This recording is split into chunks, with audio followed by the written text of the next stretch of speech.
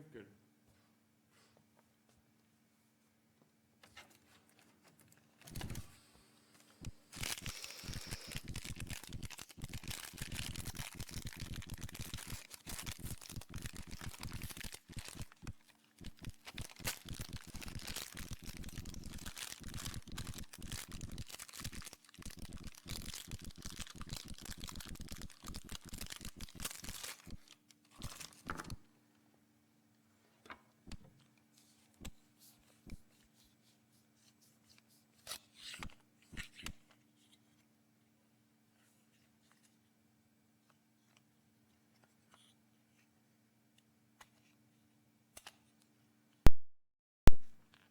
Kasvab. Telefon. Teet sen. Hallå? Ska du ringa? Kanske ringa. Ska du, den är säkert på den här mikrofonen. Hallå? Hallå? Hallå? Vänta lite. Ja. Hallå? Hallå? Hallå? Oj, oj.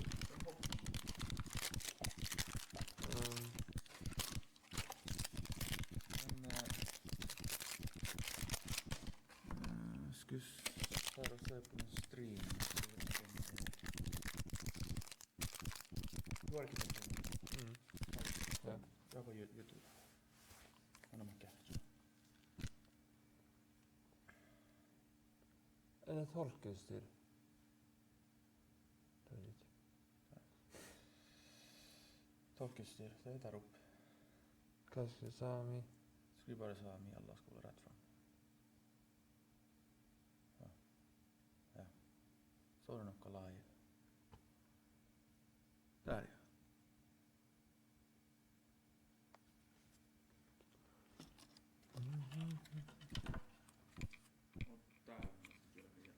ja. Good. Eller blir den bruk de här? De där. Men det, alltså det ska de ju inte gå och skifta. Nej.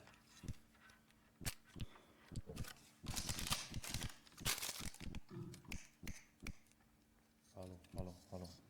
Hallå.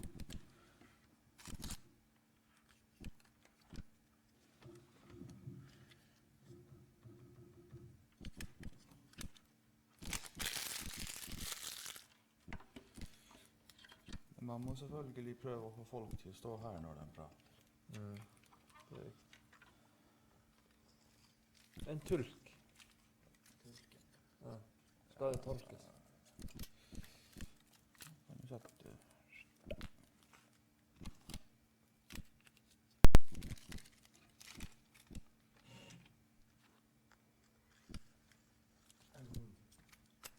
Jag hoppas den här inte går tom så fort. Förstår ni? This one. Men Mm. det är bara kanske vi har sån där. Har du skiftat på hallen? Jag skiftar. Det har jag inte skiftat.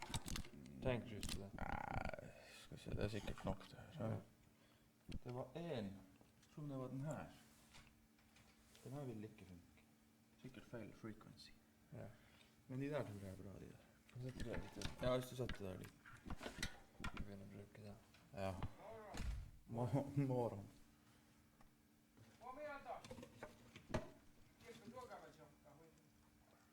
Tiedät ustaasuutta vähän tuolla. Joo. Mun on pitää dojia. Mun on sträckin soveposia. Okej. Nice.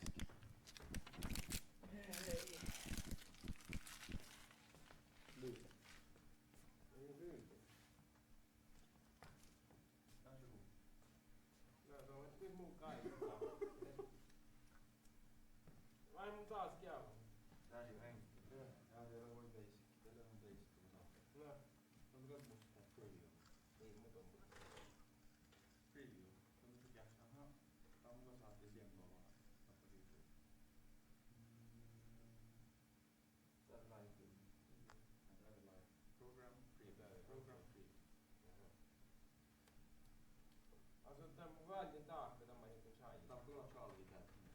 Mä oon Charlie. Missä tuo Roxanne. Tälle Roxanne. Tälle Roxanne. Tälle Roxanne.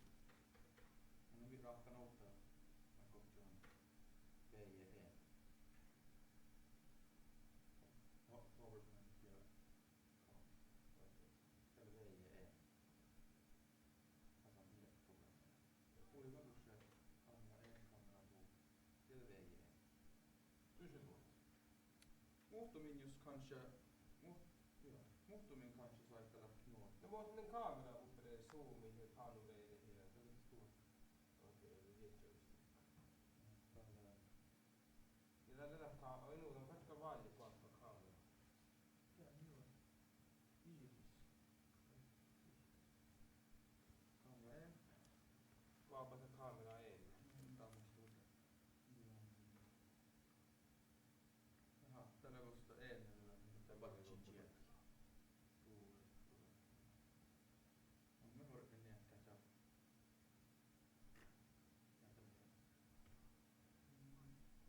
Akko tällä. Nää nu saako me chattiin.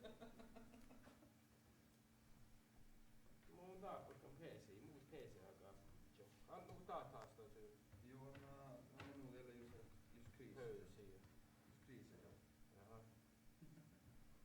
Vad är det? Vad är det? Ja, nej. Ja, nej. Mun jutsi. Niin koska mä just chattu. Ikon teollisuus on vielä.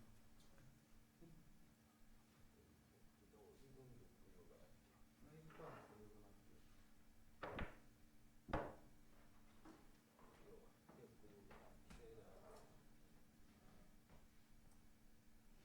No stapeli rauti. No kovat kan. No joo. Ja ehkä pylhäässä niin testavissa en Onko se ström mitään? Ja. Just manna strömmen av. Det pista. Hur länge du chattade ett minut. Back. Mikä on Matt N? Täällä on Matt N. Vad är det? No niin. Se ohjasi kovaa PowerPointista. Näin eteen. Jag vet inte hur merkki, muutin. Tuo ja tuo. That's it. En Tuo, Matt N. Joo, ei. That's it. Ja, gör samma, alltså samma lås. Joo. Mutta mä muistin ollut se live. Det är ju. Toinen on sattunut. Toinen on vaan. Mä en mun tiedä. Aina kun tälle tuolle live, tuolle preview. Joo. Otan luonut toinen kohta sai. Aina kun on. Ja vitsi PowerPoint täällä preview ja harvoin koulunainen. Apu se function. Yes. Easy. Aina kun näin. Det är som en lek. Ja, väl. Onko mun vitsi? Jag vet inte tolka utstyr eller något. Ja, den kan ju tycka bara det mycket sånt. Manga live. Mä saan tuohon kahta. Sitten mennään luos. Då fört dikällä katstakar kielikin jolia. On in sihkan kiinni näyttelee. Nukka li tästä. Tähki huuma hörde. Tanssit, joo, okei. Här, täällä on mikrofona. Tuohon mennään streamiin. Okei. Ja just kaatsalta aika halu, mikä on just vuoro just killisis. Puumikrofon. Siinä taas. Det var puumikrofon. Det vill inte imana streaming. Mutta eikin sain nyt taas mannakaan, mutta shata vähän ja orrako huikuhkineen. Okei, mä voin kunnon kopouhti. Osa mi IG.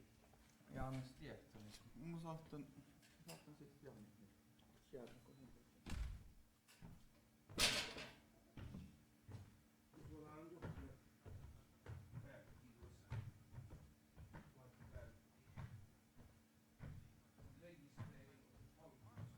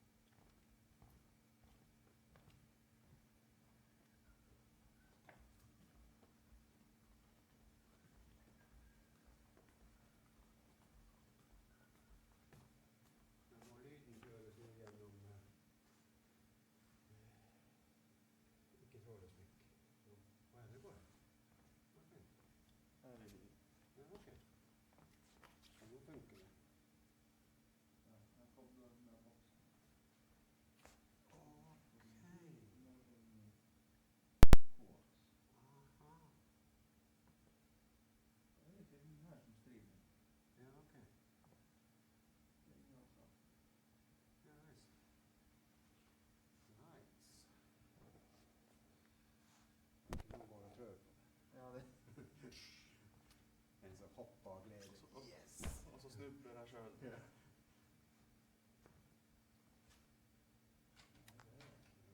Jan, hva han heter han der spiller, Jan Fredrik Karlsen. Han bruker jo så hoppe når han har sånne forelesninger.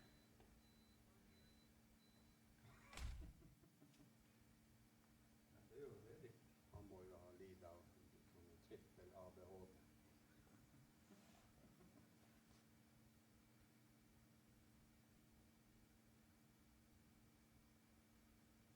Sånn. Det er sikkert bra, sikkert bra.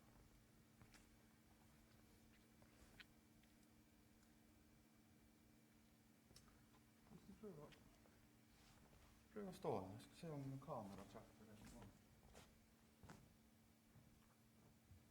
Ja, det der er jo. Hallo, hallo, hallo, hallo, hallo. Velkommen til Sami Kultur. Hva heter du? Ja. Det er jo. Det er bare lekkert. Ja.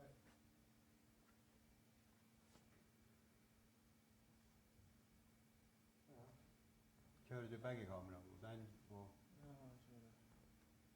og den også i drift? Ja. Men det passer med strømskyld. Og den passer? Glimrende. Det var bra. Den originale, den er nok in the garbage, I'm afraid. Jeg tror det. Så jeg garanterte det havna dit. Ikke din telefon, nei. Der ja, den. Skal vi se da. Jeg vet ikke om det går. Tror om det klarer å vare hele dagen. Hvis jeg har så mye har den. Høy batterikapasitet. Just in case. Jeg vet at man går og bytter i når de har matpause eller etter det. Ja, det er jo en idé. Ja. Det holder jo sikkert til noen timer. Ja, hei.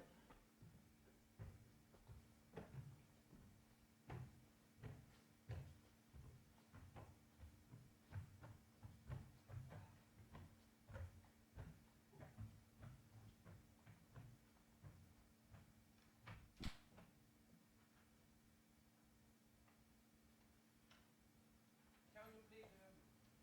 Hvem som skal lede? Nei, men er det han som er ordstyrer hele tiden? Ja, med litt hjelp av meg kanskje. Ok, men det er viktig.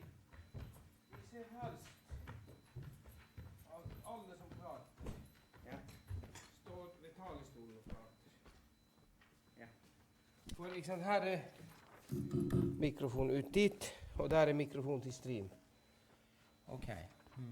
Og her borte blir det som skal her blir min stasjon i dag. Ja, der blir du sittende. Oh, jeez. Men det er noe rene TV-studio. Jeez. Det er ikke småtteri, det her. Det er det 2 kameraer som er i drift. Den der oppe er også den. En minnepenn da? Hvem som fikk den? Mia. Mia har den kanskje. God morgen. Da er det her. Ga ikke jeg deg en minnepenn, Mia? Mm. Hvor man setter Nei, jeg trenger ikke det. Men han skal være her. Og da har du det der. Det der er PC-en. Det der, ja. Ok. Og linken har jeg sendt på mail til Ja. han, til deg. Ja, jeg så det. Ja. Der. Bra. Jeg tror jeg setter den i lomma inntil videre. Der ligger bilder på. Sånn pausebilder eventuelt. Åja, det gjør det. Ja. Da kan vi bare sette den inn. Hvor skal vi? Er det garderobe her?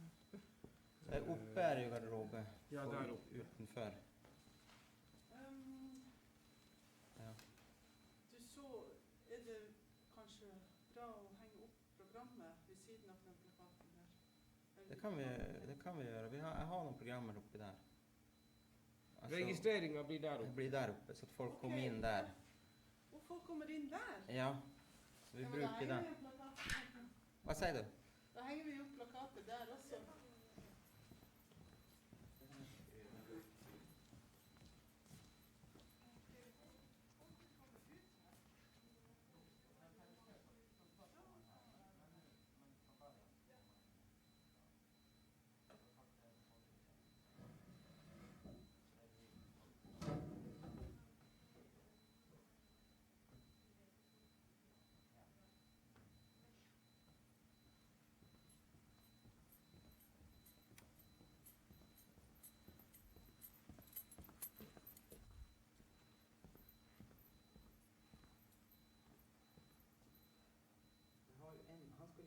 film.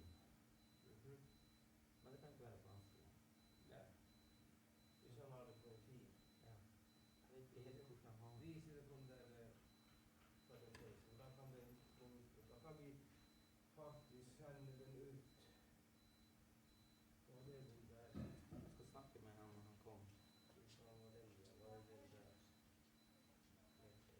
Ja, da kan man sende hele streamen, altså hele skjermbildet på stream ut. Hvordan er det med de andre mikrofonene her? Men det er bare å slå på. De her, Ja. som kan bruke dem Man også. kan bruke det. Men aller helst så ser vi jo at hvis det spørsmål altså, beste er om folk er her og snakker. Men det går an å snakke ut i sammen. Da vil det jo være sånn at det på streamen høres litt dårligere. Men hvis det er et spørsmål i salen, så må man gå ut med en sånn, ikke sant? Ja, det må man kanskje. Men det vil jo ikke fungere så veldig bra for de som ser på streamen. Men Nei, men sånn er det nå. ja, sånn er det. For det blir jo kanskje litt for tungvint at de kommer hit og spør spørsmål. På reindriftsseminaret så var det sånn at det tok for mye tid. Ja. Nei, men da er det greit. Da får dere gå med den mikrofonen, så får det For tolken hører jo med den her. tolken høre med det. Ja. Men de som ser på stream vil ikke høre det Ja. så bra. Nei, just det. Ok. Men jeg vil jo fange opp litt grann av lyden med den da, men det vil jo høres ut som, jeg vet ikke hvor godt det vil høres. Nei, det er vel litt sånn, kanskje ikke så bra. Og det her er den der til den der. Der er den til den der, ja. Må han slås på. Ja. Den må slås på, så er den plugga i den. Jo, den, hvor den er.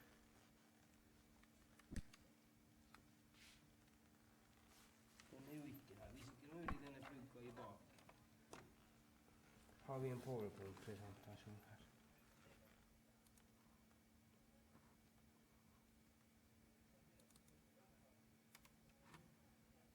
Den var ikke der.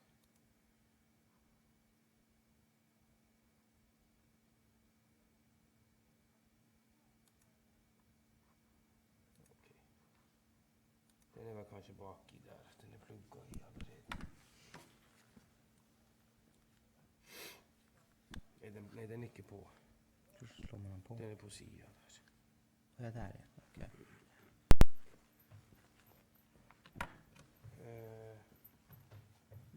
Er det da noe? Ja. God dag, god dag. God dag. Det var bra dere kom. Hva? Det var bra dere kom. Jeg sto og lurte på, vi snakket om den filmen. Ja. Hvordan den 8 minutters filmen? God dag. Hei. Andreas Sande. Velkommen. Takk skal du ha. Ja. Så jeg sa til dere i går, jeg setter veldig pris på det her. Vi Ja. får håpe at vi håper vi innfrir. Jo Gjør da. forklart det er hun som styrer med det Den filmen, tekniske. jeg har CD-resett i, En CD? Ja. Ok. og det må jo være lyd på. Vi skal se. Her er det vel. Det bør vel være CD-spiller på den her, men man skal ikke ta det for gitt. Jo, der er det. Men det skal være greit. Ok. Så det går ikke an å så Vi kan bare sette den ut på en gang, for så vidt, og teste. Det er bra at du får prøve først. Ja. Jeg skjønner, jeg har han på den der powerpointen, men nå kan jeg hoppe over den. For den må stå i noe rett.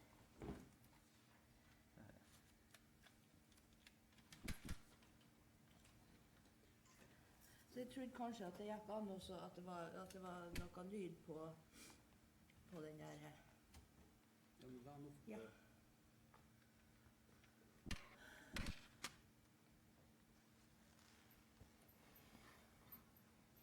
Vi ser om vi får den i gang. God dag. God dag, god dag. God dag, Det her Hei, er Fager. Toril. Knut Sivertsen. vår tekniske mann. Det er bra. Vil det være sånn det var?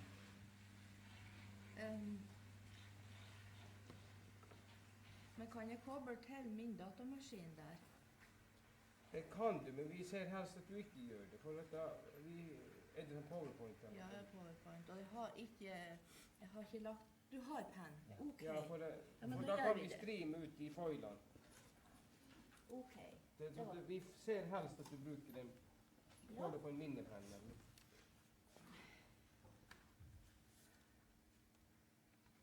Nå skal vi se, hvor er lyden her? Der starter bildet.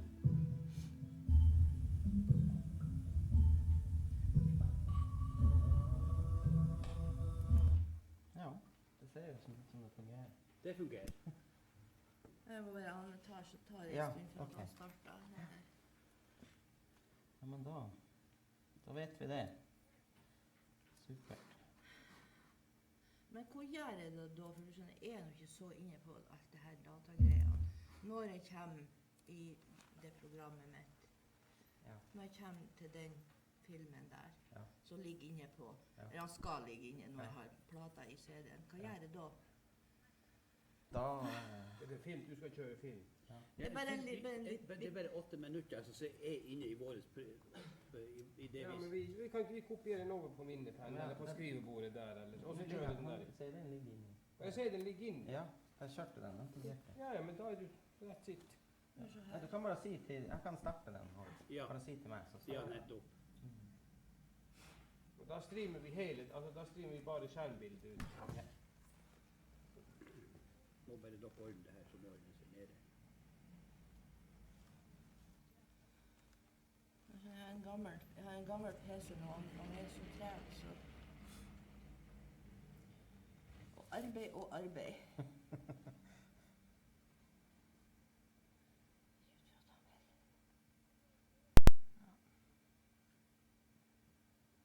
Jo, altså her skal det meste av teknikken være på stell, så det skal jo fungere.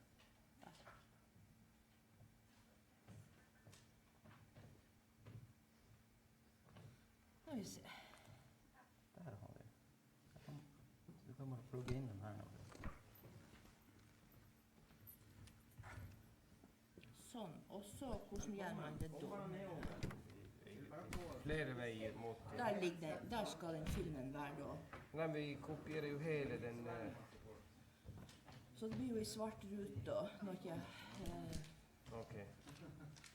Altså, da kjører den er ikke med i presentasjonen? Den er ikke med, den ok. må sette i, for jeg fikk ikke det til, og så legger Nei, den. men jeg tror det er like greit sånn.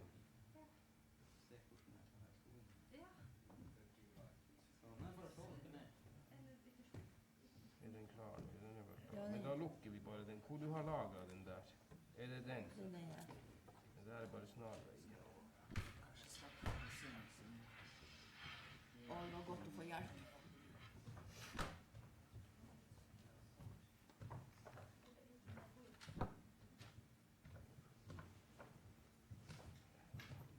Vet du hvor du har laget den? Ja, jeg har den på... Jeg går på Er det på under biblioteket? og så går det på dokumentet, så tror han ligger der. Mine dokumenter. Ja, men det er spennende det her. Ja, det er klart. Jeg kan... Ja, Det blir det. skal vi se. Bare klikk Der. en gang på den. Absolutt. Der. Klikk en gang. Høyreklikk. Ja, du kan høyreklikke. Så tar vi bare og kopierer den over. Kopier. Så går vi på... Hvor går den?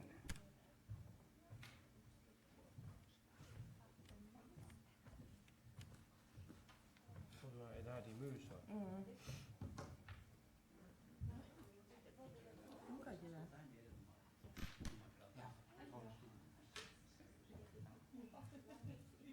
Det finnes også sånn her man kan sette.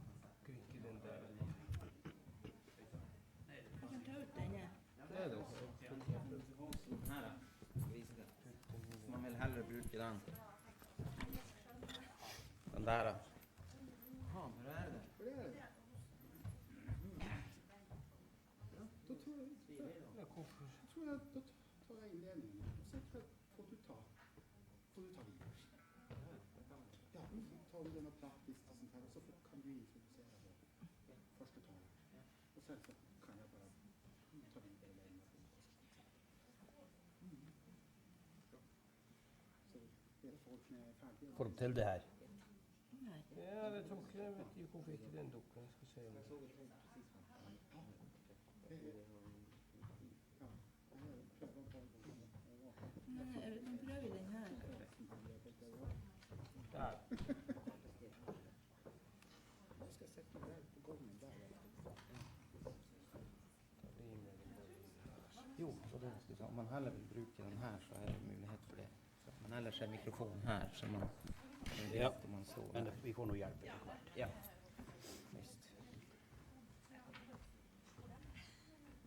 Sånn. Da er det god. Ok. Da har du det der. Da er det i orden. Ja, teoretisk Teo- sett. Ja, teoretisk. Du kan gjerne si Vi får holde oss til teorien. Ja. Du trenger ikke ha på den her egentlig. Nei, da trenger vi ikke. Da kan vi bare...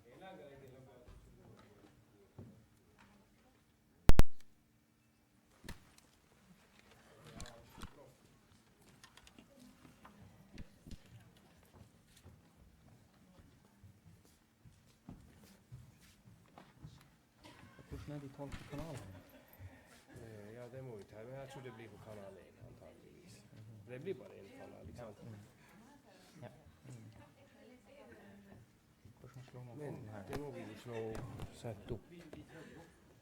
Denne sesjon 1 er på. Hva du sier? Hvordan slår man på den her? Og så nå står den på mute. Mm. Og når du skal snakke, så må du unmute det. Mm. Ok. Ja, men bra. Altså gå opp og... Skal vi teste? Kan ikke du ta et mottak, en mottaker der borte og headset? Teste. Ja. Mm. Jeg går her opp til møtet i kampen. Ja.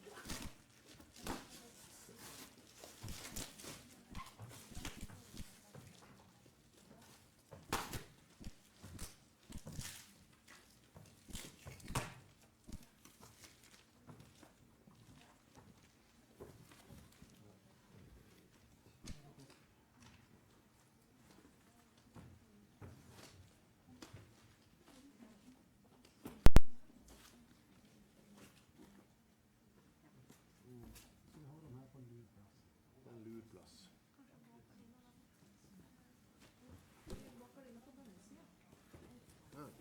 Eller också vill man ställa dem här bak. Ja. Här vill man också bara ställa dem. Men om du ska sätta någon där? Ja, jag vill också bara... Det blir jag som ska ha dem. Så här.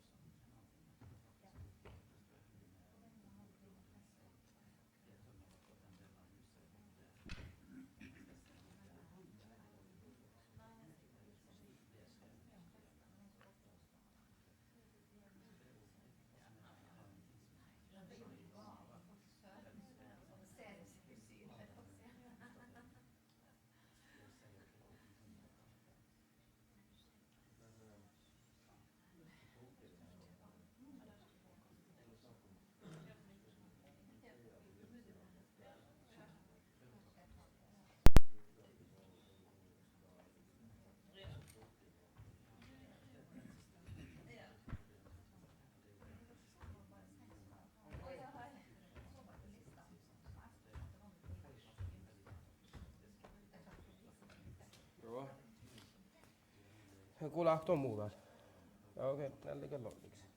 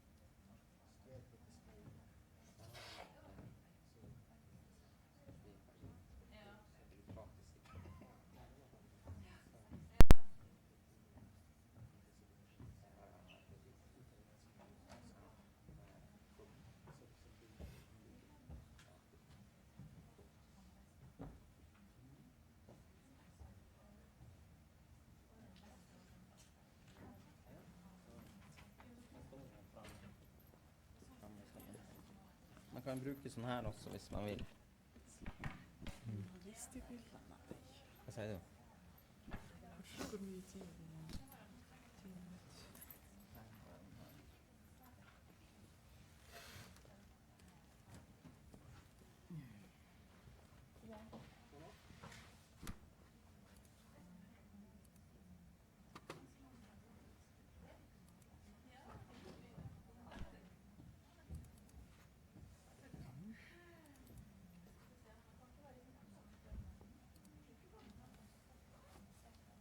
Er det nok? Skal det legges inn bilder og så, eller? Ja, vi kan ta det nå, så kan vi ta det sen. Ha det mine pinner. Ja, jeg har bare min pinne. Så Ja, bra. Vi kan legge det inn. du skal vel i ilden først, så det Ja. bør i alle fall være lagt inn.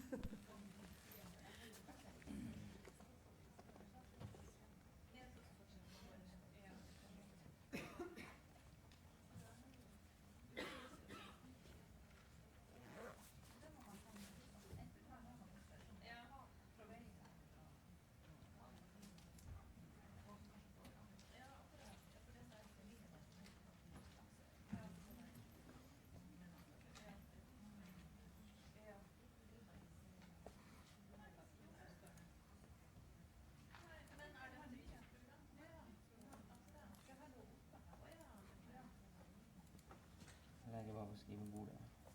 Legg på skrivebordet. Ja. Der har vi den.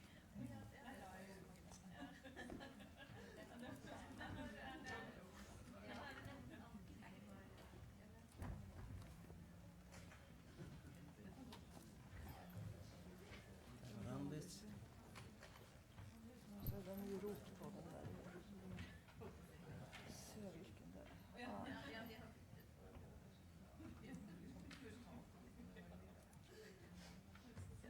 Kautokeino. Kautokeino Mars.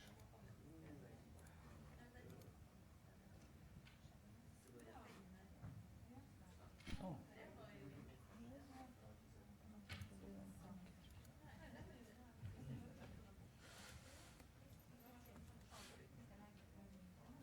Satser på det. Jeg har en annen den samme, bare sånn for sikkerhets skyld, hvis det skulle være noe galt med.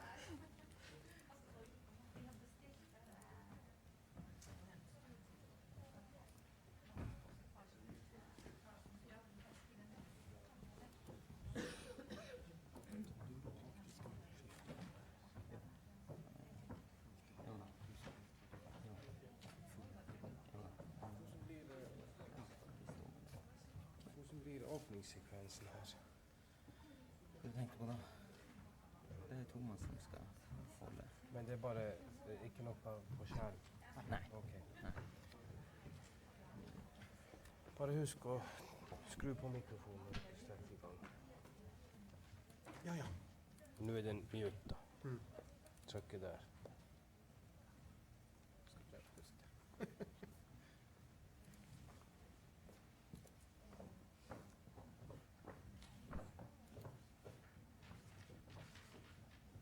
Der springer mannen av huset for å lete. Som man har.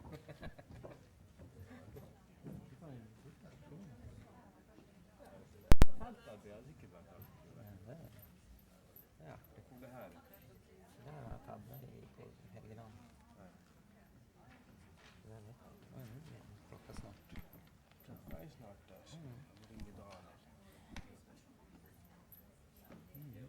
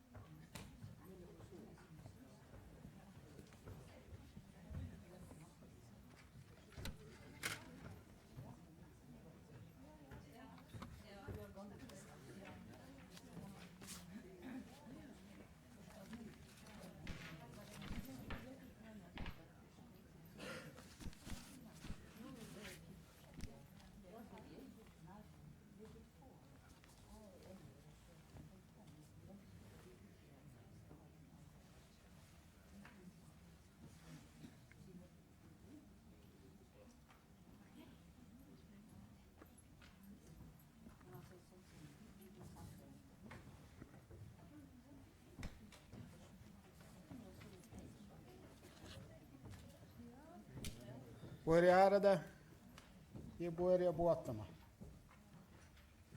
Orisbåten. Välkommen. Kära församling.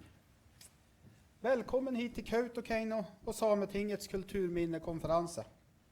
Under disse 2 dagene är vi samlet här för att få höra inlägg om kulturminner och kulturminnevernarbeid.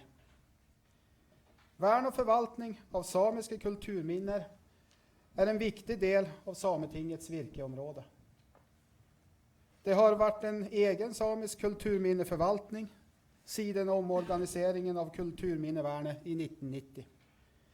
Förvaltningsmyndigheten för samiska kulturminner har formellt varit lagt till Sametinget siden 2001. Sametingets hovedmålsättning för kulturminnevernet är att förvalta och synliggöra samiska kulturminner och kulturmiljöer på grundlag av egen historia och egna värdier. Det tas också utgångspunkt i kulturminnenas betydning för identitet och samfundsbygging. Sametinget menar att vi samer själv må förvalta vår egen kulturarv. De samiska kulturminnena är en avgörande och viktig del av denna kulturarven. Och det är viktigt att Sametinget själv lägger huvudpremisserna i detta arbete. Denna konferensen är ett viktigt inspel på vägen för att utforma Sametingets framtida kulturminnepolitik. Sametingsrådet tar sikte på att få främmat en egen melding om det samiska kulturminnevernet överför Sametingets plenum i slutet av detta år. Där ska viktiga principer i det samiska kulturminnevernearbeidet bli drøftet och vurdert. Och detta, det är på hög tid. Det har nämligen inte varit ett eget politiskt dokument om det samiska kulturminnevernet siden Samisk kulturminneplan som kom i 1998. Kulturminnepolitiken har därefter blivit lagt fast genom först mer generella sametingsplaner och därefter genom främst Sametingets budget som styringsdokument. Ikke noe galt i detta. Ett budget vill för exempel bestandig vara en viktig del av styringen. Men likevel är det nog viktigt att få på plats en egen melding om det samiska kulturminnevernet.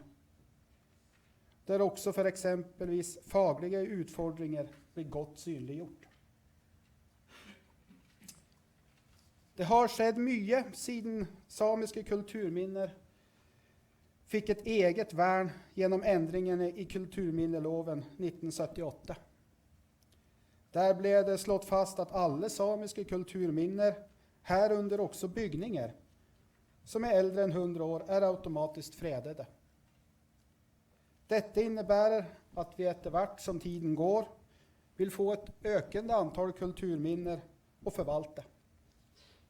Det kan vara positivt i så måte att man vill få ett större spekter av fredade kulturminner.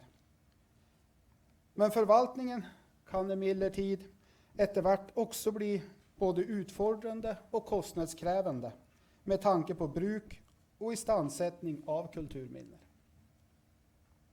Speciellt utfordrande kan detta bli med tanke på ett ökande antal samiska byggningar som blir automatiskt fredade. Här må vi därför drøfte och värdera olika lösningar för att se vad som är mest hensiktsmässigt och tjänar det samiska kulturminnevernet bäst.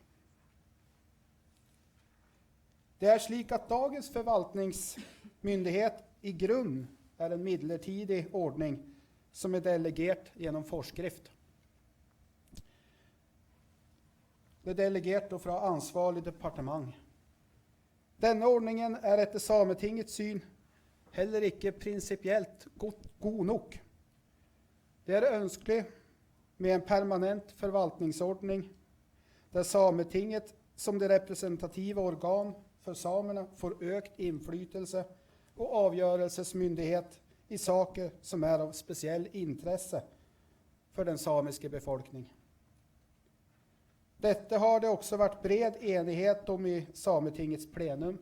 De sista gångerna spørsmål om förvaltningsordningen för samiska kulturminner har blivit behandlat.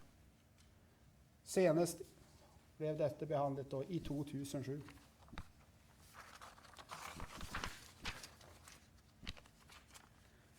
Vid en permanent lösning är det ett viktig princip att den lovförvaltande myndighet som Sametinget utöver är gitt av Stortinget.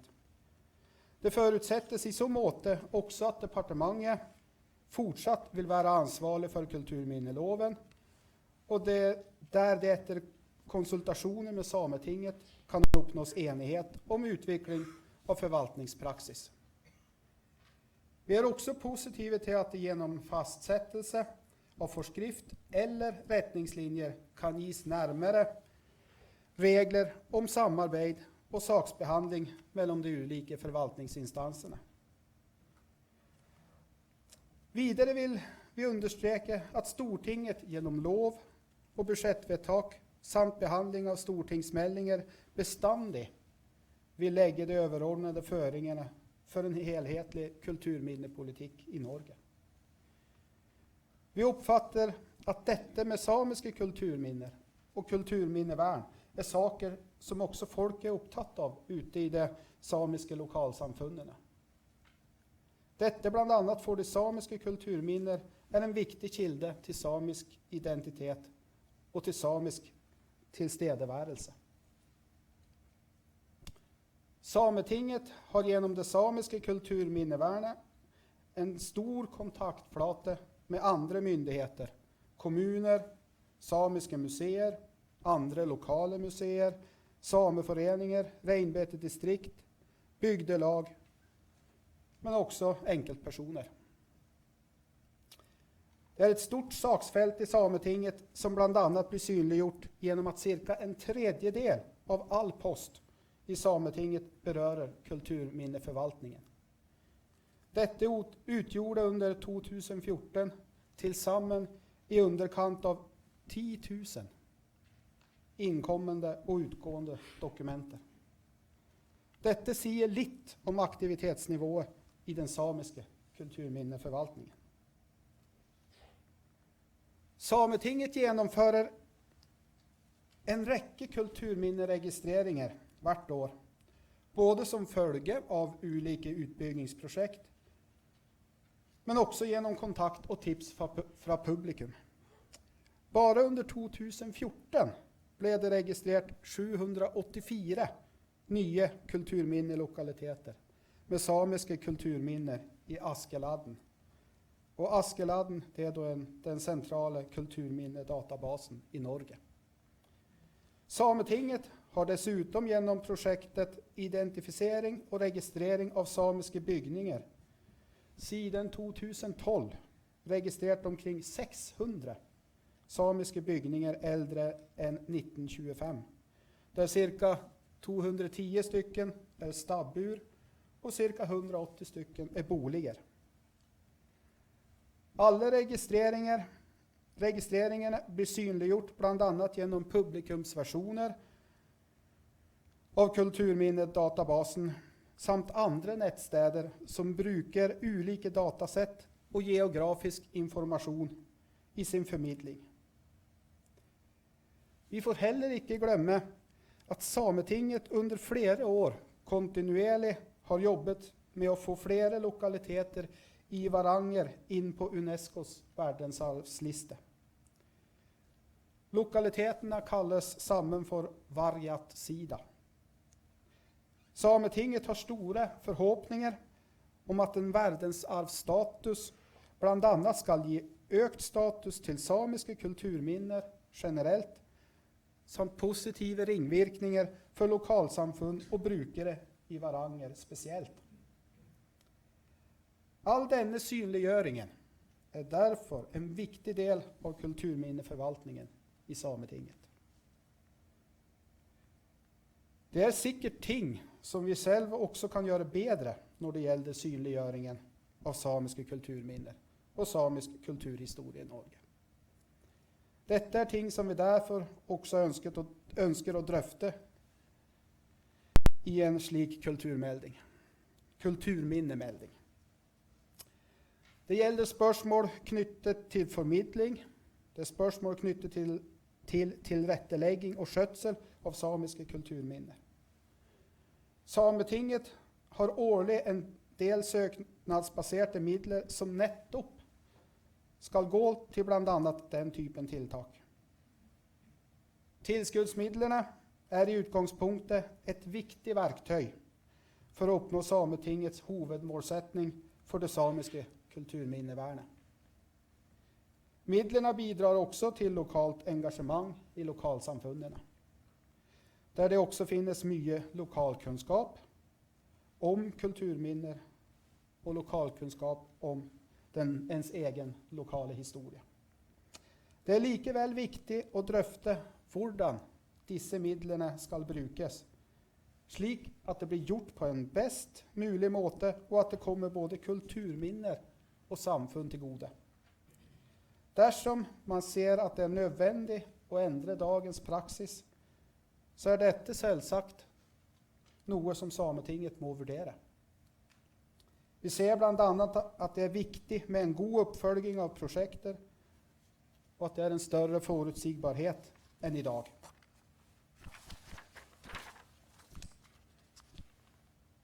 Vi opplever at det er en økende interesse og økt fokus på å ta i bruk kulturminner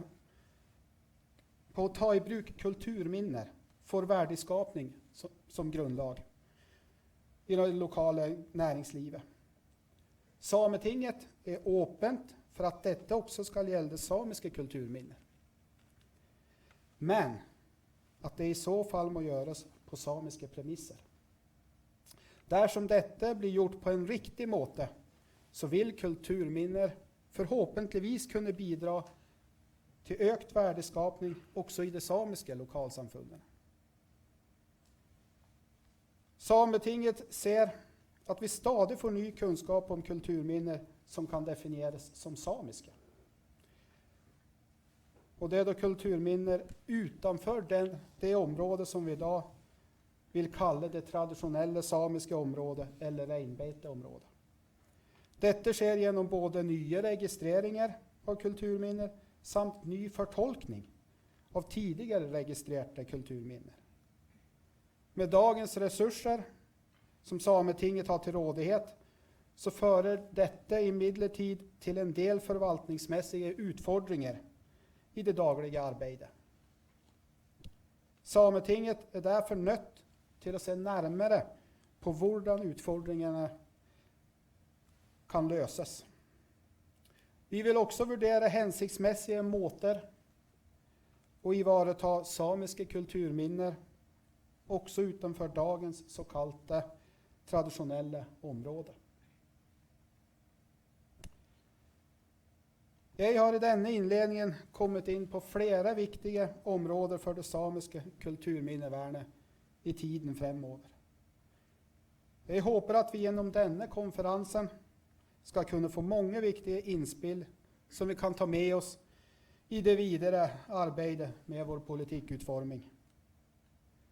Under dagen i dag så skal vi få høre spennende og interessante innlegg om kulturminneverdier, lokalt kulturminnevernearbeid med spesielt fokus på pitesamisk område, samt noe om forholdet mellom tradisjonell kunnskap og samiske kulturminner. Vi skal også få en innblikk i kulturminnevernearbeidet på finsk side av Sápmi,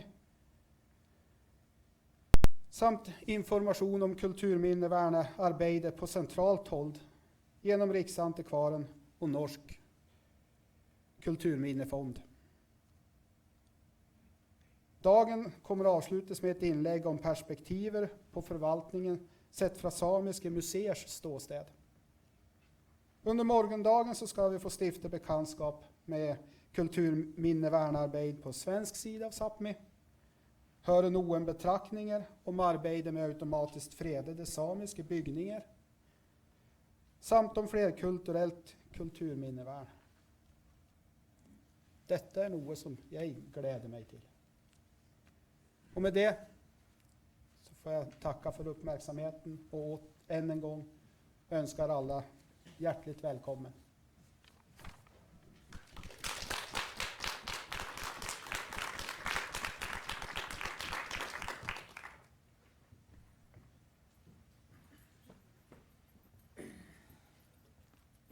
Ja, tusen takk til Thomas. Ja, for den som ikke kjenner meg, så heter jeg altså Andreas Stongberg og jobber i Sametinget og i kulturminneseksjonen som fagleder. Og jeg har kontor her i Kautokeino, så jeg skal bare egentlig komme med litt praktisk informasjon også. Vi har tolkeutstyr der oppe. Det vil vel være i hvert fall ett innlegg i dag på samisk, sånn at og det vil bli tolket til norsk da, på kanal 1. Vi skal spise lunsj, og vi skal ha kaffe, og det blir ute i kantina her nede til på min venstre hånd. Da. Sen har vi do, det er jo en viktig del vi har der oppe, ute i gangen der, og sen har vi forbi heisen her på nedre etasjen i kantina.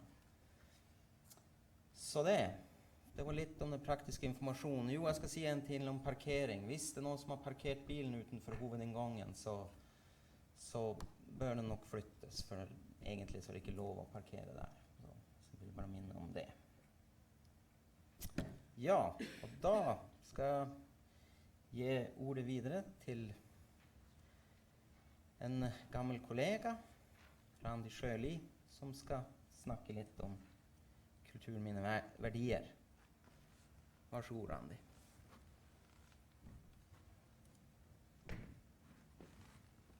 Kan du hente opp min billedserie? Men må man snakke med mikrofonen? Nei, du kan snakke der. Der har du mikrofon. Der. Hvis du skal bevege deg, så da Ok. må du bruke en sånn der. Sånn, ja. Nå kan jeg trykke på, hvor trykker jeg for å få neste bilde? Teorien skal den her fungere. Der, ja. Ok.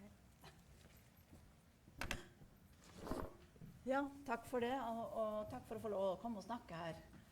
Og nå har jo dere sett vi alle sett en fantastisk serie over samiske bygninger her. Det er jo veldig nydelig å se på. Og det er jo en av mine kjepphester, altså hvordan aktiviserer man kulturminneverdiene. Og det her å vise denne flotte serien, den burde vært vist til mange da, ikke bare, nå er det jo en fin gruppe her, men den fortjener et større publikum, tenker jeg da. Et stort publikum. Og jeg må jo bare skryte av denne serien som Bygningsvern i Sametinget har produsert med disse fine kortene, som dere må sende ut.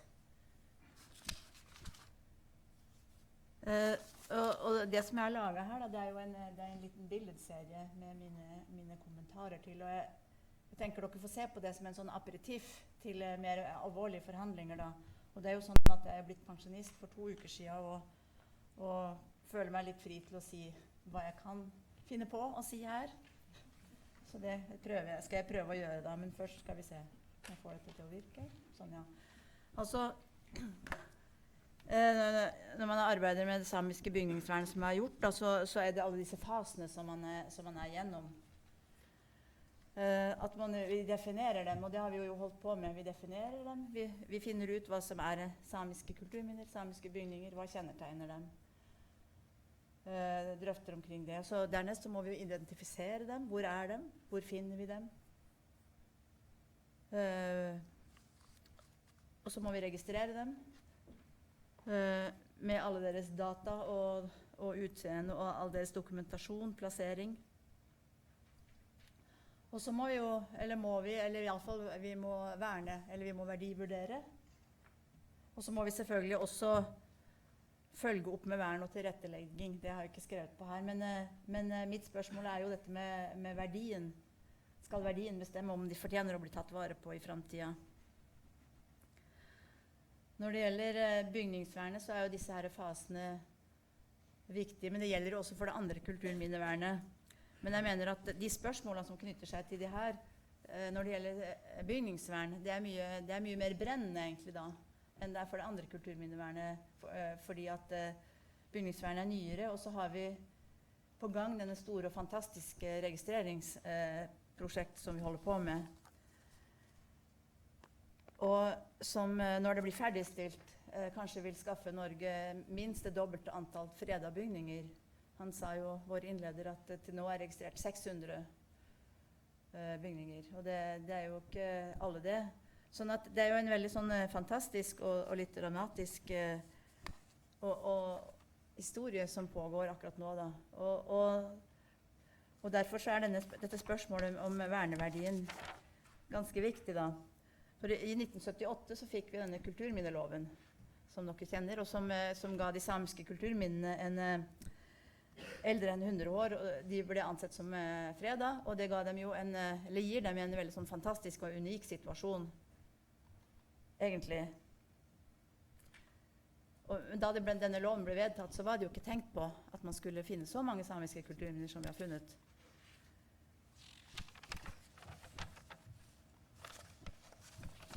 Sånn at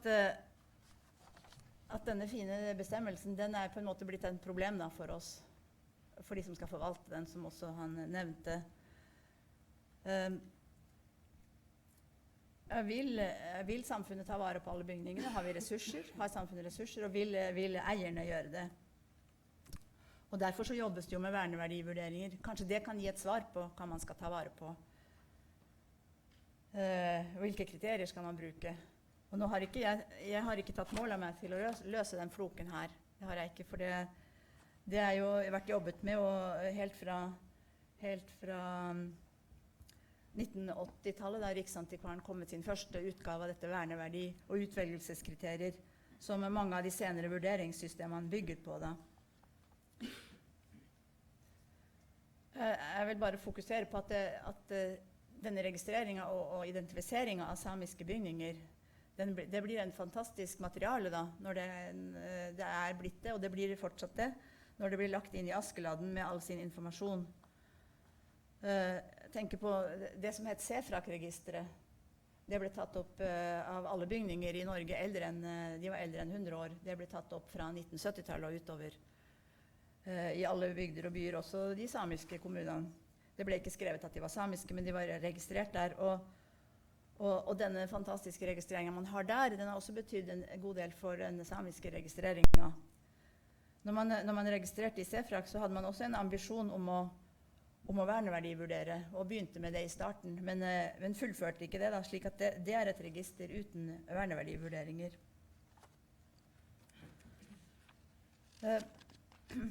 Bare for å nevne litt om verdien av en sånn registrering, så jeg var på en studietur i Karelen sist høst, altså i russisk Karelen, i Nord-Karelen, for å studere bygningsarven der.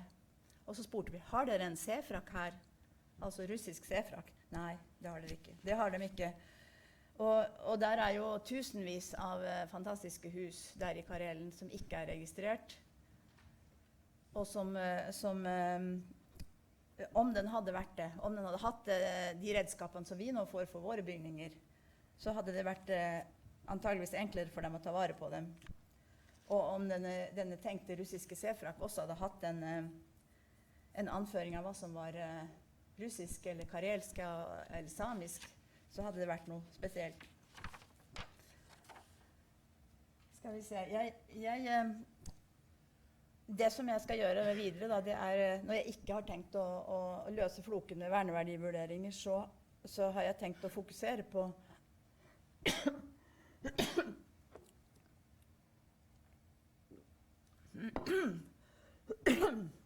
så har jeg tenkt å fokusere på det var ikke bra da på kulturminneverdier, altså de verdiene som jeg mener man finner ved kulturminnene da, og som fascinerer meg, og som gjør meg opptatt av å jobbe med det. Og jeg har jo vært så heldig å få lov til å bli kjent med mange kulturminner og kulturmiljøer. Og jeg har også fartet langs min arbeidsreise som går i Varanger i Øst-Finnmark. Den går mellom Vadsø og Varangerbotn. Og der har jeg fått anledning til å studere og vurdere og tenke på verneverdien Og dette feltet her, det er ikke identifisert og registrert kulturminner systematisk i det området her. Sånn at det som jeg presenterer her, det er ikke noe som er identifisert eller registrert, eller for så vidt verdivurdert. Det er en liten serie over verdier, kulturminneverdier, som jeg mener som er viktig å ha for seg og tenke på når man skal ta vare på kulturminner og tilrettelegge dem og fokusere på dem. Skal vi se, det var her. For de som er kjent i Øst-Finnmark, så er jo urgravene i Varanger, de er veldig spesielle og viktige og fine. Og det var jo Elin Myhrvold som sitter her, som foreslo at jeg skulle gå og se på det her et år, her en sommer, på den årlige arkeologituren for bygningsvernere. Og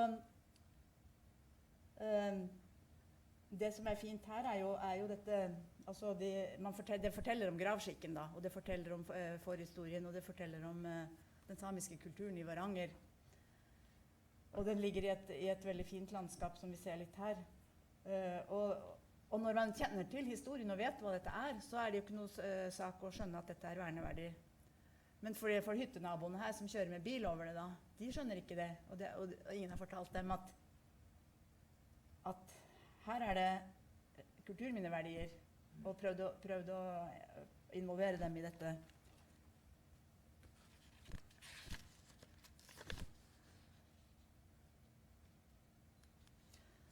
Altså, jeg ser på enkeltminnene langs denne fantastiske strekningen. Jeg prøver ikke å sette dem inn i sin sammenheng, for jeg plukker ut minner. Men i tillegg til dette så er det landskapet og de kulturmiljøene de hører til. Og når man skal registrere og fokusere på helheter, så er det jo også en viktig side ved denne tilretteleggingen som man gjør med kulturminnevernet.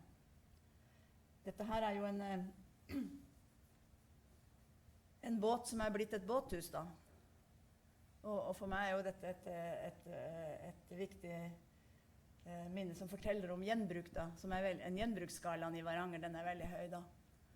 Og også i mange samiske bygder er den det. Så her kan vi si at den på en måte seiler på himmelen da, utover Varangerfjorden, mens båten som ligger inne i huset her, den skal jo seile på havet. Nei, feil knott, ja. Dette her var lenge mitt favoritthus på distansen, og det er jo ikke identifisert som noe samisk hus, det er vel snarere et kvensk hus. Men det er et kombinasjonshus, et sammenbygd hus med fjøs og bolig. Og dette her ble veldig tydelig da, når man kjørte forbi her. Man ser jo den delen som ikke er panelt, det er fjøset, og resten er boligen. Og man ser at den er orientert utover fjorden, vekk fra perspektivet her. Og til og med hestene synes jo den var fantastisk. De gikk jo stadig ring rundt her for å ta vare på den, men det hjalp ikke da. For at eieren søkte rivingstillatelse og fikk det da. Og det var ifølge studier så var det ikke noe samisk hus, så vi kunne ikke beskytte det på samme måte som vi kan med de samiske husene.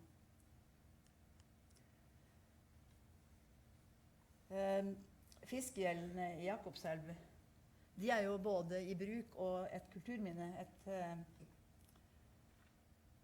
et kulturminne som forteller om næringslivet, næringsveier, tørrfisken som tidligere ble hengt her da, som forteller om en næringstilpasning som i dag mye er forlatt da, men for så vidt gjennomtatt lenger inn i Varanger da, hvor det er satt opp nye gjelder. Mens de her gjeldene i ytre, eller ikke ytre Varanger, men litt lenger ut i Varanger, de står tomme. Og som dere ser, så båten er også satt på land der. Man kan se den der i bakgrunnen. Det er litt symbolsk. Videre innover kommer man til Stalgården, med et veldig fint utvalg av små hus på en samisk gård, med mange forskjellige konstruksjoner da. Og en liten studievandring blant de husene her får man med seg. Man studerer både de store ting, konstruksjoner, man studerer småting, man studerer merker, man studerer spor. Og nå er jo dette fraflyttet som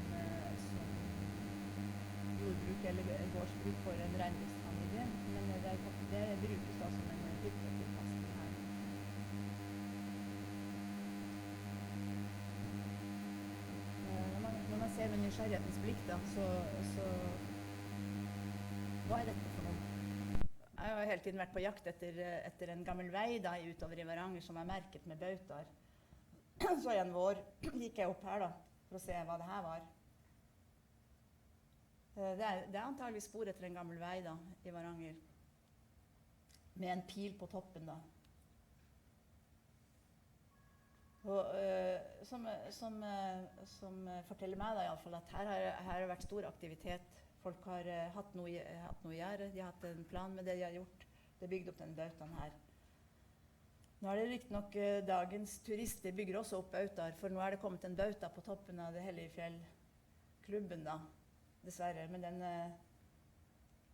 det var jo ikke meningen da, så alle bautaer er ikke like verneverdige, for å si det sånn. Men i alle fall er dette et viktig landemerke på denne reisen innover i Varangerfjorden.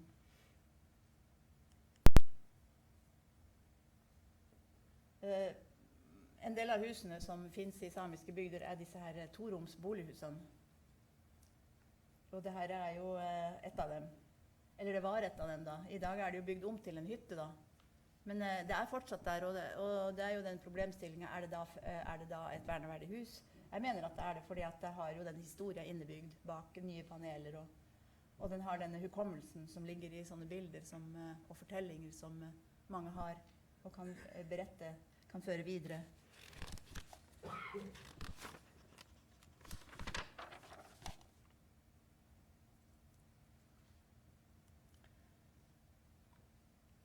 Der ligger også dette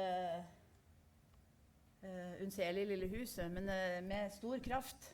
For det ligger rett ved veien, og da veien skulle legges om på 1950-tallet, så måtte veien vike for det huset her, faktisk. Så det var jo et tilfelle hvor kulturminnet hadde en sterk kraft og kulturminneverdien. For dette huset hadde veldig mange sett, fordi det ligger rett ved veien.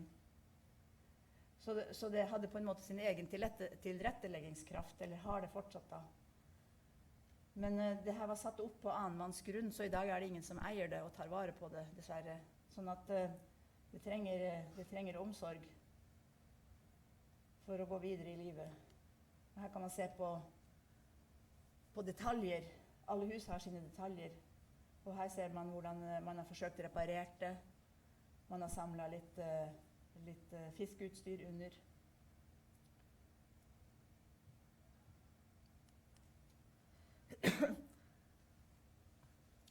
Her er også et eksempel på båt som har fått nytt liv.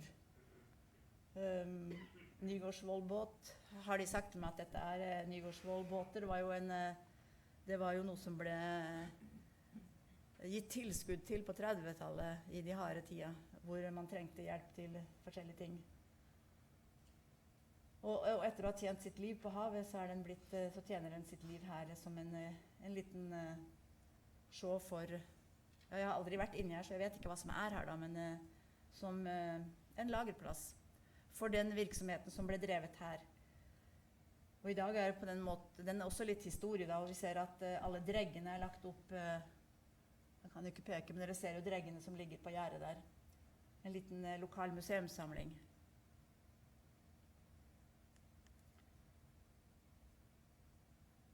På Mortensnes, ved siden av det verdensarvsted Innspe, så ligger dette toromshus på nytt, et toromshus som har intakt de gamle løsninger og piper, tak, vinduer, alt er på plass her. Det er ikke oppgradert og ikke i bruk da. Men for oss som er nysgjerrige og tar oss litt friheter og går inn, gjennom en ulåst dør, så finner man et kjøkken som ser sånn ut, og der er en trapp. Og når man har studert samiske hus en stund, så har man kommet til at de samiske toromshusene, de har trappa til loftet i ytre hjørne. Hvorvidt det stemmer, det kan kanskje flere her fortelle om, men det har stemt i veldig mange tilfeller da, mens i de andre så ligger trappa mot indre veggen da. Så det er et morsomt lite trekk. Og et fint interiør var det jo også her.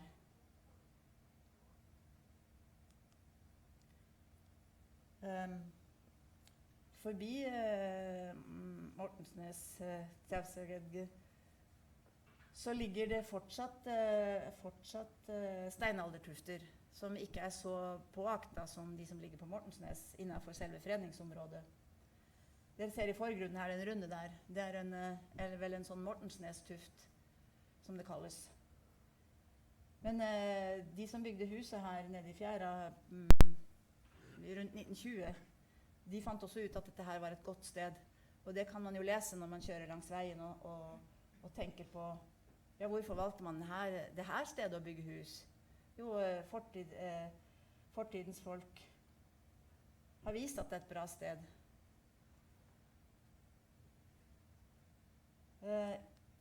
I fjæra har huset denne her denne garnnaust, eller sjøhuset som ligger der. Og det også trenger stell. Og her ser man jo, hvis man vil gå inn i detaljene i et sånt hus, hva det forteller av hva man har av slags teknologi, og hva man har av utstyr, og hva man har gjort, så ser man her, man ser sånne ringer, man ser tau, og man ser presenninger som skjuler spennende ting, ikke sant?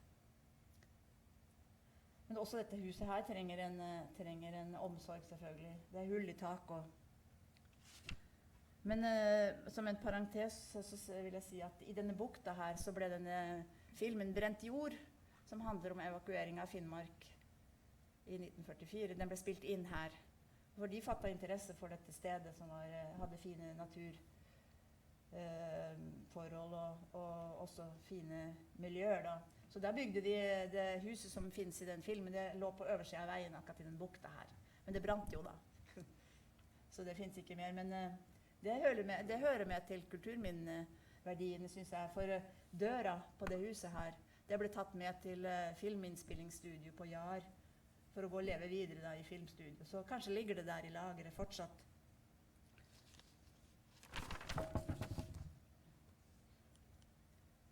Så går man helt inn på, så finner man mye annet interessant på hus. Flyttmerker og forfedre står det her. Flyttmerkene, det er jo de merkene som står på alle stokkene i et laftahus for å vise hvilken stokk som skulle være nederst. Nummer 1 er nederst, 2 er nummer 2, og så videre oppover. Og det her er jo stokk nummer 3 og 4, men det står i tillegg en V. Det er litt spesielt, fordi da har de antageligvis retningsorientert huset også, de som merket det den gangen her. Men huset har jo mange flyttmerker, og det er jo noe som man kan studere på og bruke til sine fantasier og til sitt faglige arbeid. Da. Samtidig så har jo, eller før flyttmerkene kom på, så har jo en ID kvittert her. Og det, hvis man jobber med det, så finner man ut hvem det har vært.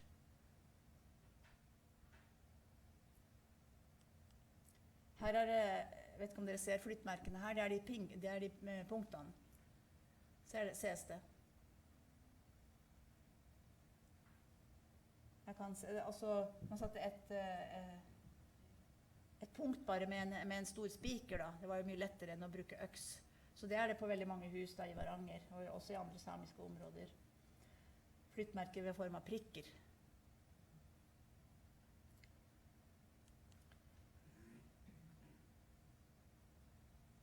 Dette er jo også et hus som har stor formidlingskraft i kraft av sin egen plassering. Da. Det ligger rett ved veien, og veldig mange har tatt bilder av denne her og fortalt om den.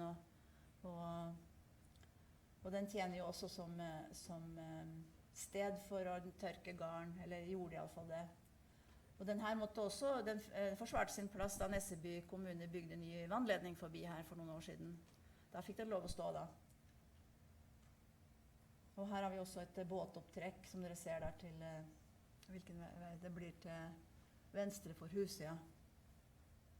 Så her er mye fint å finne tak i og studere på.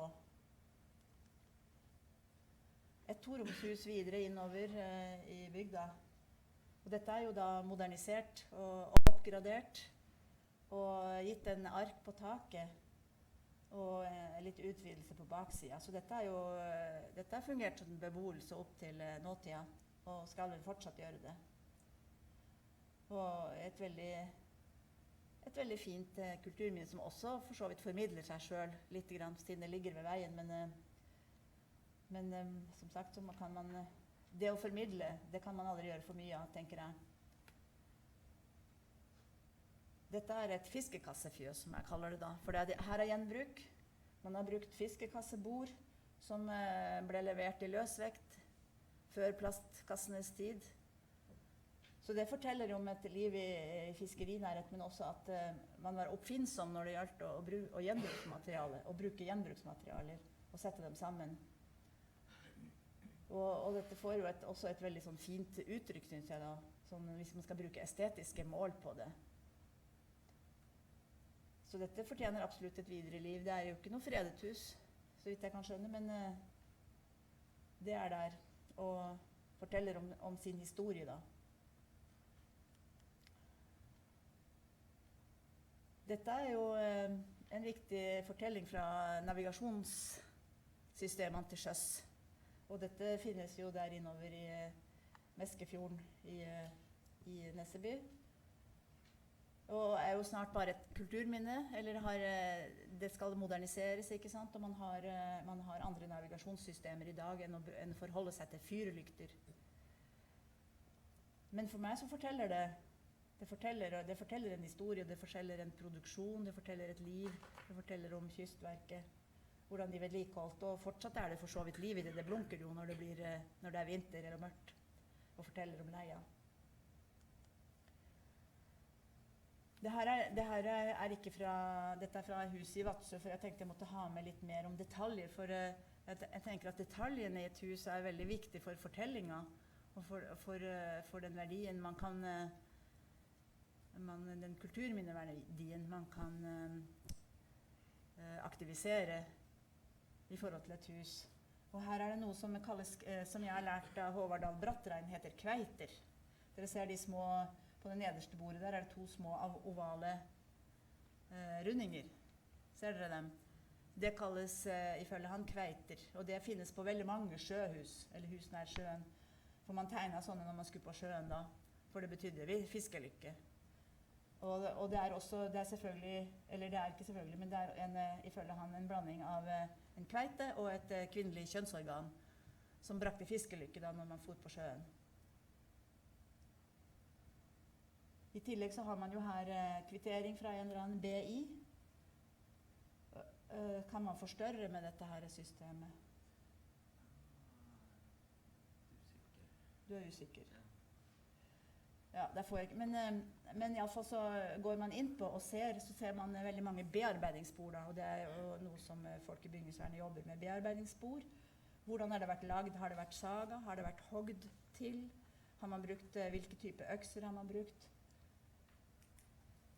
Og da må man jo forstørre, eller man må gå inn på da, for å se det. Dette her er jo antagelig sagaplank, siden det ikke er så veldig tydelige bearbeidingsspor.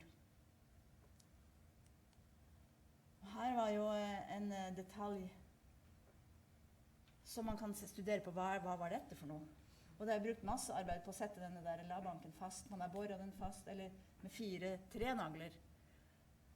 Og et trestykke som har en funksjon da, som jeg tenker hører med til den totale verdien til det huset her.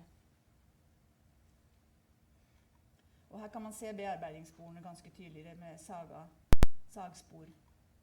Og synd jeg ikke fikk forstørre da, men også en ting til man kan studere da på laftehus, det er dette med lafteteknikk. Og det er på en måte en anerkjent geskjeft å studere laft og lafteteknikk, fordi der er laget kronologier og slikt.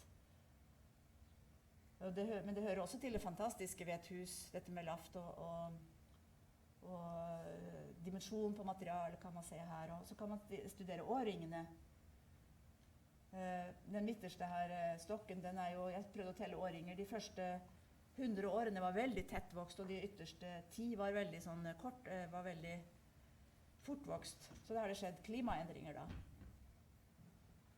Nå har jeg bare 5 minutter igjen. Ja, men det passer. Og som sagt, husets tekst, det kan leses i en vegg, og det kan leses i et tak, det kan leses i hull. Her har vi et hus som ligger i Vadsø, som har hatt et fantastisk taktekking med never, som man så vidt ser her, så vidt igjennom. Så her har man enda sjansen til å lære å lese det huset med dets taktekking. Og studere hva er det egentlig som har, hvordan har taket vært tekket. Tilbake til denne turen langs Varanger. I litt større trekk så har vi flere hellige fjell her. Dette er nå, ikke sant? Alda i mars med fullmåne. Sånn ser det ut når det er på det fineste. Og det kan man fantasere mye om, og studere på, se på. Og flere av disse toromshusene har vi der i området. Og de som fortalte sa at dette her huset overlevde brenninga i 1944 og tilbaketrekking, fordi der var en gammel kone som ikke kunne flyttes da. Og senere har det jo fungert som bolig for familien langt fram i tid. Nå er det ikke i bruk, men det er et sånt lite gjesthus da. Og på baksida står Eiti. Den står der. Den er fortsatt der. Når man begynner å nærme seg Varangerbotn, så finner man jo dette her huset som snart noen vil si fortjener å falle sammen da. Men også det kan jo få nytt tak og ny taktekking, og akkurat i disse tider så passerer jo Finnmarksløpet rett forbi her, i fjæra akkurat nedfor her, hvor det er is nå da, dette bildet er ikke fra i år. Så jeg ser for meg at det huset her, det får et nytt liv fortsatt. Bare for å si litt om dette her med, hvis jeg har 2 minutter til, dette med aktivisering av kulturminneverdiene, så har jo altså jeg tenker at en sånn serie som vi viste i stad, og også disse kortene, er en viktig del for aktivisering. Altså man skal fortelle folk om kulturminnene, man skal vise dem, og så man skal gjøre folk, appellere til folks nysgjerrighet, tenker jeg, og til deres kunnskapsønsker om kulturminner, og hva de har å fortelle om kulturen som folk levde opp i. Dette her er min private minnebok da, som jeg har for en del av de husene jeg har besøkt. Og sånne minnebøker, det kan jo også lages profesjonelt. Man kan, i tillegg til kort kan man lage små minnebøker i temaer. Og man kan lages digitalt selvfølgelig. Det er vel det man gjør i dag. Og så man kan lage turer og befaringer, selvfølgelig. Og jeg tenker at et viktig poeng er å formidle kulturminneverdiene, og ikke la de som er bevaringsfiender få sette agendaen når det gjelder formidling av kulturminneverdiene.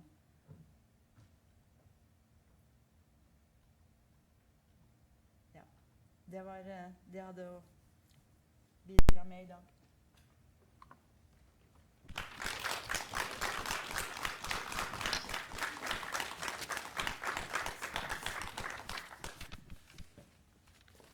Ja, då får jag tacka dig, Randi. Jaha, tack. Och då kommer vi överlämna här, vi kommer att ha 2 böcker här. Du kommer att ha 2 böcker. Ja, och det ena är då Sametinget 25 år, den varit utgiven nu till förbindelse med 25-årsjubileet. Och den innehåller ju då både politiska betraktningar och fagartiklar kring Sametingets första 25 år. Och sen är det den andra boken, den tar för sig då den kunsten som finns på Sametinget. Så med det, tack så mycket. Tusen tack.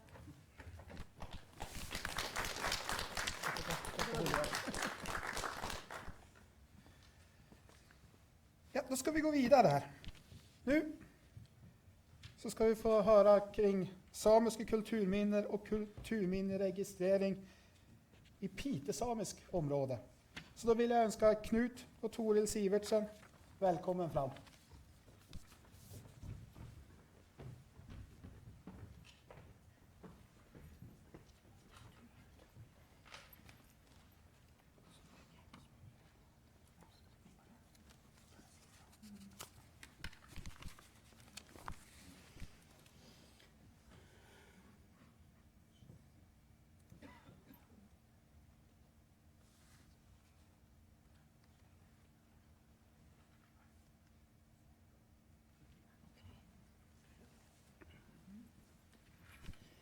Ja, som det allerede er sagt, så er navnet mitt Knut Syvertsen, og ved min høyre side står min fru Toril. Og vi er veldig takknemlige for at vi ble invitert til å komme på dette kulturminneseminaret. Det setter vi kjempestor pris på. Det vi kommer til å snakke om i dag, det er vår bakgrunn og villmarkscampen Dologadden som vi har bygd opp.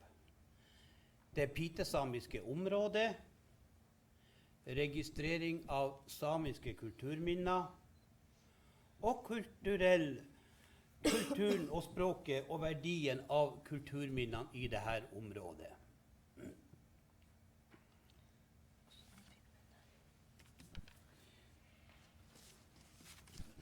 Vi vil da starte med en liten film som er laget om oss og Dologadden. Det er faktisk en eksamensoppgave fra fotostudenter som har fått denne gjort.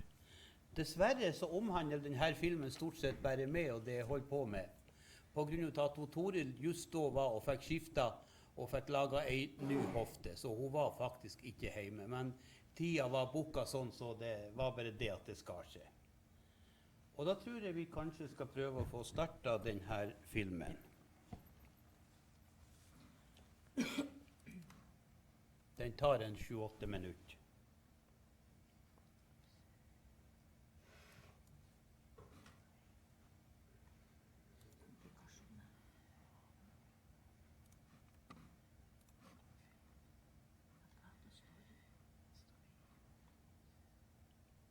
Det her tekniske bruk som regel å skjære seg litt greit for at det kommer i gang.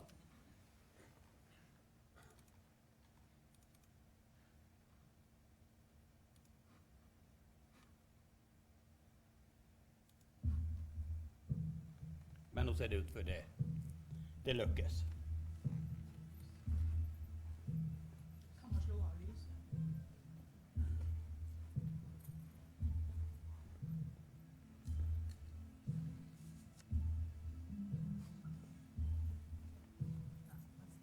Det vises, det bare kan ses.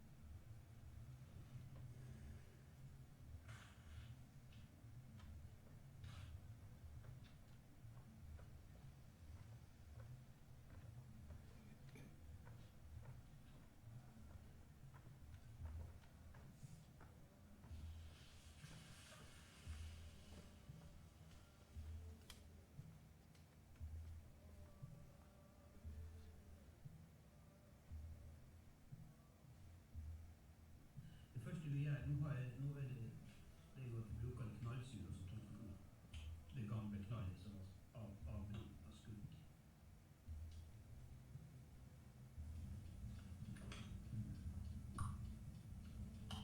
Det her er da en kvittpip som jeg bruker til.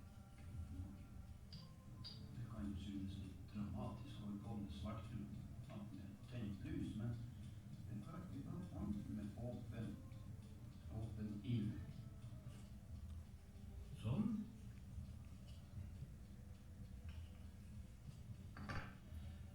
Og så var det havet. Så veldig viktig at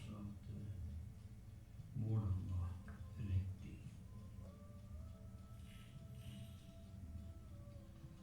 Og så det lysene her.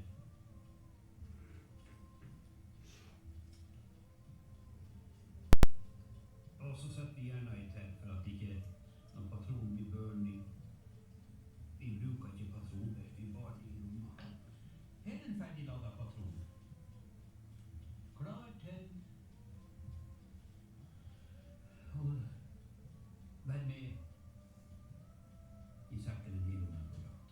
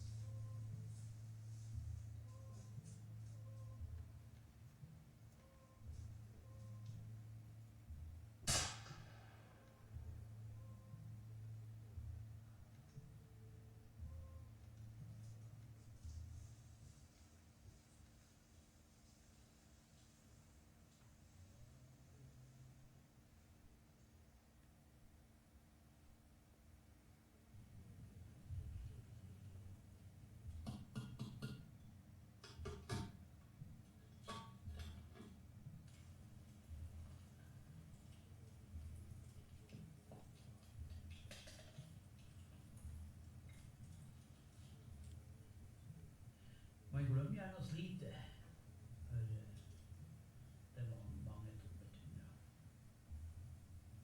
Det var det. Skis og klubber, dårlige ski, vi har jo bare 3 dårlige ski. Jeg var jo vel voksen for jeg fikk første paret med kjøpski, og det kjøpte til og med brukt. Men da var jeg stolt faktisk da. Pappa var veldig flink å lage ski, men det var jo sånn at vanlige bjørnski sleites jo mye snarere på skar, og man kjærbredde jo med kjær så vi kjører brann, men de sleites ofte mer og mer rum i kantene, så jeg var veldig stolt når jeg fikk de første skiparet med kjøpski med harvekanter, så var jeg veldig fornøyd.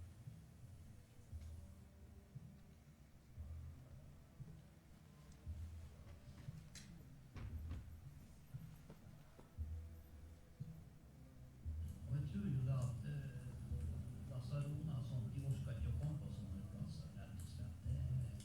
Det er folk som har ærbødighet for naturen, og for det vi prøver å finne, så det vil være færre trivelig.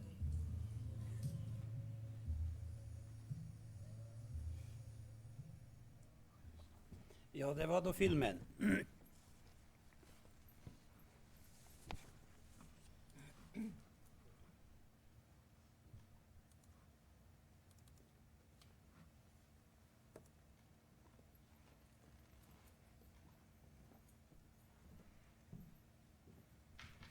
Og da ønsker jeg å gi ordet til Toril, som skal fortelle sin historie om hennes måte å bli bevisst på sine samiske røtter.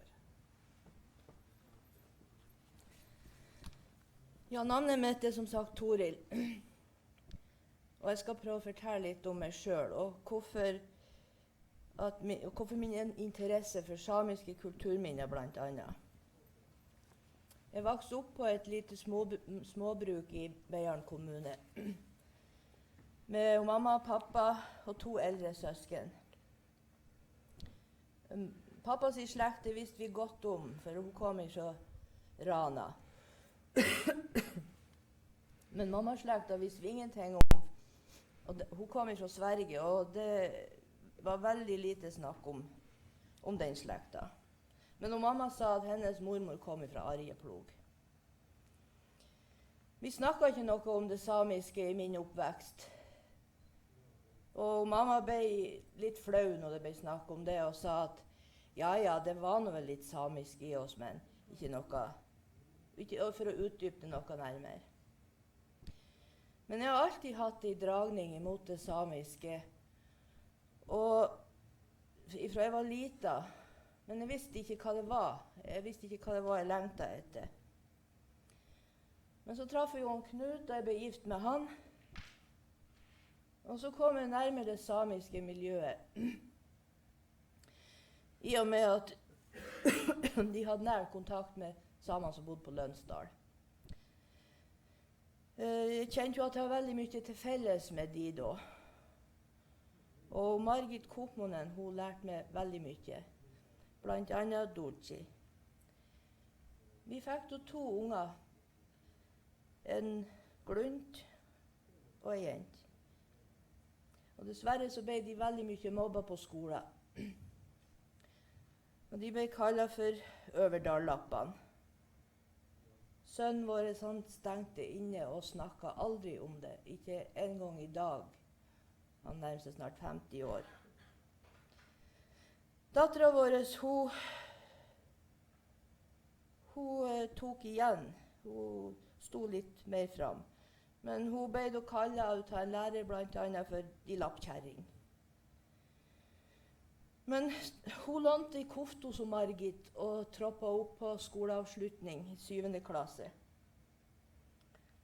Og hun holdt den her samiske tradisjonen sin ved like. Hun skulle ha koft til konfirmasjon. Og Margit hun hjelpa oss med å sy koft til henne. Vi visste jo ikke da at vi kunne bruke de her pitesamiske koftene, så hun sydde kalsoando-koft til henne. Men hun var jo veldig stolt over det. Men selv i kirka så hørte hun på benken bak seg. Å ja, har vi nå fått sånne karer her også? Senere så ble hun med i NSR, tror jeg det var. Og hun var med der da Sametinget ble startet. Så det er nok mye på grunn av hun og hennes pågangsmot som satte i gang den prosessen som førte til at jeg vil vite mer om morslekta. Men ikke før mamma var borte, så begynte jeg å søke. Og fant ut at min samiske identitet var mye nærmere enn jeg trodde. Og mamma var jo same uten at hun snakket om det. Og hun hadde nok bør på en skam om at hun var mindreverdig. Det har jeg skjønt i ettertid. Likevel så tok det tid for meg å stå fram. Vi fikk 2 attpåklatter, 2 jenter. Den ene ble veldig mobba på skolen. Hun ville ikke ha noe snakk om koftekonfirmasjon, men hun bestemte seg da og tok det skrittet at hun vil ha koft likevel. Men hun vil ikke bli kallet for same. Men i ettertid så har hun har studert ved universitetet, og hun har studert samisk ungdom og identitet og skrevet en master om det. Og nå er hun stolt av sin samiske identitet. Men etter hvert så tida gikk, så modnes tanken mer og mer hos meg om å få sydd meg i koft. Og vise for alle at jeg hadde samiske røtter. Den dagen det skjedde, det var en stor dag. Og det hørtes kanskje dumt ut, men jeg kjente meg hjemme i kofta med en gang. Det var ikke sånn som med en bunad som jeg har hatt 2 stykker av. Og jeg trodde ikke at et plagg skulle gjøre så mye for meg. Det gir meg en veldig god følelse av tilhørighet.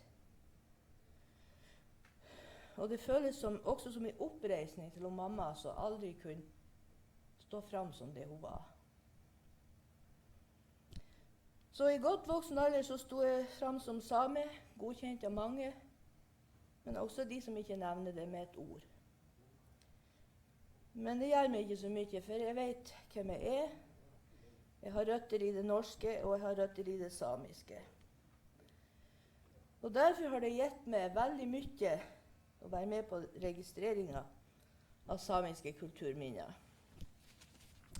Det har vært lærerikt og interessant og utrolig spennende å gå på leting etter spor som nesten er borte. Man blir jo mye mer oppmerksom på hva man ser i naturen og ellers. Det som jeg synes er trist, er at jeg ikke behersker språket. Men kanskje vi kan lære oss litt nå når den pidesamiske ordboka blir utgitt. Og blir utgitt i regi av Salten pidesamiske forening og Arjeplog sameforening. Ja. Det var det jeg har å si. Ja, da sier jeg nå takk til Toril og hennes historie. Og da skal jeg kort gå litt inn på min historie. Her har vi lagt ut noen bilder, og det første oppe til venstre der, det viser Toril sin familie, mora, far og søskene hennes. Til høyre der, det er da jeg og søskene mine. Og så har vi da 3 bilder fra villmarkscampen Dologaden. Og når det gjelder Dologaden og bevisstheten på den, så kom den jo gradvis, for å si. Først og fremst så har jo jeg vært veldig bevisst på mine røtter og min slekt. Jeg vokste jo opp i en avsidesliggende fjelldal, hvor vi var uten vei, hvor vi var uten telefon, vi var uten strøm. Og det var jo sånn at de her få gubbene som var der, de samles da gjerne om kveldene i adventstida og satt og fortalte historier fra skog og fjell og fra jakt og fangst. Det gjorde meg jo veldig, veldig interessert og nysgjerrig som unge. Og det er vel kanskje noe av det som ligger i bunnen på at vi har blitt såpass bevisst på det vi holder på med. Vi har jo også en veldig nær omgang med samene i området, spesielt under krigen da de Karestrando-samene ble tvangsflyttet til Saltfjellet. Men også den nære kontakten vi har med våre slekt i Arjeplog. Det har vi, pappa han har mye omgang, og han arbeidet også en stund i Arjeplog i sine unge dager, så de linjene der, de var veldig solide. Når det gjelder Dologaden, så har det seg sånn at vi startet, jeg og Toril, med å prate om at det skulle være trivelig å ha en liten gam på eiendommen. Tanken modnes da noe mer og mer, og en dag så gikk vi så smått i gang med å prøve å bygge en gam.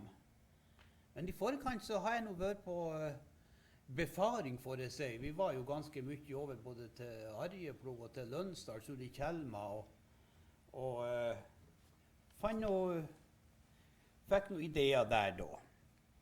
Så det er nå det som ble starten på Dologaden. Vi har da bygd opp etter hvert en ganske stor samling ut av gamle små hus. Vi har faktisk 3 gammer, 2 av denne modellen, pluss en skogsamegamme, i og med at Torils slekt kommer fra et typisk skogssamisk område. Vi har en njalla, vi har et lite museum, vi har flere små bygninger. Vi har også laget til et lite tømmerhus som vi kaller for Børs Nils-stua. Den er da hele det der lyshuset er da via historien om geværsmeden Nils Johansson, som var en onkel til min far. Bodde en tid i Tolladalen, men flyttet over til Ammarnes, til Kylträsk i Ammarnes i Sorsele kommune. Når det gjelder det pitesamiske området, så bør vel det nevnes. Det ligger jo, det avgrenser i sør imot det umesamiske og nord mot det lulesamiske. Det er en kile der, så da på norsk side omfatter kommunene Saltdal, Beiarn, tidligere Skjerstad, Bodø, Gildeskål, Meløy, Fauske og en del av Nord-Rana. På svensk side er det jo da Arjeplog og Arvidsjaur. Det er da området som omfatter som sagt det pitesamiske på norsk side. Nå var det sånn at det pitesamiske faktisk talt var blitt helt fraværende i området vårt. Det var faktisk talt så godt som borte. Men takket være det her at vi startet med den her Liskamma på Dollogadden, så begynte folk å bli nysgjerrig på hva vi holdt på med. Vi syntes det her selv var interessant, og det tullet på seg. Jeg var så frimodig at jeg gikk ut med en annonse i avisen at nå arrangerte kurs i gambygging hjemme på plassen. Det meldte seg faktisk talt på deltakere fra Jæren til Nordreisa, som kom og var med på å bygge den såkalte Storgamma. Stor og stor, der er noe plass for en 10-12 mennesker i den da. Det akselererte jo på den måten at interessen ble større, først og fremst kan vi si blant bygdefolket, men også kom det mye folk utenifra etter hvert som hadde lyst til å se på hva det her var for noe, og hva det var vi holdt på med.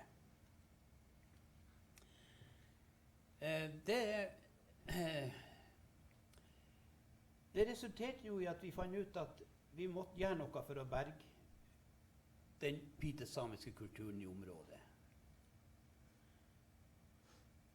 Vi fikk i stand ei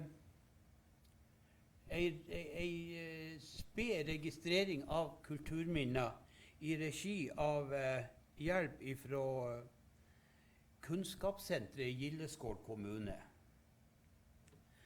Starten var sånn at jeg og familien vi satt inne i ei hytte langt inne i Tolladalen, og der er nå blant annet et reingjerde og forskjellig der. Så satt vi og luret på en del ting der, så sier jeg at her må jeg nå spørre om å få rede på hvor det fatt. Det som ble en aha-opplevelse for meg, var det at her er faktisk ikke noen å spørre igjen.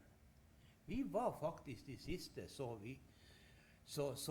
kjent noe til på grunn av at de historiene vi har fått overlevert fra far og onkel og de nærmeste fjellfarerne da. Så det er faktisk talt starten på registrering av kulturminnene.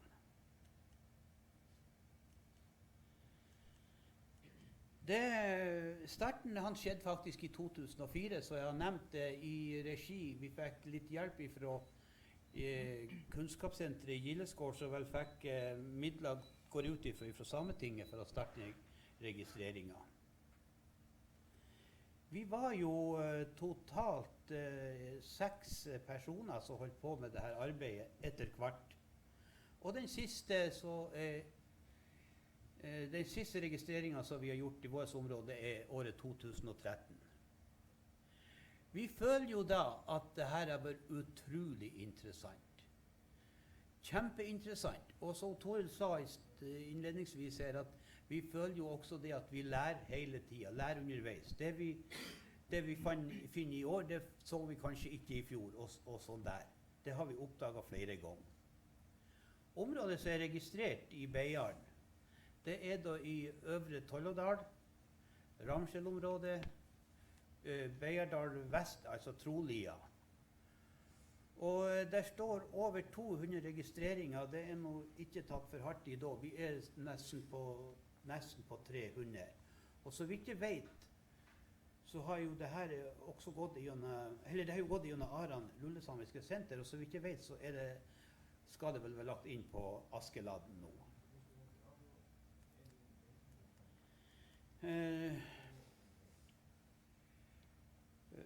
Vi har jo dessverre oppdaget at vi har en del vanskeligheter med det her. Det første er jo det at vi mangler informantene er blitt borte. Det er nå veldig få igjen som vi har å spørre. Jeg kan jo nevne det blir jo bare et lite sprang til sides, at vi har en nabo som ble 92 år, og han var faktisk han var same, han var faktisk 90 år før han så lekt å innrømme sin samiske opphav. Så det er klart at mye gikk tapt med blant annet han. Når det gjelder skriftlige kilder, så er det ikke så mye vi har klart å finne. Vi har jo selvfølgelig hatt litt å støtte oss på Ernst Manker, blant annet Lapparnas heliga stellen. Og også har vi jo da en slektning, Karl Johansson, som var lærer i Arjeplog og utga boka Moito. Der finner vi også en god del kilder når det gjelder vårt område. Men det som gjør det vanskeligste, det er vel selvfølgelig det som naturen besørger. Naturen er svært god til å kamuflere ettersom årene går. Og det er så jeg sier at jeg føler at vi skraper bare i overflata når det gjelder denne registreringen. Men det er kolossalt mye som står enda uregistrert i vårt område. Jeg vet at noen lokale veldig interesserte personer har kommet og fortalt meg om at det og det og det og det har de funnet inn på fjellet. Så der er enda veldig mye igjen. At naturen tar tilbake, det kjenner dere alle til. Og så har vi da dessverre et annet problem i vårt område, og det er de lokale forvaltningsmyndighetene. De ser vel ikke nytta i det arbeidet som blir gjort, eller verdien ut av de kulturminnene som finnes. Jeg kan nevne et par-tre eksempel i denne sammenheng. Og vi har beskrevet noen offerplasser og hellige plasser inne i Saltfjellet-Svartis nasjonalpark. Og avstandene her de er veldig store. Vi har søkt om å få bruke snøscooter om vinteren for å kunne kjøre til de her plassene, eller prøve å finne de her plassene på vårvinteren. Nei, det er helt uinteressant. Det får vi ikke. Vi har ei lita hytte på boplassen der våre oldeforeldre slo seg ned først når de ble bofast og måtte opp gjennom adelivet. Den ligger i nasjonalparken, og vi får maksimalt besøke henne 6 ganger om vinteren. Han som står som eier, han er 81 år, får aldri lov å ha med en følgeskuter, uansett. Og det oppleves som veldig vanskelig. Ikke får du far dit i januar og februar, kun mars-april, uten at vi kan få noen begrunnelse for hvorfor vi ikke kan få far dit med snøskuter i januar-februar, kun mars-april. Og det er avgrenset med 6, og nå ønsker forvaltningsmyndigheter å begrense alle sånne turer til 4 ganger, og ikke få lov å ha med en følgeskuter. Jeg må jo si at vi lurer jo på hvor 169 kommer inn i dette tilfellet urfolks rettigheter. Vi opplever det som at det er svært fjernt. Et tredje tilfelle som jeg vil nevne, bare så vidt innom, det er at familien, 3 ungdommer, så har det på nabogården vår, de har fjøsstell. Tett for påskehelga så er de samlet, de er 3 brødre, samlet alle 3 brødrene. De har samboere, de har babyer alle 3. De kjører ca. 500 meter fra huset med snøscooter på sin private eiendom. Lensmann og SNO ligger oppe i fjellet og spionerer og ser de her 3 skuterne. De kommer ned en lensmannsbetjent og en fra SNO, omringer de rett og slett. Det kaffekoket der og den pølsegrillinga kostet dem 18 000 kroner på sin egen eiendom. 3 ganger 6 000 måtte de betale. Så vi har en kamp med de lokale forvaltningsmyndigheter, må vi si. Og så ikke det var nok. Den ene han søkte 2 år etterpå en kjøpetillatelse på et gevær til elgjakta. Det fikk han ikke. Han var tidligere straffet. Han måtte vente i, tror det var 5 år før han fikk kjøpt denne elgbørsa. Det ble et sidesprang, men jeg måtte nesten nevne det. Da har vi en stor oppgave for oss, som ble mye større enn vi trodde i 2013. Da jeg og Toril påtok oss å registrere Kjerrgrøven i Torradalen. Kjæremilen i Torradalen. Jeg har jo selv vært med på denne kjærbrenningen til siste grøva var brunn i 1963 av min far og søskene mine. Det er den siste grøva som var brunn som har økonomisk betydning. At det var brunn kjær for at du skulle tjene penger på det. Kjærbrenningen er faktisk talt et veldig arbeidsomt yrke, for å si det sånn. Og det er jo en kultur som blir borte, eller er absolutt nær sagt blitt borte. Så i samtale med folk på Aran så fant vi ut at vi skulle sende en søknad om midler fra Sametinget, og Sametinget stilte seg veldig positivt, så vi kom oss i gang med denne registreringen. Vi registrerte totalt 60 kjærgrøv i Torradalen. Og det bildet til venstre det viser jo hvor vanskelig det er å finne de her kjærgrøvene hvis ikke du vet hva du skal se etter. Der er da faktisk alt restene til kjærgrøv, så er da nedramlet kjærgrøv og grod jo halvparten inne i bakken, og andre parten bygde opp ut av virke, ut av trevirke, og det råtnet bort og ramlet ned, og da blir de veldig vanskelig å finne. Det viser jo også det at småskogen etablerer seg veldig snart i området og tar tilbake, så det er ikke godt å finne. Det sikreste tegnet det er at vi bruker jordbor eller leter etter kål inne i mila, og det ser dere til høyre, der er det da rester av kål som vi har funnet. Den største kjærgrøva som vi registrerte var faktisk talt, det har kjent vi historier til, den var det brunn 52 tynn kjær i. Og den har en diameter på 18 meter, og en dybden på ca. 4 til 5 meter på det djupeste. Den er veldig stor, i alle fall i våres område. Eller det, vi har aldri hørt om en større der. Det vanlige kjærgrøven var jo på en 6-7 tynn, eller kanskje opp i en 10-12 tynn. Så den der var en veldig svær. Vi kjenner ikke til historien hvem som har hatt den, men det har overlevd antallet at det var 52 tynn som var brun. Og når det går ca. 3 kubikk til hver tynn, så er det veldig mye førrøtter som er opptatt for å få til det her.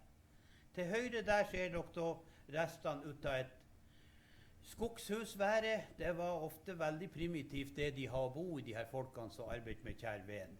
Langt var det hjem til gårds, og de greide seg med enkle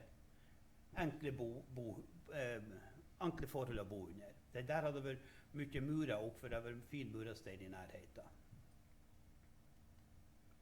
Området som er registrert er da det som dere ser på kartet her. Igjen det er i nærheten av heimplassen vår, så dere ser at de her kjærgrøvene har veldig tett.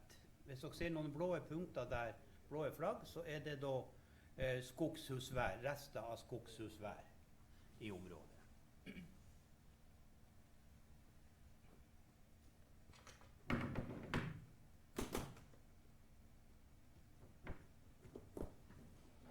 Papirversjonen av denne registreringen er faktisk det her. Så hvis det er noen som har lyst til å se den, så legger den her, så kan du bla igjennom. Det ble faktisk en hel telefonkatalog.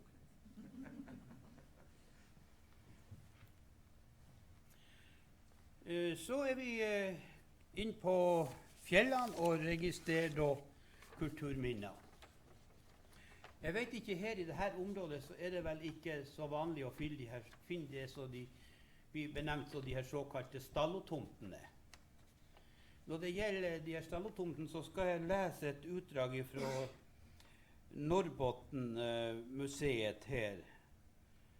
Gunilla Edbom som har skrevet. Jeg skal bare lese litt, for jeg skal ikke gi meg inn på og selv forklare så mye om det. Men stallotomtene er ikke som en vanlig gamtomt i alle fall. Den er som regel gravet ned i bakken, og som regel så finner man flere i lag, nært at med en annen. Men jeg leser dette utdraget. Stallotomter finnes i hele fjellkjeden fra nord i Jämtlandsfjellene til nordligste Norrbotten, samt avgrenset områder på norsk side. De fleste finnes i Sverige innom en 5-milsgrense fra riksgrensen. Stallotomtene er av varierende størrelse med en oval eller rektangulær form, oftest nedgravd gulvflate omgitt av en jordvoll. Andre former finnes også, der den ene enden er nedgravd og den andre enden noe høyere. Ofte er sånne å finne i en svak helling. En del stallotomter er diffuse og vanskelig å se. Andre er igjen mer tydelige. Stallotomtenes form er som regel som sagt ovale eller rektangulare, men det finnes også runde. I midten er det et ildsted, ofte helt eller delvis overvokst. Derfor er det ofte vanskelig å bedømme formen der. Der formen går an å bestemme, er ildstedene oftest ovale. De er store og steinfylte. Ved jordprøvetaking finner man ofte rødbrent og feitere jord i ildstedene, og de ligner på ildstedene man finner i gamtomter. Men ingen stolpehull eller konstruksjon av tre er dokumentert. Stallotomter finnes som regel i grupper på 2 til 5, men det finnes mer spesifikt enslige. De største antall på en plass er 8 stykker. Det ligger nord for Mavasjaur i Arjeplog kommune. På Saltfjellet i Norge er 32 stallotomter undersøkt, og 27 av dem er datert. Dateringen strekker seg fra ca. år 700 etter Kristi til historisk tid, men hovedsakelig til tiden 900 år etter Kristus til år 1400-tallet. Vi har også funnet ei som vi har registrert som mulig stallotomt ikke så langt ifra nede i selve Tolladalen. Og det har vi ønsket at vi skulle fått midler og fått ekspertise, kanskje ifra Drag, og fått hjelp til å få den utgraven og sett om at det her er rett. Vi har tro for at det her er ei stallotomt i så fall. Til høyre i bildet der så har vi da det som er bekreftet å være en offerplass. Det kan jo kanskje minne om et ildsted eller noe sånt. Det ligger ca. 1000 meters høyde over havet der, i nærheten av Moratjokk, eller inne på Tverrasanda. Vi har tatt jordprøve i sentrum der det aldri vært varm der, og steinhellene der de er gravet ned i bakken. Det er ca. 2 meter den ene veien og 1,80 meter. Det er en rypejeger som tilfeldigvis fant det her. Og tilbake til han mannen som jeg pratet om, som bodde og levde sitt liv i fjellet, så døde i en alder av 92 år. Og det var faktisk innenfor hans jaktområde. Han har aldri sett denne plassen. Så noe mer vet vi faktisk ikke om den. Til venstre der har vi Jonasgamma. Det er en av de gamle som Skorva-slekta bygde seg, som kom fra Arjeplog, og etter hvert ble bofast i kommunen. Det som gjorde at de her slektene, de har jo sin sommerflytting ut til kysten, Glomfjord og ut til Gildeskål med sin rein, men det som gjorde at de ble bofast etter hvert, både min slekt, Skorva, Pjella og de andre slektene, det var jo det at de opplevde jo 3 sammenhengende uår, så tok faktisk utrydda reinen deres sist på 1800-tallet. For mitt vedkommende og min slekt så står det at familien var å betrakte som meget velstående da deres reinjord tellet godt over 3000 dyr. Men allerede på 1900-tallet, så var det, eller sist på 1800 hadde vi vel en 70 rein igjen.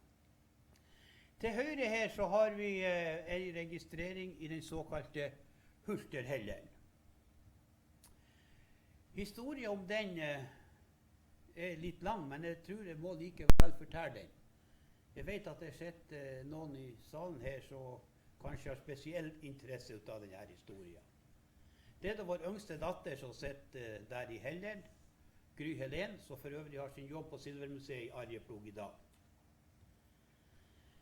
Denne helleren her er bygd inne i skaret, Storpåskskaret. Og det er bygd opp med trevirke imot en berghammer der, klosset med den såkalte Storpåskbekken. Fiskerne som for og jegerne bruker denne plassen til overnatting når det behøvdes. Men etter hvert så ble det til det at stedet forfalt. Det var ikke så mange som ville ta inn der, for at det heter seg det at de sa at plassen var urolig. Rett og slett at det skrømte der, det er sagt på, bent ut på våre språk. Så hadde det seg sånn en gang at min bestefar, han var dreng og storlappen Johan Andersen Kalvås fra Misvær. De kom flyttende med rein fra langt sør i Torradalen, Rebyvag, og skulle til Stormo i Misværen med denne reinen. Det var sendt på høsten det her. Det var vel i samling og litt dårlig vær. Mørkere kom på dem, og de måtte ta inn i denne Hulterhelleren. Bestefar Sivert, han var vel just søvna. Da han våknet ut av at Johan Andersen, han sitter oppe og tilsynelatende prater med seg selv. Sivert, han lå en stund og hørte på denne karen, og så opplevde han det som at gubben, han var noe blitt galen, eller det var noe tanken han fikk når han satt og pratet. Så Sivert, han setter i fliringa åt han. Da snur han Johan Andersen seg mot han bestefar, og så sier han, ho, Sivert, det her er en alvorsak, det er ikke noe å flire åt. Ja, vet du, gubben, bestefar, han la seg noe ned da, og de sømte noe vel etter hvert. Det er klart, når morgenen kom, og de hentet seg kaffevatten i bekken og holdt på å stille seg med mat der, så var han bestefar dyrisk spent på om han skulle få noe forklaring på. Han så ikke lekt å spørre han akkurat, men om han skulle få rede på noen ting. Så sier han Johan Andersen til de her drengene sine at jeg fikk besøk i natt. Jeg fikk besøk ut av en vakker samejente som kom og pratet med meg. Hun fortalte at de lå øst på fjellene, lenger øst på Saltfjellet. Hun var forlovet. Hun har en liten gluntung. Men som så ofte i det virkelige liv, så var det en annen ung mann som var svært interessert i henne. Han forfølte henne nær sagt hvor hun for og gikk hen, så hun fikk jo nær sagt ikke fred for den her. Og det var vel blitt så stor fortvilelse i det her at hun faktisk rømte fra siden sin, og rømte vestover og var kommet da inn i Beiarn og funnet denne helleren her. Her har hun da tatt skjul for natta, men den der så var nå ute etter, og han fant jo faktisk her. Og det utspant seg da et drama der, hvor det endte med at han stakk og drap henne, og tok livet av den der ungen også. Og det endte med at hun ble muret ned i klipa der, så Aran, eller så ildsted er bak hun Gry. Og derfor var det jo at de folk, når de fyret der, at de hørte at det ble jamring og gråt, eller udefinerbart, men det var noe som ikke var bra. Det er klart, denne historien kom jo ut. Og folk sluttet jo å bruke denne overnattingsplassen, så den forfalt jo totalt. For en del år siden så fant Beiarn historielag ut at de ønsket å restaurere denne helleren her. Jeg ble jo spurt, siden at jeg bodde noe relativt nært og kjente noe til plassen, om at jeg måtte være med og hjelpe dem med denne restaureringen. Nei, jeg takket nei, for at jeg mente at vi har plasser nok i fjellet om ikke vi behøvde å bo på en grav, rett og slett. Jeg reserverte meg, takket nei for det der. Men det ble nå til det at helleren ble restaurert, og en av de som gjorde jobben, jeg fortalte en historie hvorfor at jeg ikke ville være med på det. Han har tatt og muret opp der, så varmen, bålet brukte å lages. Og han finner bein innpå der, som ikke var dyrebein, som ikke var reinbein. Og han tegnet og beskrev et sånt bein, og jeg visste at en kamerat da også er doktor. Så sporer han bare sånn, hva er det her slags bein? Det der beinet har jo du her, sier han.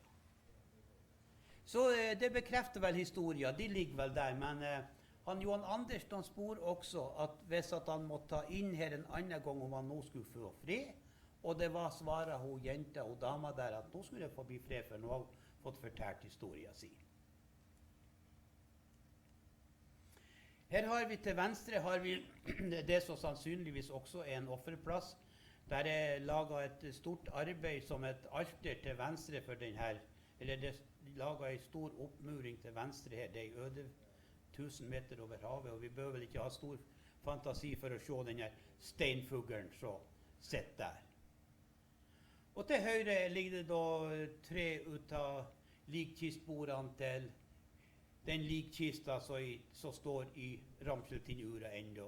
Den er så godt beskyttet mot vær og vind at de her bordene de har vel lider i uminnelige tider.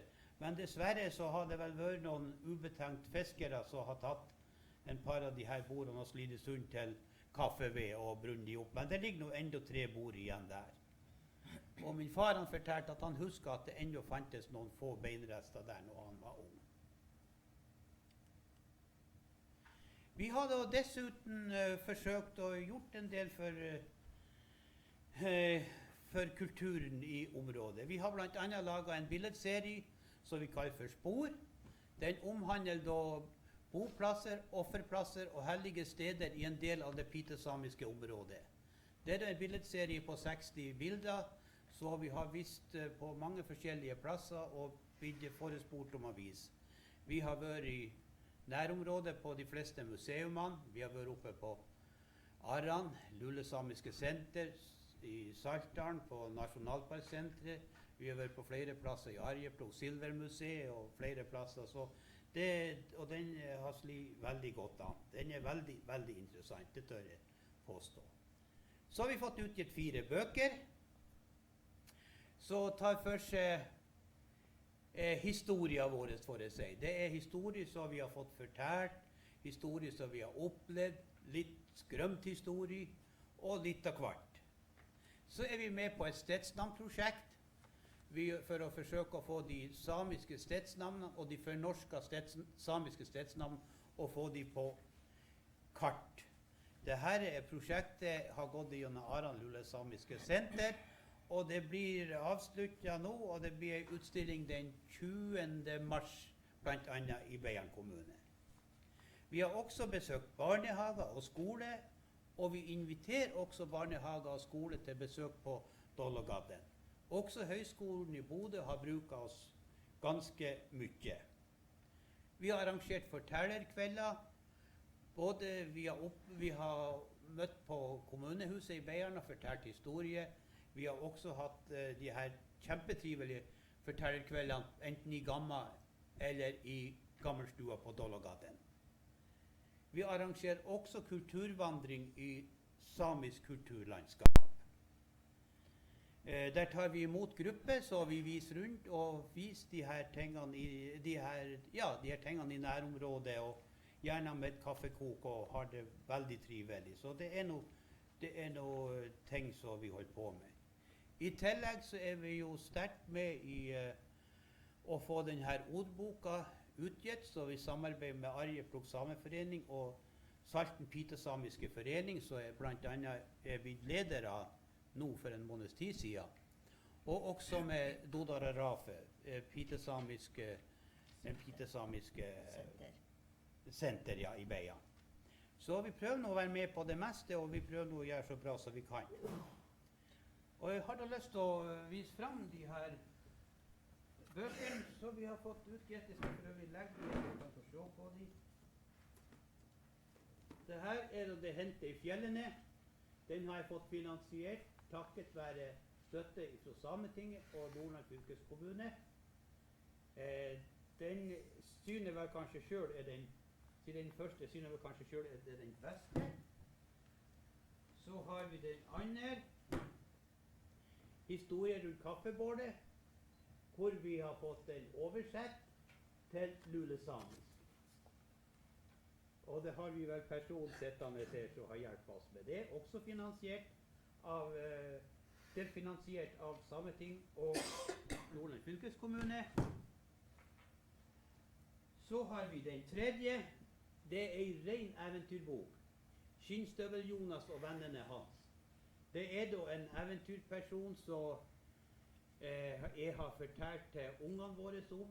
Det er en som bor inne i Tollådalen og er veldig god venn med de samtlige dyr inne i dalen. Og det var eventyret fortalt til ungene når de var små. For øvrig ikke så helt små heller, de var ganske store for at det var slutt å fortelle de her. Og i voksen alder så ble det for langt at jeg skulle skrive ned de her eventyrene. Jeg sa det at det her er en epoke som er over, det her er, da må dere være kjekt, det her er ikke aktuelt lenger. Men familien og Toril inklusiv presset meg til å begynne å skrive det her. Og når jeg først setter meg ned og begynte å skrive, så opplevde han Skinnstøvel-Jonas var jo lys levende. Det var gikk bare godt. Så er det den siste. Vi fikk ferdig akkurat til jul. Det er spår fra forgangen tid. Det er spår som vi mennesker har sett i skog og tre, i det der vi har ferdes da. Og det er i alle fall noe som etter min mening er en veldig, veldig viktig bok. For det her er det blir borte ganske snart. Så har ikke det arbeidet vært gjort, så har det blitt borte. Så det her den er jo faktisk at det synes jeg selv å tørre å si at det er et nyttig arbeid. I tillegg, det er litt artig kanskje, så har vi gitt ut en kalender. I fjor så var vi er jo ganske mye i Arjeplog og slekta vår, så der så fant jeg ut at vi kjøper et kalender med samisk tekst. Var på Silvermuseet, var overalt. Nei, det var ikke det. Nei, dere har ikke den, så tar jeg og Tore, så lager vi en. Så vi laget den her for 2015 med bare lokale bilder og med tekst på pitesamisk, umesamisk, sørsamisk og norsk. Vi tok ikke nordsamisk med, for at såpass umulig var vi egoistiske at det alltid er nesten utgitt på nordsamisk. Så vi fant ut at den her skal vi lage på pitesamisk, umesamisk og sørsamisk. Så det er nå det vi har gjort av sånne kulturelle ting. Hvis at jeg har brukt opp tida mi nå, så jeg skal slutte, men hvis det er noe interesse for de 2 nyeste bøkene, så har jeg faktisk i bilen, så det kan noen få kjøpe under pausen. Den aller første, hun er sluttsolgt. Det finnes ikke ett eksemplar igjen. Det er min egen private bok som jeg har tatt unna. Og den nummer 2, den finnes på Dra på Ara. Men de to siste der, det har jeg faktisk i bilen. Jeg vet ikke om vi tar noen få minutter med spørsmål. Hvis det er noen som har noe å spørre om, så skal vi forsøke å svare. Vær så god. Ja. Vi får ta det etterpå. Nei, men da Hvis det er noen som har spørsmål, så bruker vi denne mikrofonen. Så får de spørre. Ja. Spørsmål kan vi ta senere. Ja. Da sier det ikke er noen. Jo. Marit.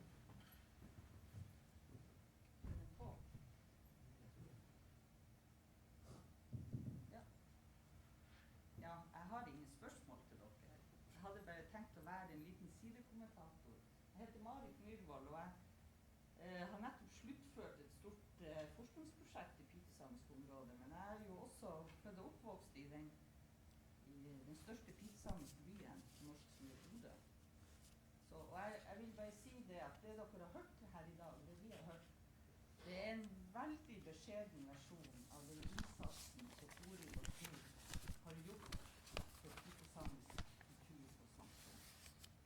Uten dem så tror jeg nesten, ja, jeg kan nesten si at jeg vet at da hadde det ikke vært mye igjen. Dere har virkelig vært kontinuiteten. Dere har forvaltet kulturen og ikke ikke minst da Tanja ble leder for sameforeninga i Salten, ikke sant. Så dere har jobbet både på hjemmefronten, på organisasjonsfronten, og det som blitt nå av resultater, det jo bare helt strålende. Så jeg vil bare si tusen takk til dere. Det har vært veldig rørende å høre. Ja, tusen hjertelig takk, og takk for oss, og igjen takk for at vi fikk komme til det her kulturseminaret her. Og jeg lar de her bøkene ligge, hvis det er noen som har lyst til å se litt nærmere på dem. Men som sagt, den nummer 1, hun er helt privat. Den er den ene som finnes igjen nå. Takk skal dere ha.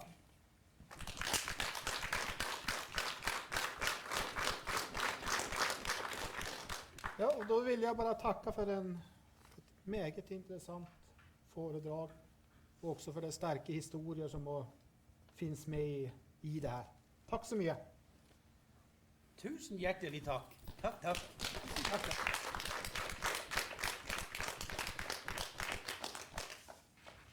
Då har vi kommit till kaffepaus här.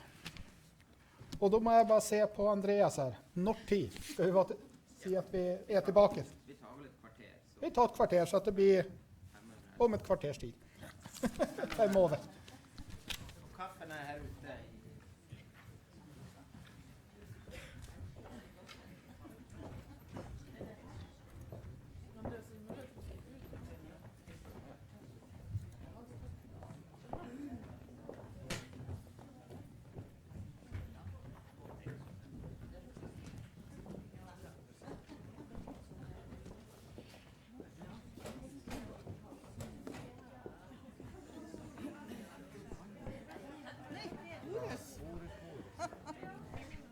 Going strong. Ja, Begge to. Ja. Jeg må spørre på toalettet. Det er vel toalettet? Ja, det er toalett. Hvis du går til høyre, folk i heisen. Jeg skulle gjerne ville bestille bøkene. Og også kalender nå. Ja, altså, jeg har de 2 siste bøkene. Jeg har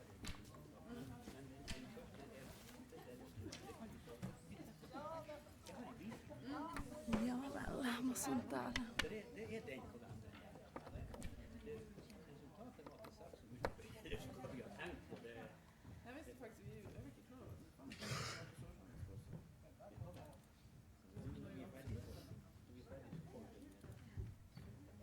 Men det kan ligge så vi kan se.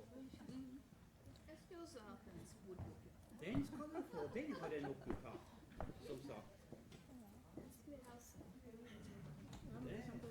Det skal du få. Ja, det er bare å... Ja, det er Ja, da har det etterpå, så det kan ligge med at vi ser på sånn. Ja. Og da får dere den signert også. Ja, men perfekt. Ja.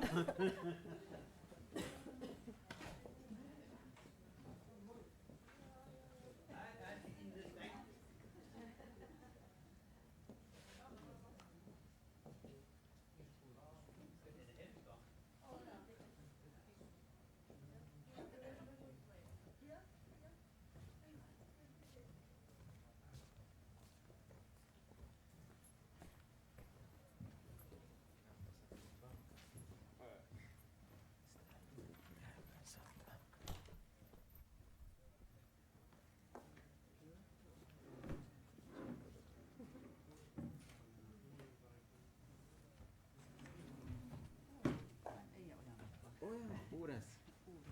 Andreas. Very nice to meet you. Yes, you too. Yeah.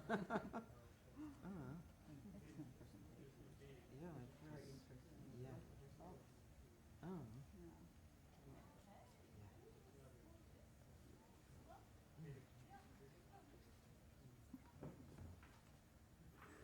It's very interesting. They are not so many people there. Very few people in that areas. Yes. Yeah, who works with cultural. Yeah.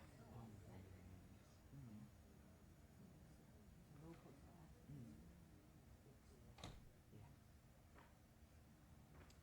I had to change the time for your presentation a little bit. You saw Yeah, I it. noticed. Yeah. Yeah. So just after lunch, but Yes. it's okay. I think. Yeah, it's okay.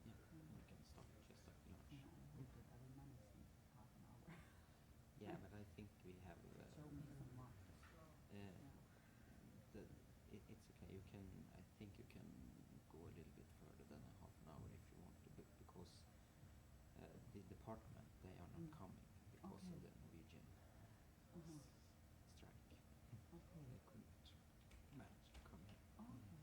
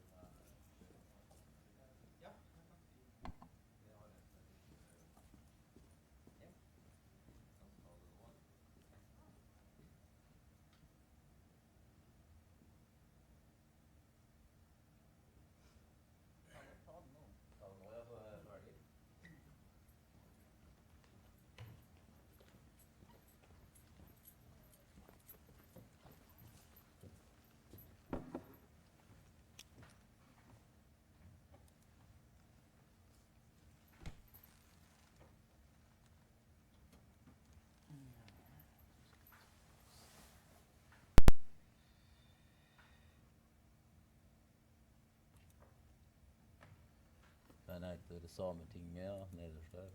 Det er en slik PDF. Og den PDF, ja. Ja. Ok. Ja. Det er greit. Jeg legger meg der. Sånn. Bare ta og sjekke at den fungerer. Ja. Ja. Det ser bra ut, det. Det ser bra ut. Ja. Flott. Nå skal vi bare løse ut den der.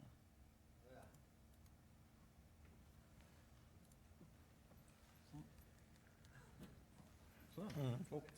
Supert, tusen takk.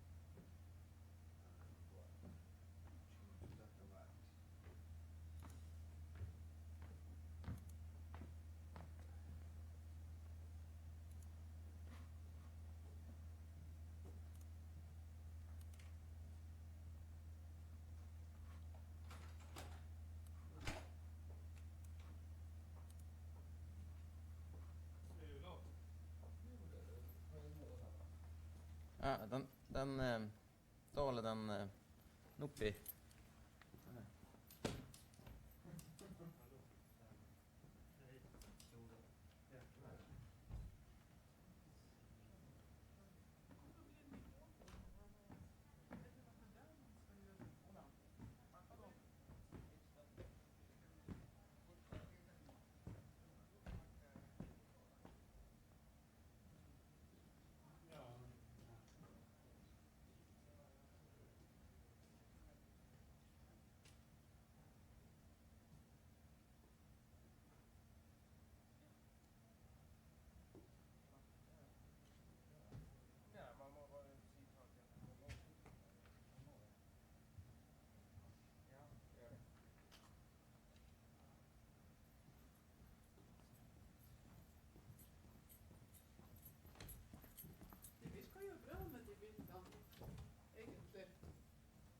Ja, det virker vel veldig bra, tror jeg. Tenkte om vi skal sette på de der.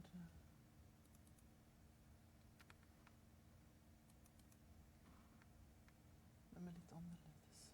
Det er bare 2014.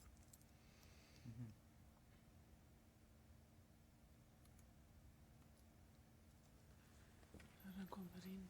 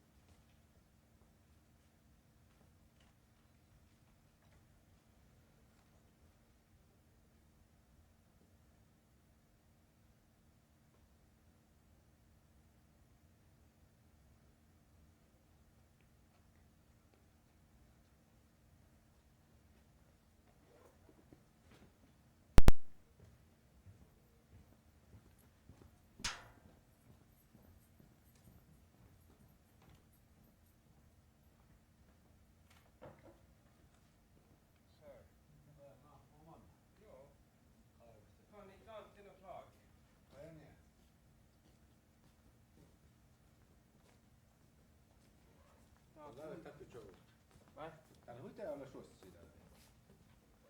Det är positivt. Ja, positivt.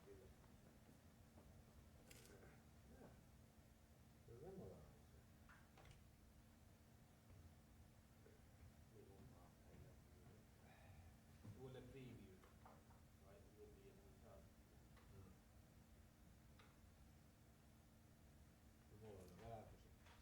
Joo, nää sun kolkolla se ei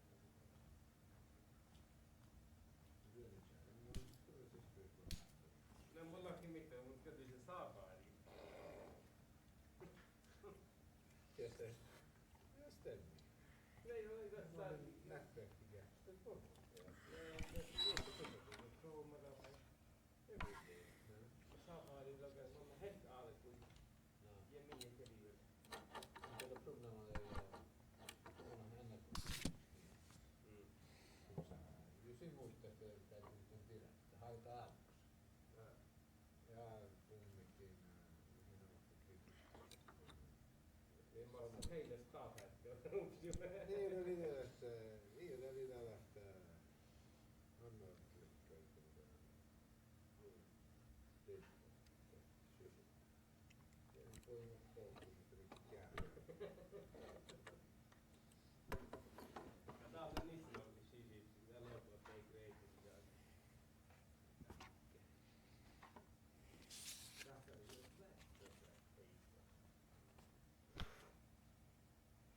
Muuttunut Nej, jag lägger ju. Det var ju kyllä siinä alla mä hyviä probleemer. Det är värre säkert i något. Inte för huddarna upplöst. Det är den ingången, den parten. Det är ni har lust att ja.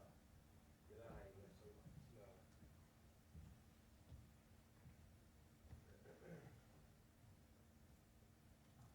Där är det lite klimat. Detta är lite viktigt.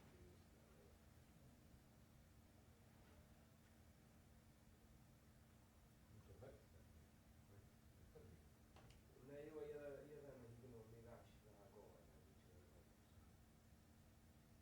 Boken där det går så jag får läsa. Jag står inte, det är inte. Det är inte så får läsa. Det är mer ett nät eller nu är det nät tog. Det är jag är en PowerPoint ja. Jävla får läsa.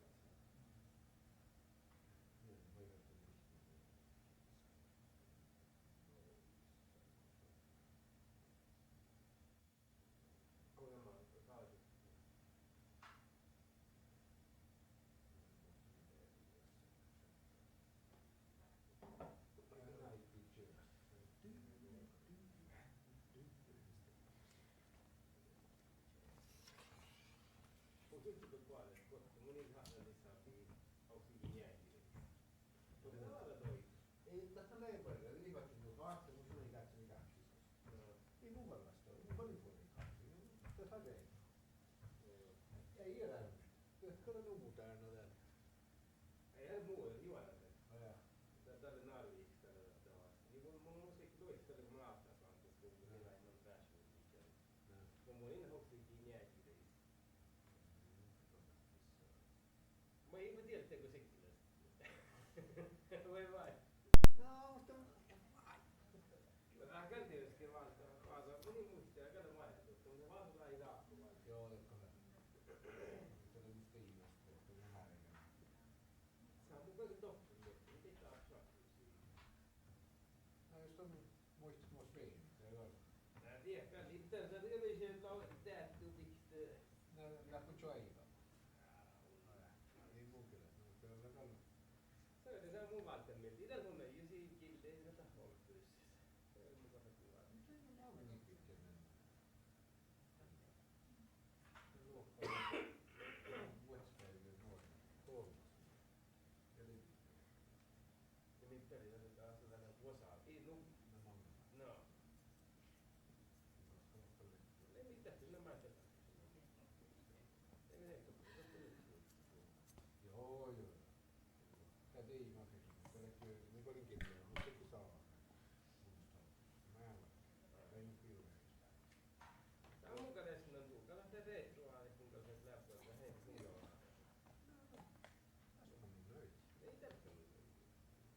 Terveystinen mun jälkeen.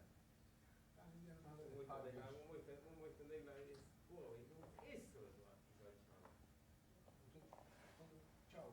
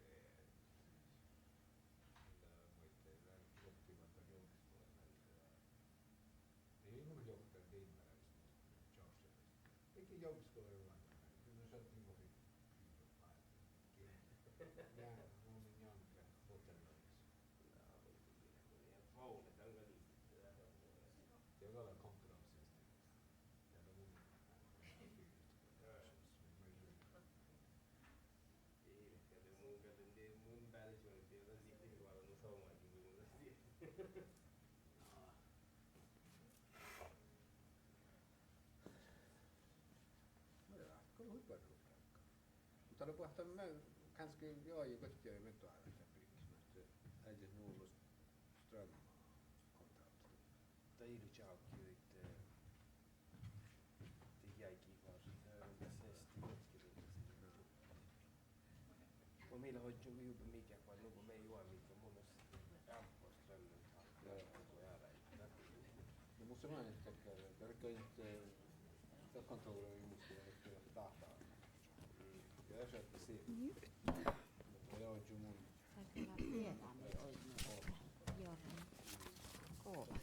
Ja lähdetään tuon merkkanaarilla. Joo. Vain mun niin itse maannaisella luhtuu. Tämä on tälle JV-viilaa. Tämä on vitsi, kaasileiden perustiikka.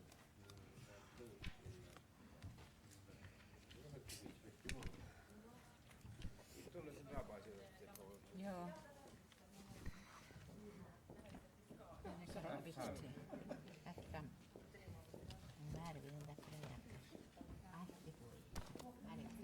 Ja det går alltid bättre tuon. Täällä ruoksessa tämä mikrofoni irtoamassa.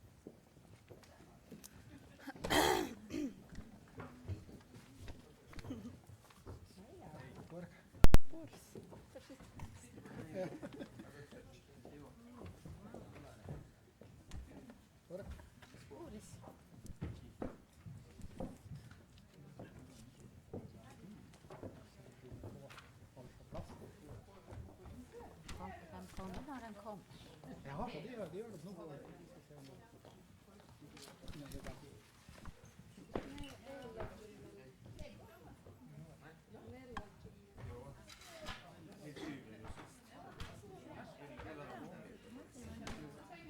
Gås på helle.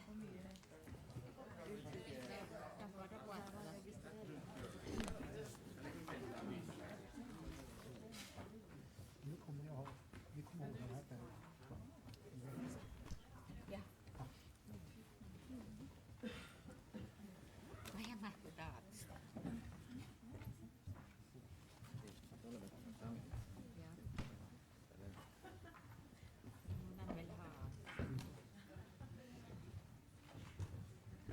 Ja, nej, men då tror jag att då ska vi ta och gå vidare här. Jag hoppas de allra flesta har fått i sig kaffe och allting. Så nu ska vi få höra föredrag om traditionell kunskap i förhållande till samiska kulturminnen. Och det här kommer ju då nu att bli hållt på samisk. Så för oss alla då, eller oss som helt inte kan nordsamisk, så är det väl på kanal 1 på det här tolkutstyret som vi har här. Och med det så vill jag önska Anne-Karin Hetta och Liv Östmo välkommen. Joo, alokiihtu. No joo, mulla on Anna-Karin Hätta. Täällä Liv Östmo. ja. Ja mä bara den där arbetet och projekt tässä Sami alla skolassa. Mä lätnä ojon den haastelussa maht vähän kulttuurmuistusta ja arbeideluspirra. Ja mun kävin ejon päästä chat kulttuurmuistusta kalla ka faada man birra munin kal nu olu paragan. Ja det hilke dakar massa arbetet och projekt skulle lämna nu olu fokusa. Mutta jos jäädä hallettiin ja dokumenteerettiin arbeviidollis mahtuudella tauja, että sieltä saakka kulttuurmuistuspirrana. Mutta tällä hui luntella oasinte min teko dokumenteeren parkkus. Mutta mä eikö tästä alkoista puktiin muhtiin outomärki, että koas ja muut arbeviidollis mahtuu ja kulttuurmuistuhta äivädiht. Ja måste chatnasi hokti. Ja miele tähän 8 vuotta kaskalla arbetia ja kulttuurmuistuit. Mutta alkos hui aina hatste mun aikaan tähtsmatsaan arbetettu-projektipirra. Arbetettu-projektilla jäljegi projekta, mi alka huvai kokteblogis. Vista alkustaan jägi. Tän audelle näi arbetettu pilotprojekt mi biski kokte tuakka ahtis kokte tuhat oktoblogevich. Arbetettu-projekt stä skolat ma oasi, vuositshasi ole tästä arbetettu-projekt. Miru mait kieltä jolas mahti departemanga saametikki ja saamialaskola ruhtai. Tällä näin saametikki bitchin johtuja arbetettu kuottaas pilotprojekta. Ja 3 HSI-delle väl att missä faagalla shoutas vastaus arbetet och åhpusta på saamialla skolassa. Projektet i Ulepmil, tällä tjohki dokumenteera systematisera saami arbeviidollis mahtu norkas. Nämä chistami koska saami luontukiala hämä ja luontuitmaadussi. Ja kuhksaikke Ulepmilin tällä taidjon, että arbeviidollis mahtu kalkalla dokumenteera, joka mä sahtella HSIin takar. Vad jag sagt att mahtuvuotuun almallusmääräysprosessin. Tuogas man det projektet alkoholvandalla leusta hahte Norgalle kätna kahton valdvuhti saamialbeviidollis mahtuudan oan biologallis mankapäällä huolella konventionna. Gägil ja maita ja luontu mankapäällä huolella laga. Naturit mangfollovana. Tihtä. Mutta tällä väl okta era konventiona millä hui kuottaitsista he tehälästään tämän arbetettu-projektet bara kuja läht UNESCO-konventiona immateriaala kulttuurarpi kahtimis.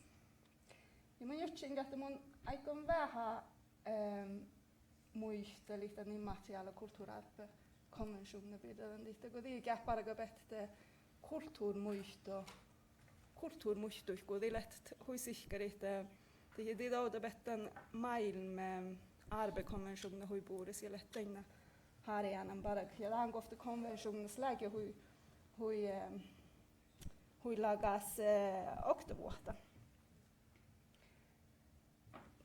Immaterial kulturarbi, tälle kulturarbi mi ilmateriaala ja fysiologi. Tässä sahtel här arbevieruht, rituaala, mahtuu, jahku, musiikka, dansun, teater, tohko kuulle näitä tahpahusa festivaala, maarakkanat, toppele näitä tuotsi, aamnastämi, huksen arbevieruht, ja tällä näitä arbevierollis mahtuu. Luontupirra. Ja tänne läikellä konventionnakar hui det heter halas reidun ko barak te arbetet kahtimis. Mun jutsi mun kähtän vähän aalehkit että puhtelasti tämän immaterial kulturarbeparkku ja kulturmuistoarbeparkku. tehi kulttuurmuistoparkku. Ja det mun jutsen, että kun vi parkabet kulttuurmuistui, kun det varrata ja de lohkabet, registrerabet, mihtivet kulttuurmuistuit. Chiligebet måtte olla rahkaduva, makka stantastelet. Ja tää päällets tähän lohkos ja oasidan immateriaala kulttuurarbe, tähän immateriaala kulttuurarbe-projekten. Mutta just tässä lassin dokumenterade kun det vieruht. Nuolkaus ehmalchan non kulttuurmuistuja, mahtuu teoria makuskteita, muistelus maitnassa tahpahusat, tohpaga ja kiellä. Puhtiat pääli, tällä häntäkär immateriaala pääli tässä, kun meillä kuullaan, että kuski koske. De baragabet, tiuskin ei vähän laiku, kun meillä tässä yhdessä immaterial kulturarbe, jos minä kähtsi den definitionen, den konventionen stoppe det tässä quotaagista go praksisa mahtuu tiehtuu, mutta mä itse go instrumentit, pieräkässä vähkinä vuh särvellä njäht ja paikki, mä olen chantnan taita praksisita. No. Ja kulttuurmuistolaga definitiona kislohkahta kulttuurmuistuhtelet luotta olmosle stoinmahmanis ja maitai sai maitele chantnon historiallis tahpahusa hosku ja arvivierut näitä äänetet teistä tätä materiaala päälit. Ja det sähtää kuoda kohti. Kuudelahkadetat ääripetiedot ja kulttuurmuistusat chatnasit okti. Ääripetihto mi lähdahti. Mun väljen taas takkar definitionen.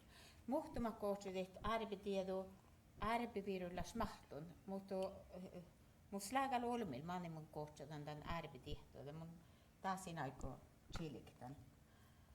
Mun aikon täällä mikä tuossa mai ääripetihto merkassa. Tällä saami almoka 500. Ja mun kievahan taas 500 tuoppakaa tanja, kun taht Fatmasta viidaput, kun tuossa tehty ja mahtu.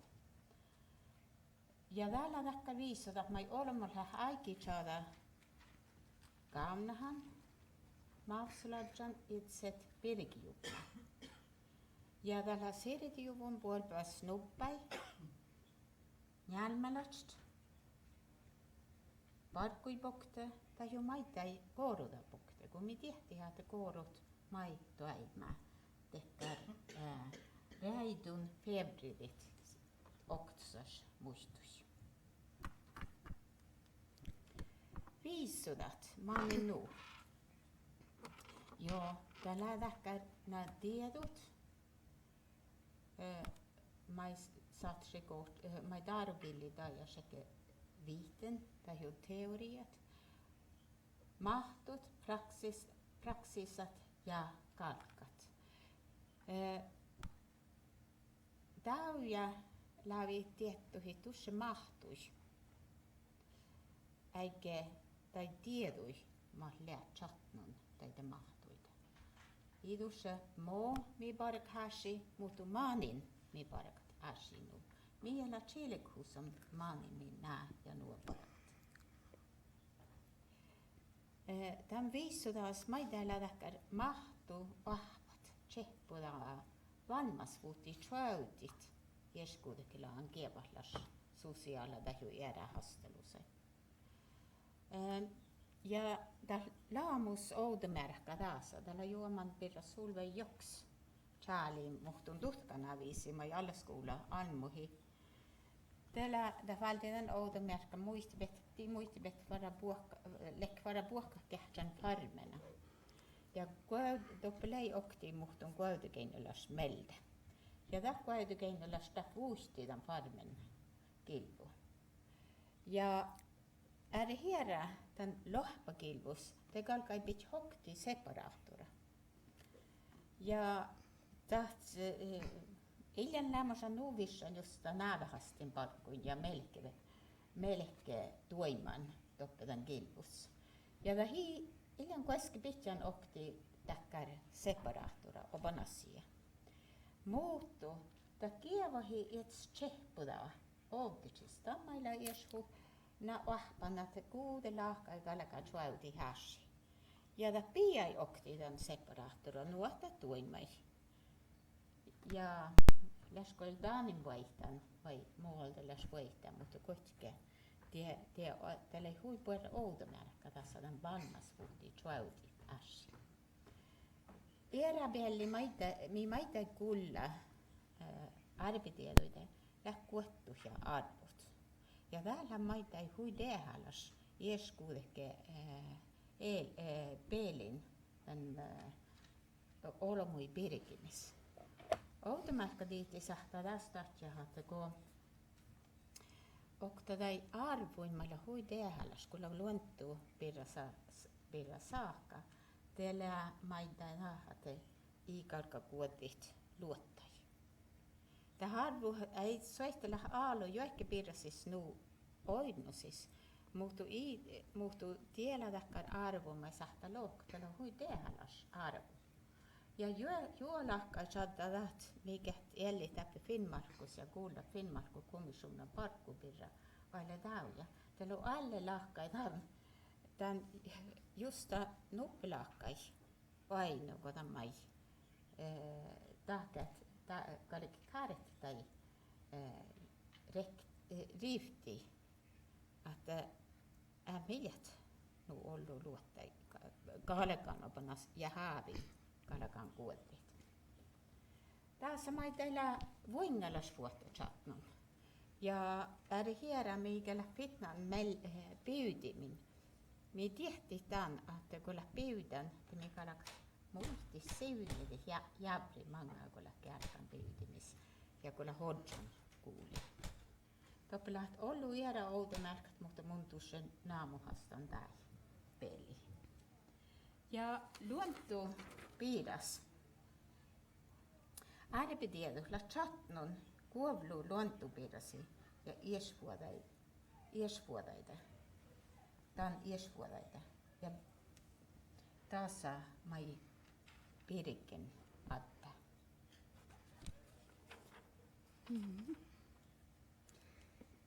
Joo, no kun tähtsin, että miet laavedeuske nuolaku parakat kortuun muistuisi dokumenteerimin.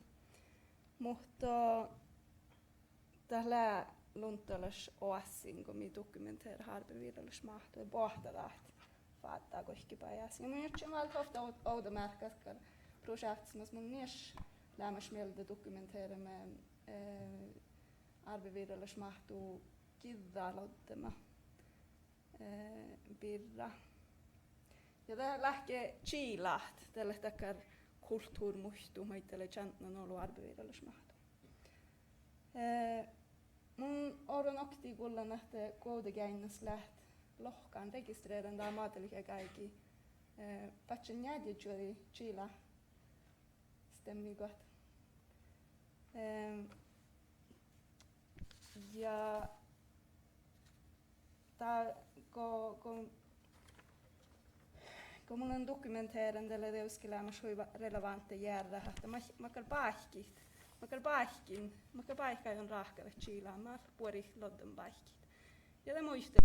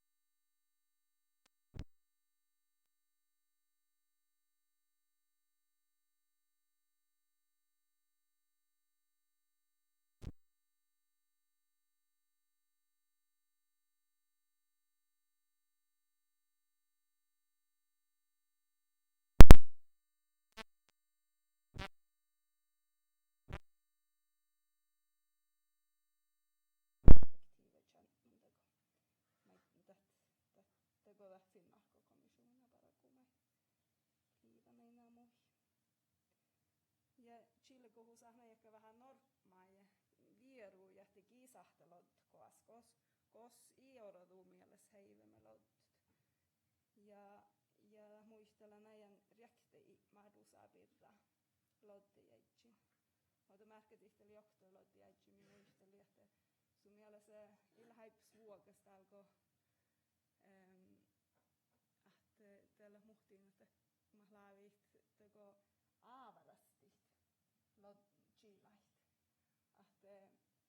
chiilait. Se on chiilega, että kun sommanna ofta ähkellä lodd, se on rahkada chiilaa. Se on loddada tänne ähkellä tänne ja mutta nuppi ähkellä, kun se on mannaan, te saatte ära olmusta se pohtat. Lodd, ja täällä suulodden paikki, ja laipsortnikis nu. Ja det hille iorrandaka nu ordnikis te ähtä olmuhtako kuudettako iätsäset tinkka, joka lähkelako reserveereit, altsesset. Chiilaa nuppi ähkeli. Chiilaa huksemista sen ei ollut arviviidellos mahtuu. Ja tohpakat. Maihton makarautnasi kun rahkelet. Tahpeleys taapalas rahkelit. Chiilaitte soogin. Silkkiku, kaskasiku. Määräkatsvas lämmäs taapalets tekee kälki chiilaht. Kol keetkit poretaan patsalaka. Sulluja ja määräkaattai. Tässä näin naamaa huusaa chiilaassa. Det här on rahkalla takkar. Muori kun Chila on tarpahat tsakkit, holkka, pahtsin holkka, seiposit, oota märkätit.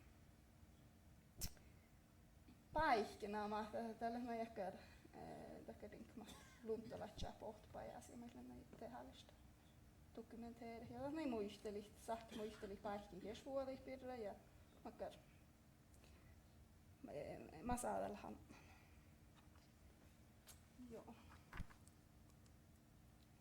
Joo, mai jotke muhtun outomärkäikuin.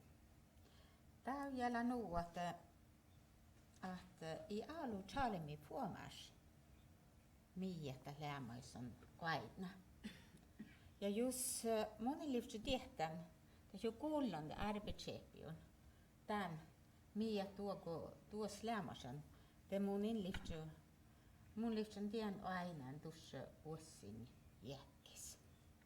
Tämä ei oinu täppään koovas. Tällä tahte teppelei väl okta muodra aina tsäkkämin. I kuautukal, mutta alle raaptas tässä tämän koovas. Ja tämän muodra ei jään lahtiojuvun. Tämä ei nie oktan pessin, parkunen pessin. Det saattaa jäädä miet ja slämasan.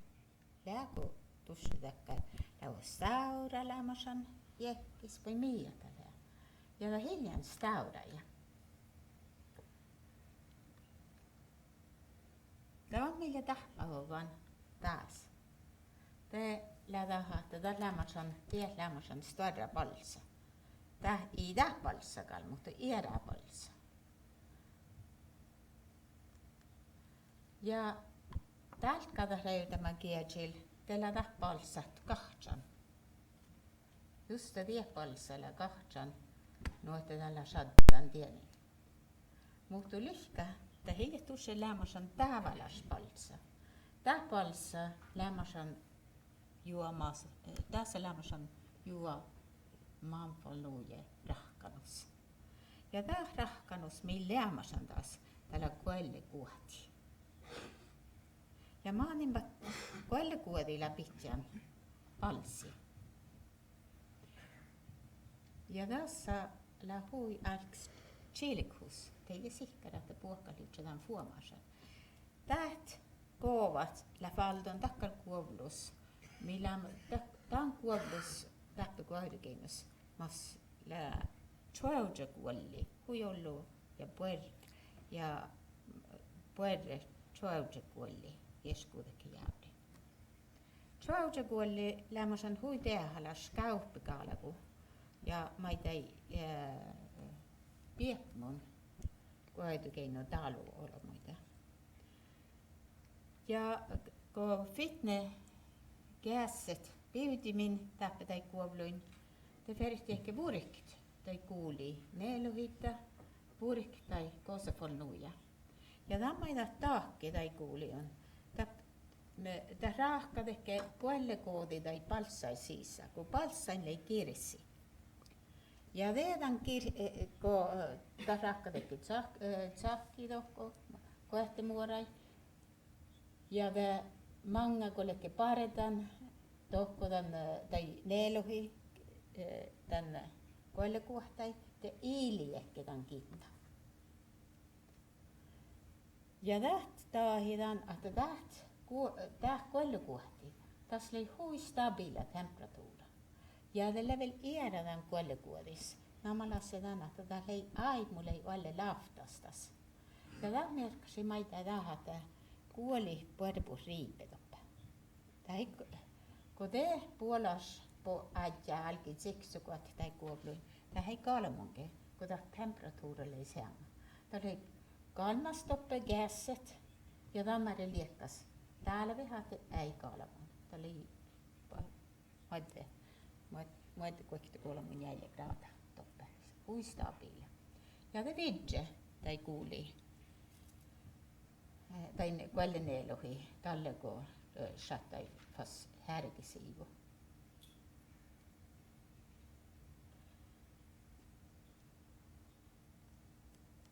Tiei tam mun tehtäväs inlyhtsä aina.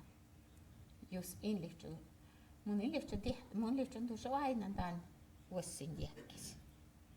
Just takot säävälyhtsä chileken ta harvitse pikots. Era väl meillä tän ja muorain. Kun iljan latnujovun. Tavallaan me tehtiin hat koodin läpi latnjat. Tai koehtimuorai latnjat. Mutta ifall das. Tällä taanin kun ta muorra riipa puedeput. Kulla nää njoska jätnämis. Kulla päässi. Aina, kun ei latnja.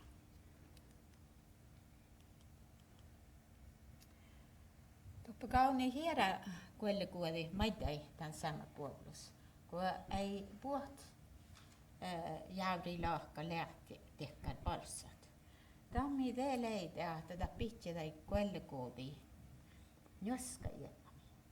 Ja jos mun inte just i livtjetet uppe registreringen tämän kuolus.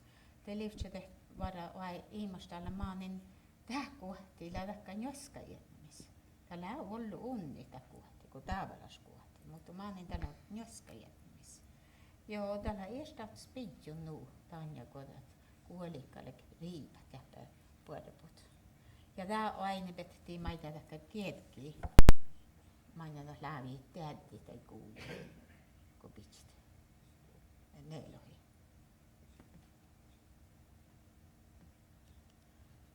Det var liket era outomärkä ja musi era outomärki ja musi nu puolre kova just tämän fenomenos. Mun täällä aikon. Mä pidän mun täällä aikon muistelit. Mutta tai kuovluin Anja ja era jävrin maitai, kun tappaa vuotsia vaatnasin, te aina kahtis muhtun tekär kärkikuupäi. Ja tässä sahtala nuo, että tällä jäknamilla puktan tai kärkitoukku. Mutta tässä sahta maitai lät juo era. Kun kähtsävel taas pirra, te sahta mai ainihat olmusla lokkuun pesi tässä lahkosi. Ja te aina että joo tieppä lämmösen juolaan toima, mutta makkaa toima. Tää lähdakkar päih, millä täältäkkar päihkis, koosla kärkikuupaa tämän kattis. Tiedätkö ainetan nu tjelkäsi, tiedäkö ofta kärkiä. Mutta tässä lekke tjohken kärki. Ja maanin tällä tjohken kärki tiessä.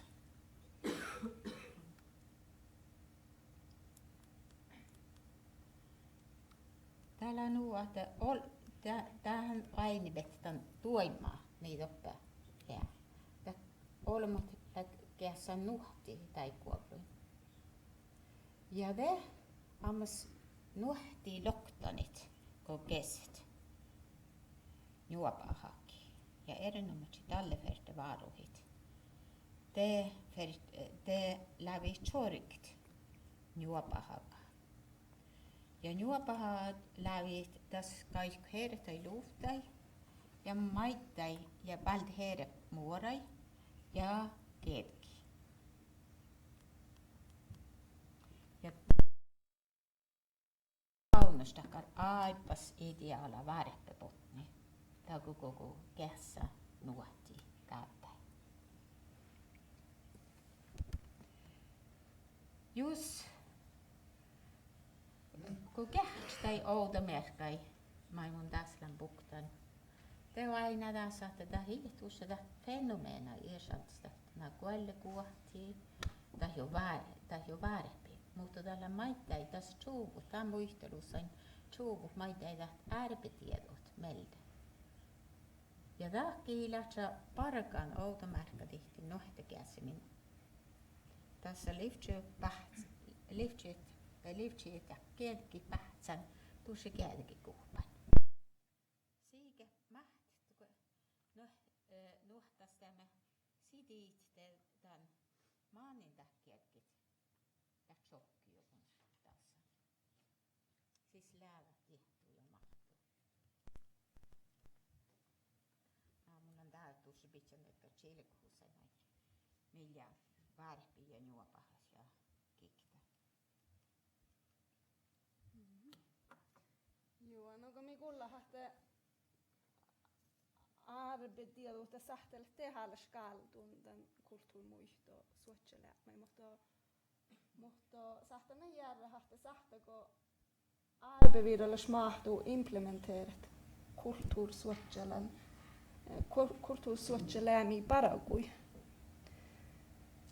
Automerkkatihtä, että sahtako tänä nihko tiivoda ja säiluha saami taviri vistiht museen kaamakihtako läänkai fatnasiht den tihtako me tiedät että saami arvivirus mahtus tässä läholu tohpaga teoria ma chillegi ihti prosessi että automerkkatihtä mitä ahpahuvako nahki skortsega mohtan kalga diksut ostema birra ja uidama birra ja no älä automerkkalle muorrata virat teikdel nei chantnan hoi ollut tohpaga ja mahtu missä jokta studenta den arbetehto ahpus ki neille rappedal on ki Charlie just det där birra att den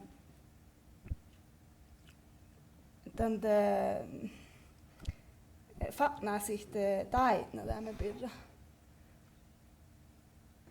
här att gå morada vir skilkiha det är nog goiskana att hisha jäge chaadzi lika burs ja just fana den dagen den det galgadotnjadit bich chaatsa ja fas roht kaadai ja tämän jaloitsen taitnadi ja bihkadit ja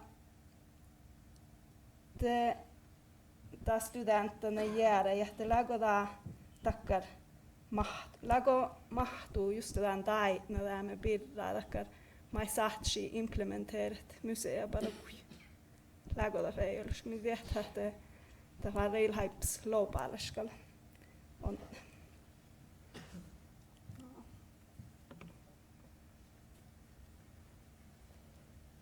No. Kulttuurmuistut. Muistelit maita ei hui ollut arvitiedoja pirra. Tai muistelit olmui pirkymä pirra. Muodalla Afgasalan tai kuoplui. Ja tain lää maita ei luontutieto. Ja taita kulttuurimuistuita ja maita ja arvitieluita. Tämä muisteli maita makkar rekte oaitnu lämmäsen täppä taikuovluin kos registrere tai kulttuurimuistus. Mä lähtee kaskuvuoda luontuun kalik häpmijuut ja kehtsalmat. Ja tää tienpiirrä maita muistelit. Saami kulttuurimuistuiku. Ja iskahan aina että mohtan saatsia ne hautamärkätihtävän säilytämme ja tiivotämme aktuaaliksi. Tässä ei mä jäi kyllä me tatsaa tässä.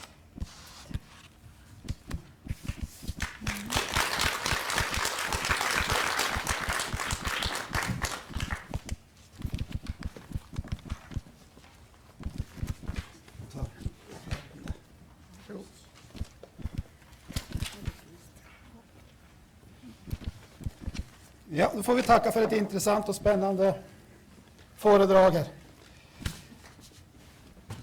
Då har vi några minuter här, cirka ett kvarter, till spörsmål och kommentarer.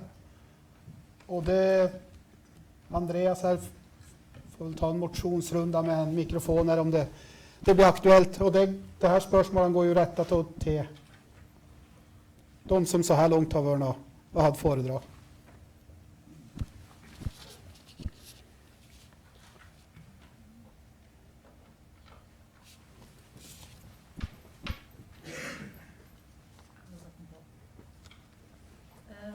Jeg kan jo fortelle litt om et lite prosjekt som ble gjort i forhold til restaurering av bygninger. Det var nemlig hvordan man framstilte materialer ved å håndsage, ved å håndkløyve tømmerstokker da. Og det var jo på et prosjekt i Karasjok tilknyttet museet der, hvor man brukte tradisjonskunnskap hos informanter i Karasjok som enda hadde vært med på denne håndsaginga. Og hvordan man gjorde det, hvordan man satte opp en sånn sagstilling, som for øvrig står på museet da, i Karasjok nå, og den har senere vært brukt til å framstille materialer for flere restaureringsprosjekter. Så det var jo et veldig vellykket prosjekt, sånn som jeg oppfatter det fra bygningsvernet sin side da.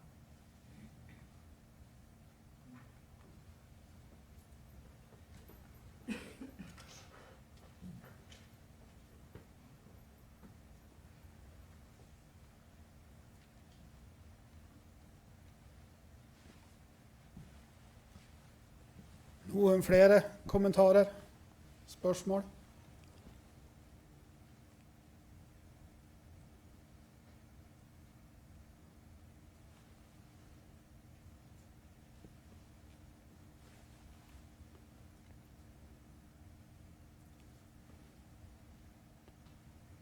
Ja,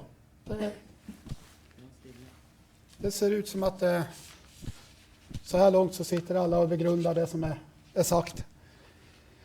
Så jag tror med det då så tror jag att vi rätt och slätt då går vi över på lunch. Och där har vi då 1,5 timme till lunch. Så att vi möter upp här igen då halv 2. Och lunchen serveras ju ute här. Och då får jag tacka så långt.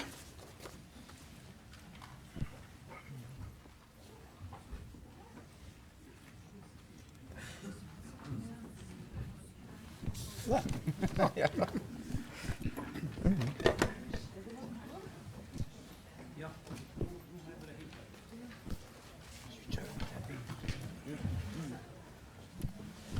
Hvor du har den?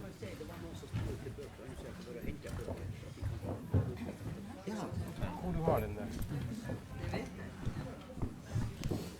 Nu finns det också, hvis man är intresserad av att köpa Knut och Toril så har de hämtat böcker, så det är en möjlighet. Jag kan också se att passa på, om folk inte har varit på det och sida så har man ju tid i lunchen att gå lite runt och se på de olika utsmyckningarna och sånt. Ja, nå skal vi se. Den. Ja. Og så kan man gjøre her. Eller så er det den, kanskje. Starter bare nå. Starter bare der. Play, den. Nei. Den. Ja, sånn.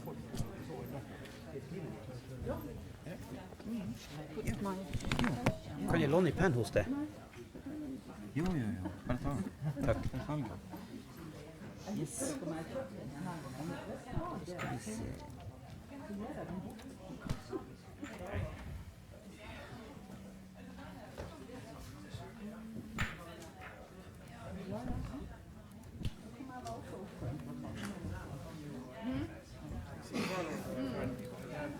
Det går ut etter meg.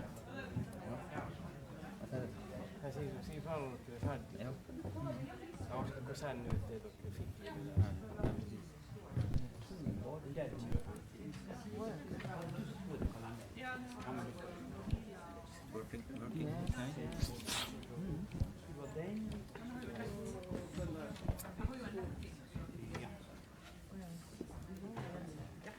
Det var en kjempegod idé. Det var fantastisk. Og også for så vidt alle andre publikasjoner her.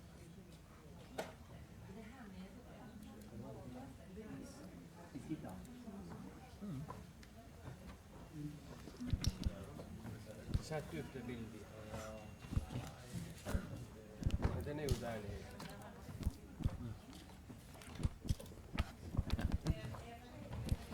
Yes. Do you know, do you have this book? Perhaps it's up in the library, but Yeah. I haven't seen it. Okay. But maybe. Yeah. Because, yeah. Hvor tid vi får? Yeah, this No, I year. haven't seen it. Yeah, okay, because this 1-year-old about, but I think that I'm not sure if it's here. I can ask my friend to check. She's Yeah. working here. Yeah. Yeah. So I can give it to you. Er det nok? Bare lunsj? 1,5 time. Hæ?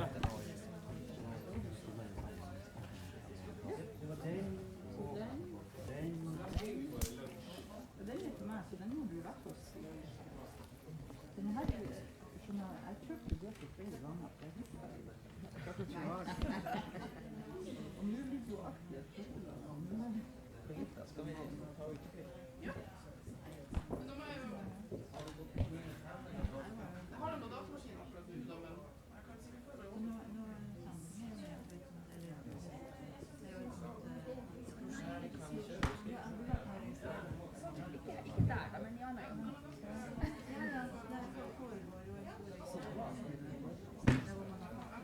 Ja, vi får se. Jeg har fått det før. Vi får se. Vi får se. Jeg må ha Ja, ja. De lagde brød av det. Hun hadde jo litt spist det. Så, ja, det var det helt fint hun skrev. Hun var jo på den der samiske museumene-konferansen som var i Oslo. Da hadde hun foredrag om akkurat det der barken av barsken. Jeg skal ha en sånn. Så jeg vil gjerne vite hvor jeg kan bestille flere, for jeg regner med museet skal ha flere. Den skal jeg ha til meg selv.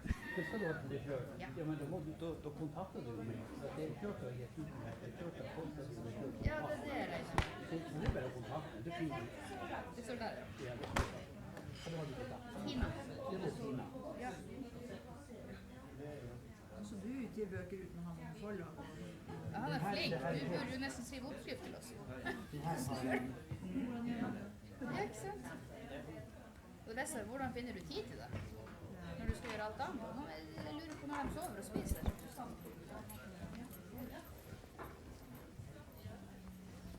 Hvor mye koster den ene boken? 105. Er det det per stykk? Jeg løper til onkelen min, spør om han er 50 poser.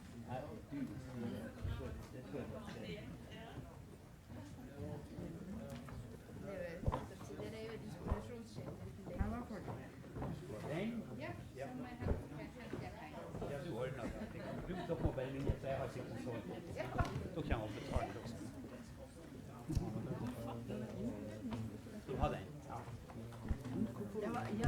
Var ikke det fantastisk? Tenk om han hadde fått sine registreringer sammen. Ja.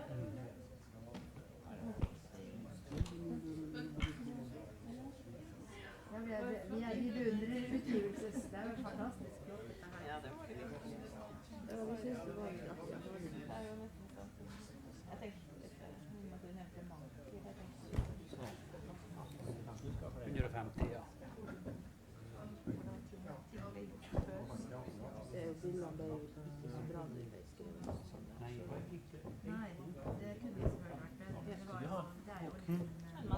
Man ser jo hva det er. ja, jeg fikk ikke bare Hvordan boker var det? Hva?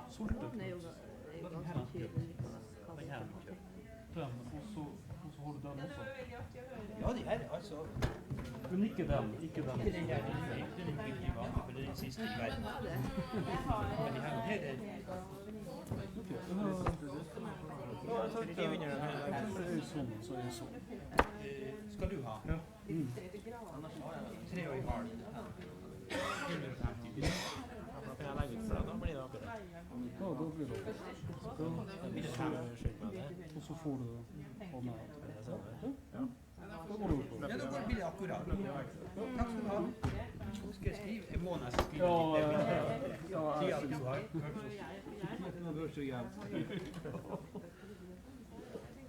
Nei, det var veldig artig å høre på. Vi har jo dessverre ikke vært så flink med det kultursporene i 3 foreløpig.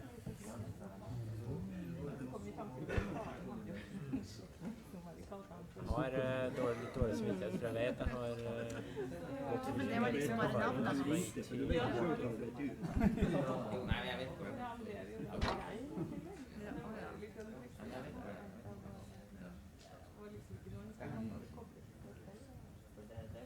Husker du, Knut, noe vi begynte å snakke om det her? Ja, det var jo siste gangen du var hos oss i forbindelse med, så det gikk jo så ufattelig greit det der. Og Elin rabla i hop en søknad. Interessant. Du går jo der og ser. Det var med en gang. Det er noe. Du ser jo, det er jo som du sier, det er jo nesten som en telefonkatalog. Ja, ja. Jo mer man ser, jo mer. Ja, det er jo sånn det er. Ja, korslig, Men har du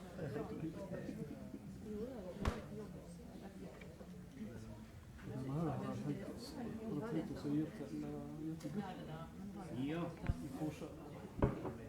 Det är så läser vi Ikke gjør noe sånn foreninger. Vi har hatt det så i igjen sånne har en superhelt. Ja, en superhelt. Kanskje. Nordsamiske senter, for de har også hatt den der, ja, de fikk ansvaret for museumsvirksomheten i Bergen. Så der. Takk skal du ha. Det er jo når de vi har koordinert.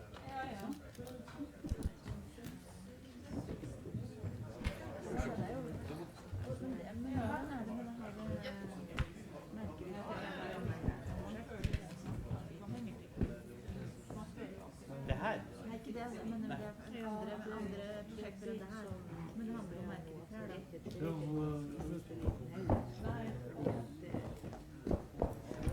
Så vet man særlig. Legg den inn. Så har vi ruller de her bildene. Så henter jeg den utskriften i løpet av lunsjen. Bra.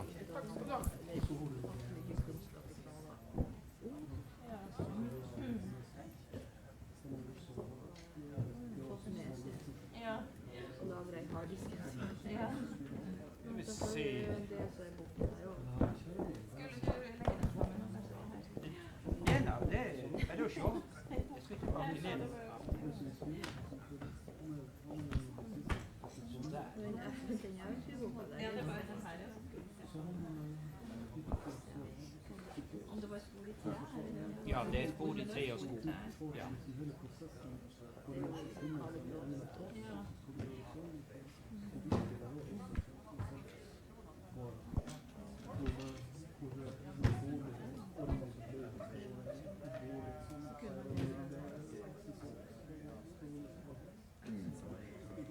Det var jo ikke høy timebetaling, vil jeg tro, så den ikke har.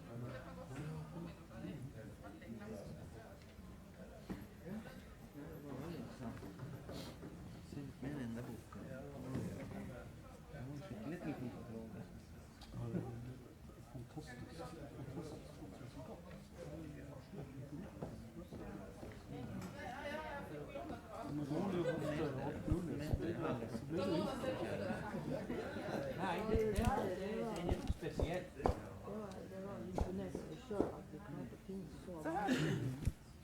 Tusen hjertelig. Takk skal du ha. Takk skal du ha.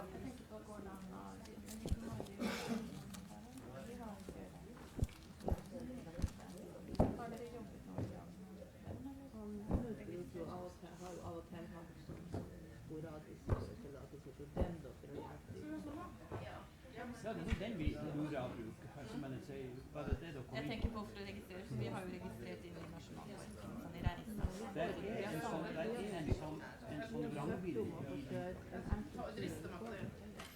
aldri mer. Hvis det er som et sånt samarbeid med regnskapet.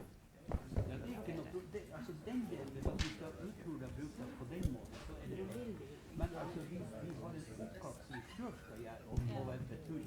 Det er den mest. Altså, det var så ille at vi har hatt levering av det til turistutstyr i nasjonalparken i 20 år. Og det kjører altså var for så vidt brukbart vi fikk hos Nordland fylke. Men når midt i Nordland nasjonalparkstyre kom inn i bildet, så ble vi nettopp ikke ha med medhjelp til det er så langt. Ikke medhjelp til skolen. Medhjelp på skolen. Nei, ikke lov til. Ja, jeg har det. Det er veldig vanskelig holdning, altså der vi rår ikke med det, men jeg mener jo faktisk at det her skal vi bringe høyre systemet for altså urfolks rettigheter. Og blant annet står det jo at å ta vare på kulturminner i det skal spesielt, men altså vi stanger mot den berømte muren. Men de registreringsprosjektene det har vært med ARA, eller med Sametinget, som er i tilskudd. Eller? Så har de Knut og Tore. Tore, de har jo, altså dere har jo veldig stor grad til å ivareta den biten selv. Ja, det er jo vi selv. Ja, vi er jo to av de, og det er jo vi som registrerer mest ubetinget, men vi har hatt 4 til, så det er litt inne.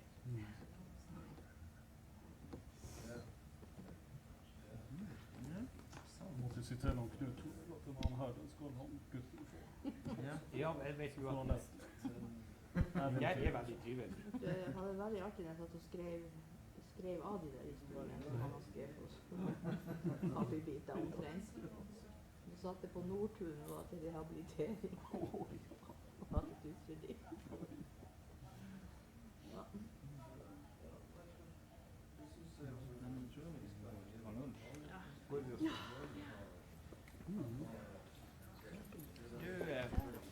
Andreas? Nei, det der er ikke så greit.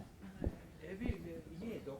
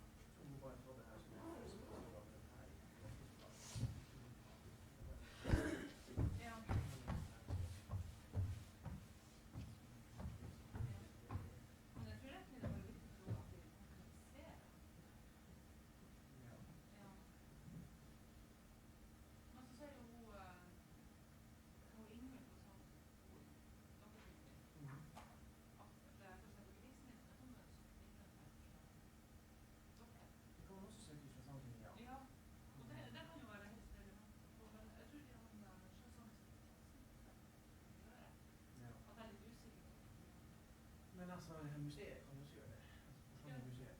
Ja. Det er litt behov. Ja. Så Ja.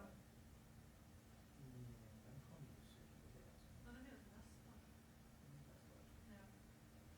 Men jeg lurer på om man skal lage noen nasjonalplan. For de må jo sikkert også ha noen sånne biler fra Ja. Og det har de jo bilder av. Så Men de mangler litt nytt da. Det der prosjektet. ja, nei, for hun er jo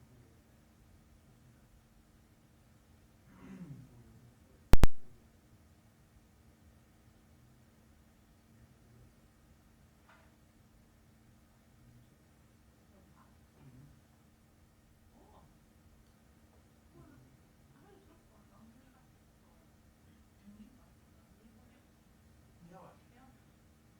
På et annet arrangement så vi jobber i lag. Ja.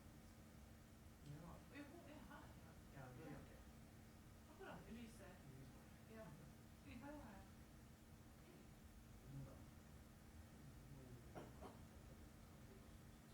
Ja, det vet jeg. Ja. Men lage en sånn her plan.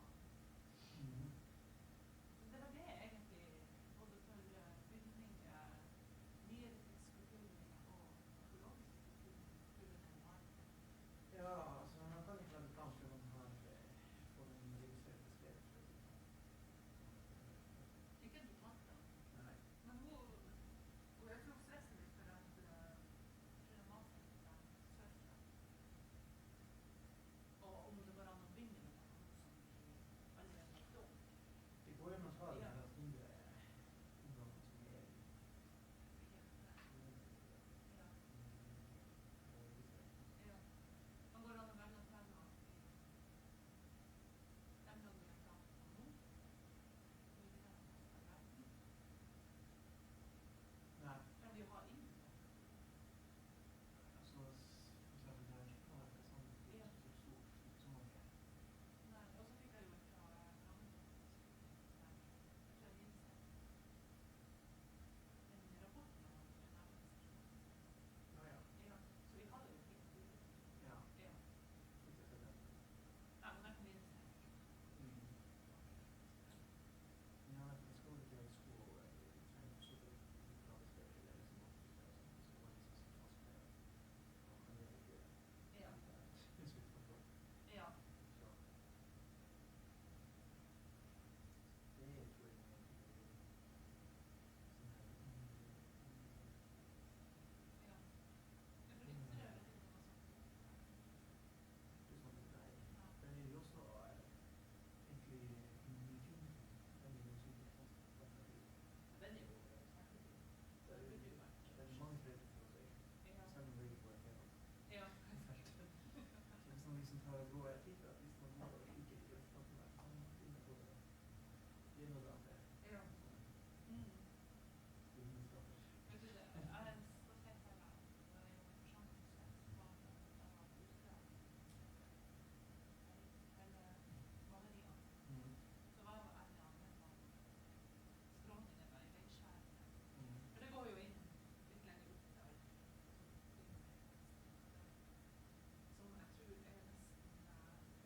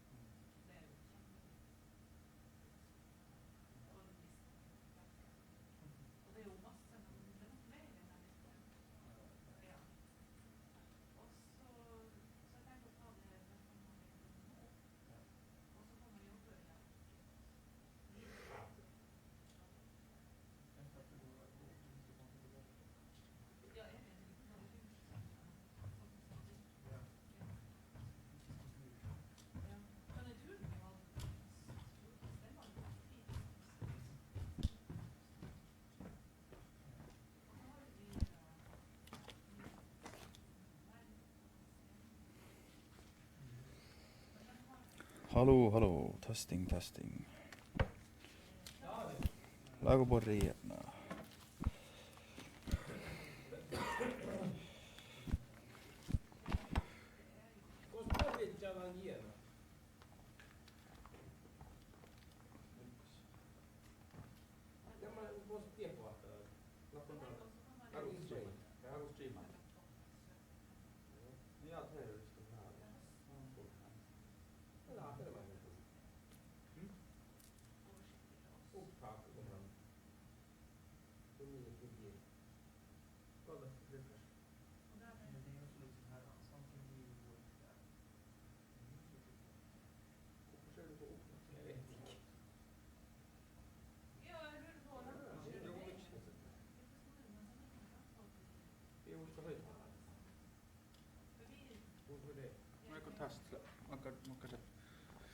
Jakan täältä käydä burlähkit. Puorot. Tai hietna allt.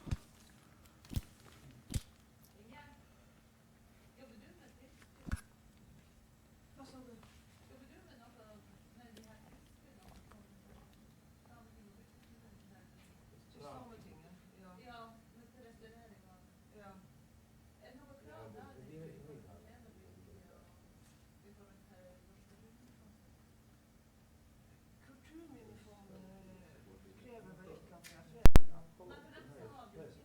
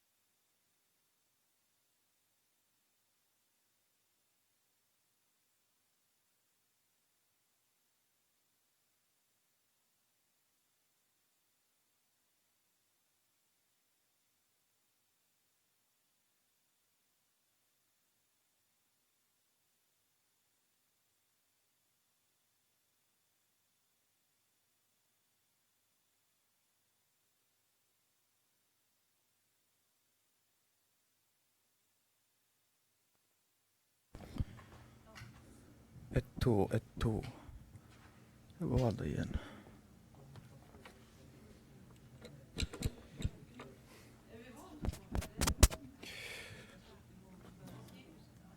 Ja, det kan vi se.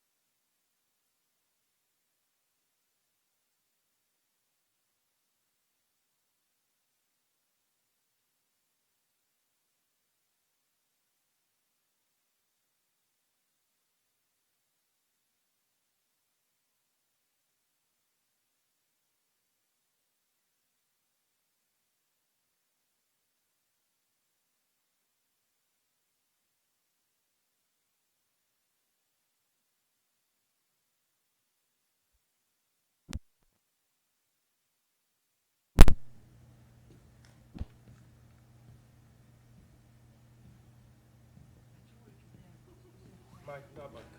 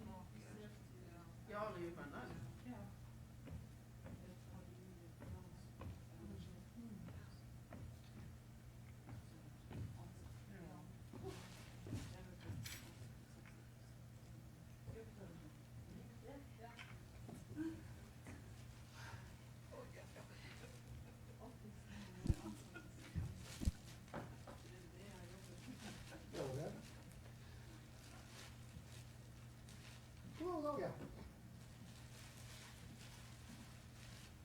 Ja, gjorde det.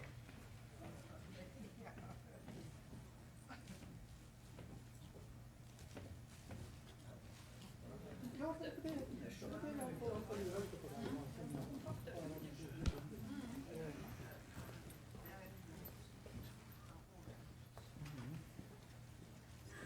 Ja. Du blir her på møtet. Du skal i modellmøte. Ja. Kom til lunsj. Nei, hei, Mara. Få det på deg. Nei, så hyggelig. Ja. Jeg er her og betaler gjeld. Du er her og betaler gjeld, ja. Moderne mennesker betaler gjeld.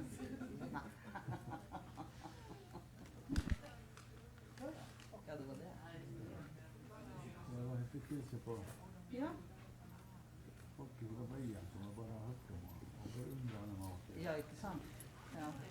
350. Jeg husker det. Jo, du sa det. Ja, takk skal du ha. Takk. Takk for det. Ja. Ja, det var denne her, ja. Ja, jeg fikk jo innbud.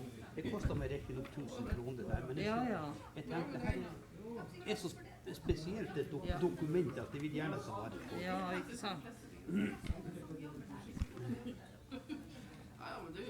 Det ble jo så mye mer omfattende så vi trodde for det seg når vi startet på det der. Ja, ikke sant? Kopieringen har blitt dårligere bilder, men det får noe så være. Det er noe bevart i alle fall. Ja.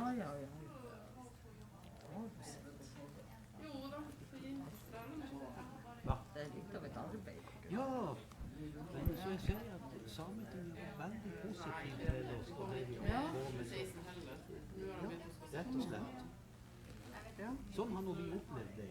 Hvordan går det på bloddet? Jeg tror nå kommer det til å gå bra. Ja, han har gjort godt inntrykk, han. Ja, altså, det er ikke lagt ut på at det var jo faktisk helt kaotisk. Jo, jeg har jo skjønt det. Ja, så... Ja, dere sa jo ikke så mye, men jeg har jo skjønt det. Men jeg tror ikke viljen til å få ting til. Ja. Så jeg tror ting der å gå seg. Ja. Og han er flink, han som Ja, det er kapasitet, det er og veldig til å lære og mer. Ja. Veldig positivt. Ja. Det er alt for å si det sånn. Ja, ikke sant. Men han finner, han er ikke ute av det.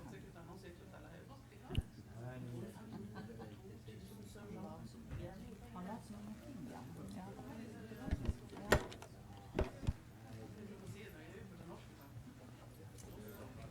Ordentlig bra for å si. Nei. Overdrivelse. Ikke sant.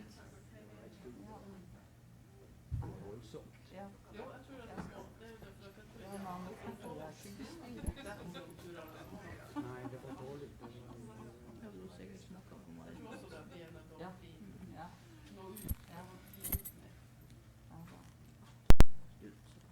Ja, men hun kom jo hit med beste intensjoner. Og var flink. Ja, veldig flink. Veldig flink.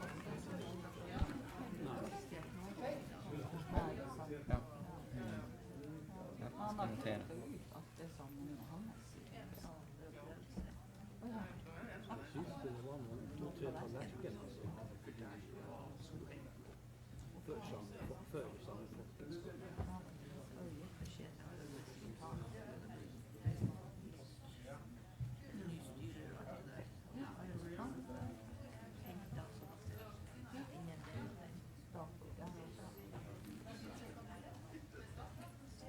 Nei, men det så er litt sånn det er jo det at vi bruker så mye tid og krefter.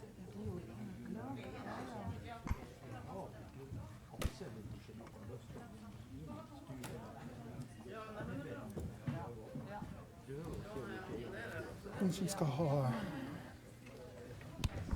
innlegget nu här, är hon, förstår hon svenska eller? Jo, men hon pratar engelska. Ja. Så därför jag tänkte på nu då att det är rent praktiskt i förbindelse med presentationen av henne och det här, så ska jag ta den på engelska eller ska jag ta den på hålla den på svorska? Jag tror du kan ta den på svenska, kanske lättare på svenska än norska. Ja. Eller engelska, jag vet inte. Men hon förstår svenska och skrev hon. Ja, just det. Men de som sitter här är det då? De som sitter här i står. Nej, det är vi. Hon som fick besök på Ja, resan. precis. Och kratt, Kan ikke få dere til å skrive en liten hälsning? Hun blir så mye mer personlig i denne boka. Det skulle du kunna få det, men tror du kan vänta till kaffepausen? Ja, det kan jeg da vel gjøre. Men du har jo ikke så langt et navn at ikke... Nei da. Nei, men det gjør vi gjerne. Jag tänkte bara i och med att vi Ja, nå er det jo 2 minutter igjen. Ja, att det börjar vara så pass nära in på, så det var det.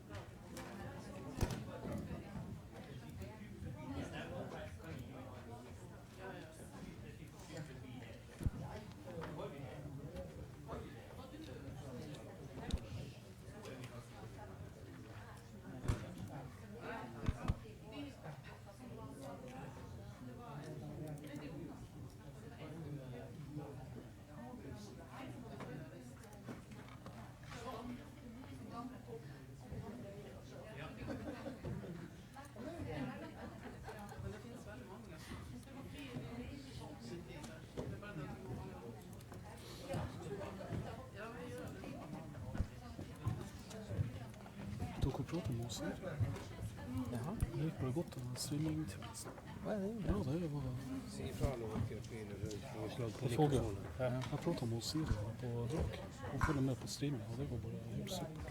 Ja. Men vi må huske å slå på lyd. Ja, det er bare å slå på. Det er bare 5 minutter igjen. Ja, den er vel på. Det er også.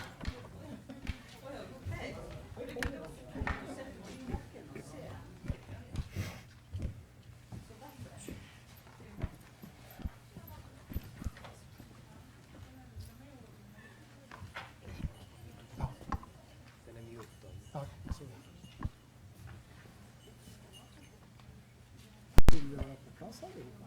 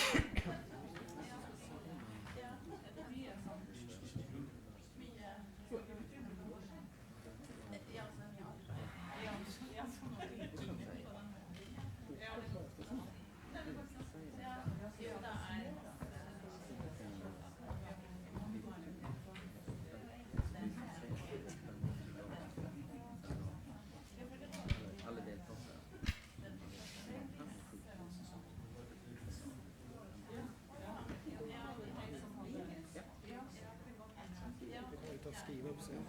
Husk.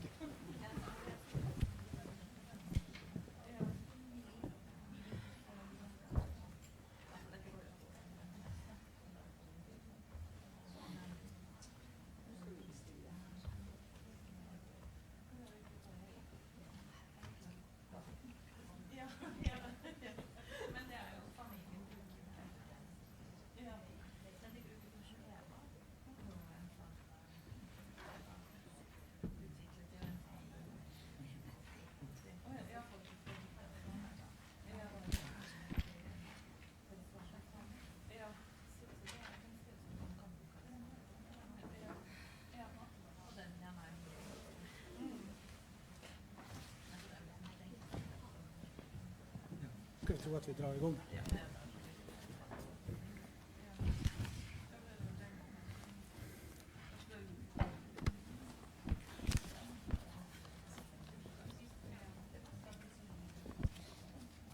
Ja, då tror jag väl vi ska ta och gå vidare här. Jag hoppas allihopa har rack med det som skulle göras i löpet av lunchen här. Och så tänkte jag skulle börja här med en liten praktisk upplysning. Och det är det att Kautokeino bygdemuseum, de har öppet i eftermiddag då för oss seminariedeltagare. Och det är då ifrån klockan 17 till 19. Den som så önskar att ta en tur dit så är det möjlighet till det.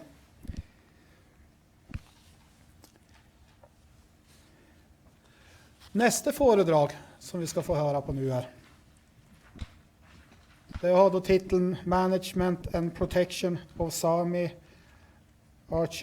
Archaeological Heritage in Finland. Så det är väl det blir förvaltning och skydd av samiska kulturminnen då, i Finland. Och där vill jag önska då Eija Ojantlatva välkommen.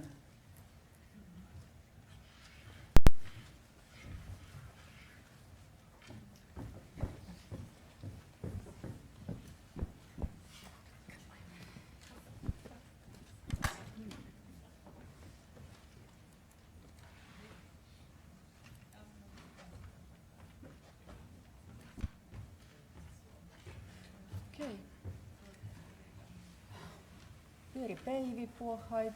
Mun nimi on Eija Ojanlatva Saamimuseo Siidast. And good evening, afternoon, everyone. My name is Eija Ojanlatva and I work in the Sami Museum Siida as archaeologist. And I will talk about protection of Sami archaeological heritage in Finland and about management too, how it's done in our country. I think we come quite far behind from Norway and also from Sweden, but I think we have started our work only a few years ago, so we will make better. We will take you up. And contents of my presentation. First, I will talk about the role of National Board of Antiquities in Finland, and it is the highest authority of antiquities and built heritage, as well as landscape. And then about our cultural environment unit in Siida, and Finnish legislation concerning archaeological heritage, and at final, there are some challenges in protection of archaeological heritage in the Sami area at the moment. First, about the National Board of Antiquities. It is the main responsible for preserving, maintaining and developing the cultural environments in Finland, which means, of course, archaeological heritage, built heritage and also cultural landscape. And it situates about 1,000 kilometers from Sami area.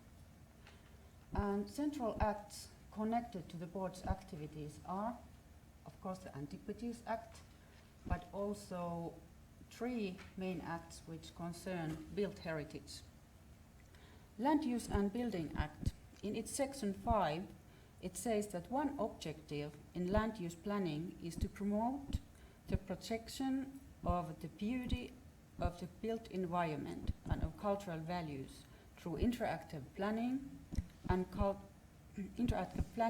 and sufficient assessment of impact. And the Act on the Protection of the Built Heritage, it's quite new, from 2010. It protects the buildings and built areas. And this act is dispensed if the protections cannot be assured by the Land Use and Building Act. And then we have also Church Act. And if of course concerns churches and churchyards, as well as Christian burial sites. And National Board of Antiquities, they have made mutual agreements with provincial museums on the protection of cultural environments. And the first of these agreements was made in 1994, and many of them were made in Finland about 1997-98 and renewed in 2008. And this was the situation before 2011 in Finland. Do you see the numbers on the map? Are they clear? So the violet areas are areas which were managed by the National Board of Antiquities. So there's from the north, there's the Sami area, then number 2 is Tornio River Valley, number 10 is Northern Karelia, and number 15 Hämeenlinna city and its surroundings.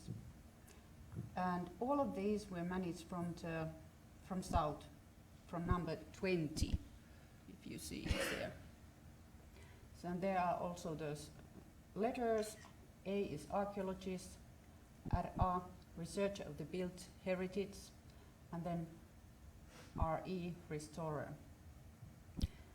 And as you can see, the situation of archaeological heritage was quite bad in the north at that moment, because one archaeologist had to handle the Sami area, 22, also this Torniojoki river valley, and also number 3, the northern Ostrobotnia from Helsinki. And he had only about 1 week or 2 weeks to visit each area every summer. So you know how well the work was done. So many places weren't checked for ages, for 10 years or something, so it was quite bad. But then the situation changed in 2011 when our museum wanted to establish Sami Cultural Environment Unit to Inari. And it was possible by 2 separate projects, Eallipiras, the living environment, which got funding from the European Union, and project coordinator Päivi Makka worked there 3 years. And aims of this project was to prepare an exhibition of Sami archaeological and built heritage, and also to prepare a cultural environment program. And this is this book. And I checked this is in your library too here in Kautokeino. And if you want to see it, I can put it around.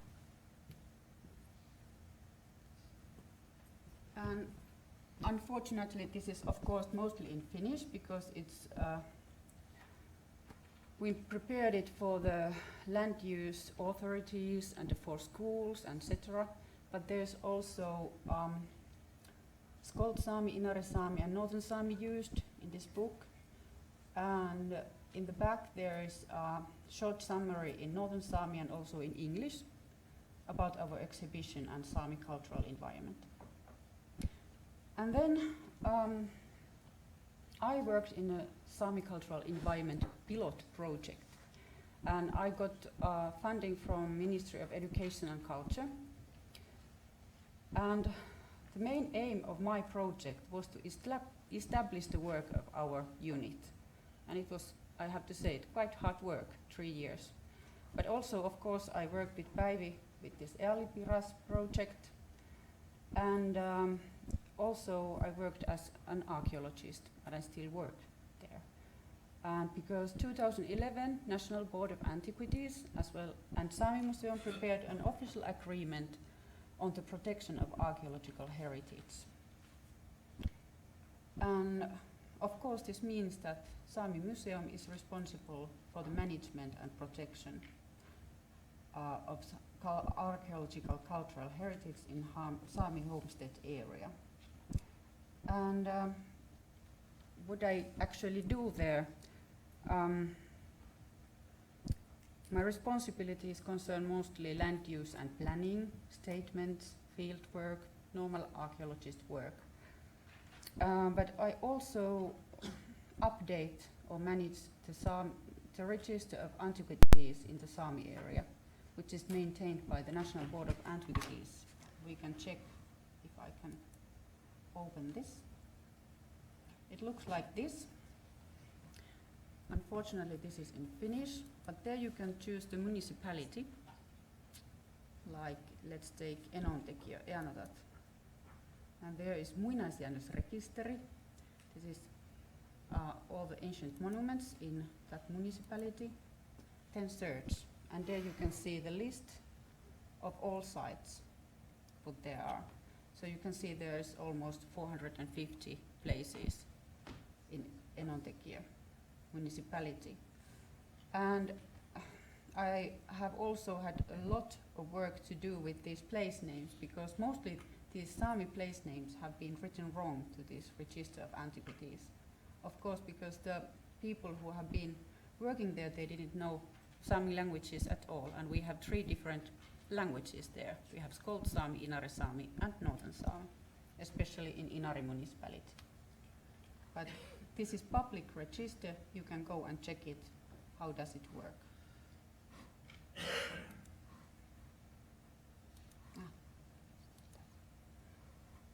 No, I'm lost. Sorry. There. Okay.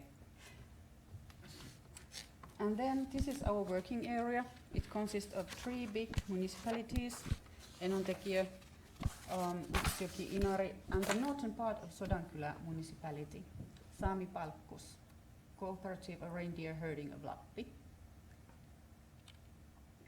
And our office situates in Inari, in the middle of the Sami area. And by the 2013, our proposed projects ended. And then in 2014, we got funding from 2 ministries, Ministry of Environment and Education and Culture, but also from Council of Lapland. And in 2014 happened quite important things, because the Finnish Cultural Environment Strategy was prepared and approved by the Finnish government in March.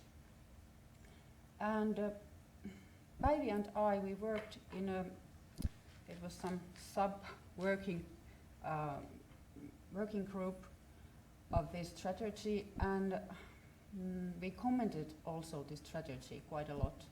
And we got there 1 action. There are 20 actions in this strategy. And this action 16 is activities in cultural environment work are established in the Sami homeland. Finally, it was there. And I think finally the Sami cultural environment was recognized. It differs from the Finnish environment quite a lot, because I think the main impact has been when these environments have been evaluated on agriculture many times. And also we had traditional knowledge which separates our cultural environment from the south. And 2014 we made also this update inventory of valuable landscapes and sites in Sami homestead area. And it was administered by ELY Center of Lapland. And our unit made this field work. And I will shortly introduce this update inventory. And before our inventory, there were only 6 areas chosen as valuable landscapes and sites in the Sami area. And I have to say that the basis of evaluation has been mostly agriculture, because it exists still in Tenorive Valley, Utsjoki River Valley, and also in Peltovuoma. But of course, the only thing here is Pöyrisjärvi, where it has been evaluated by the reindeer herding. And we were quite amazed about this, because Inari, there's nothing in Inari municipality. It's empty, and also in Sodankylä. And we know that we have unique rare landscapes in our area, which you can't find anywhere else in Finland. So we were quite amazed.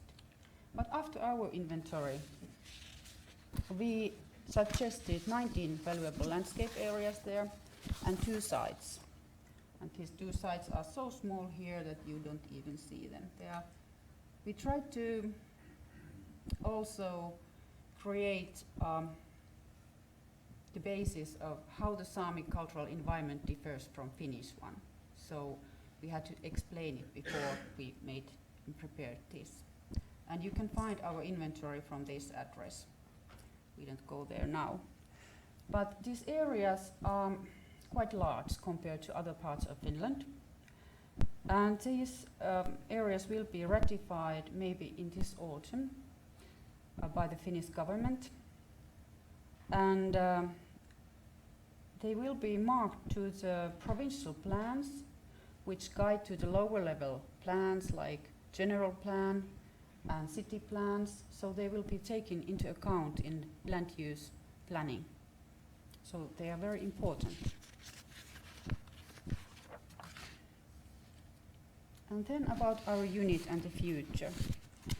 And in February 2015, Ministry of Education and Culture added 2 extra man-years to Sami Museum so that we can establish the permanent operation of our unit. And this meant that 3 weeks ago I had to apply my post again, and Päivi Makka too. And 2 weeks ago about we were chosen to our posts. So we have now permanent jobs, yippee, and we will continue our work. And this means that National Board of Antiquities and Sami Museum will prepare new agreement about archaeological heritage and also about built heritage, and as well as landscape in our area. And in future, when this agreement will be ready, maybe in next autumn, we will have also research of built heritage, Päivi Makka. And this is the situation now. Responsible organizations in Lapland of cultural environment. And so the agreement on archaeological heritage, which I work, is still going on, and the researcher will come in autumn. And Tornio River Valley will be managed by National Board of Antiquities still.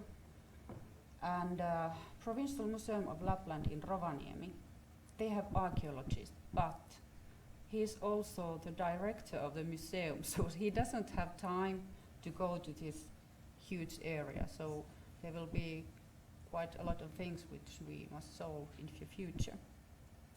And then we have 1 extra worker or organization also in Lapland.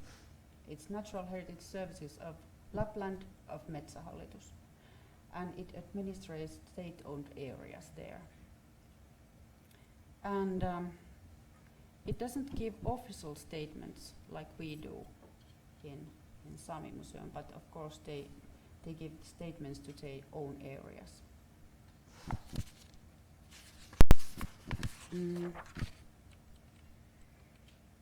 And there's quite confusion now, but those green spots are archaeological sites. There are about 2,000 archaeological sites known from Sami area, and every year they come more and more, tens and hundreds, especially because Metsähallitus has done new surveys and field surveys there for 2-3 years, and they are not all registered in Register of Antiquities yet. And then we have over 30 nationally important cultural historical sites or areas, and they're called in Finnish RKY, and they are updated in 2009. And we have only 1 protected building in Sami area, and it's quite funny that it's not even Sami building made by Sami. It's Gold Diggers building from 1940s in Lemmenjoki. So I hope that our situation will change near future when we are dealing with built heritage. But of course, we know that World War II, it destroyed almost all of our buildings, especially in Enontekiö area and in Vuotso, in also Sodankylä, and also around Inarijärvi and Karikasniemi. And then there is only Teno River Valley, which is quite preserved and well preserved, and of course the buildings which are situated quite far from the main roads. And then there you can see the address to the RKI web pages.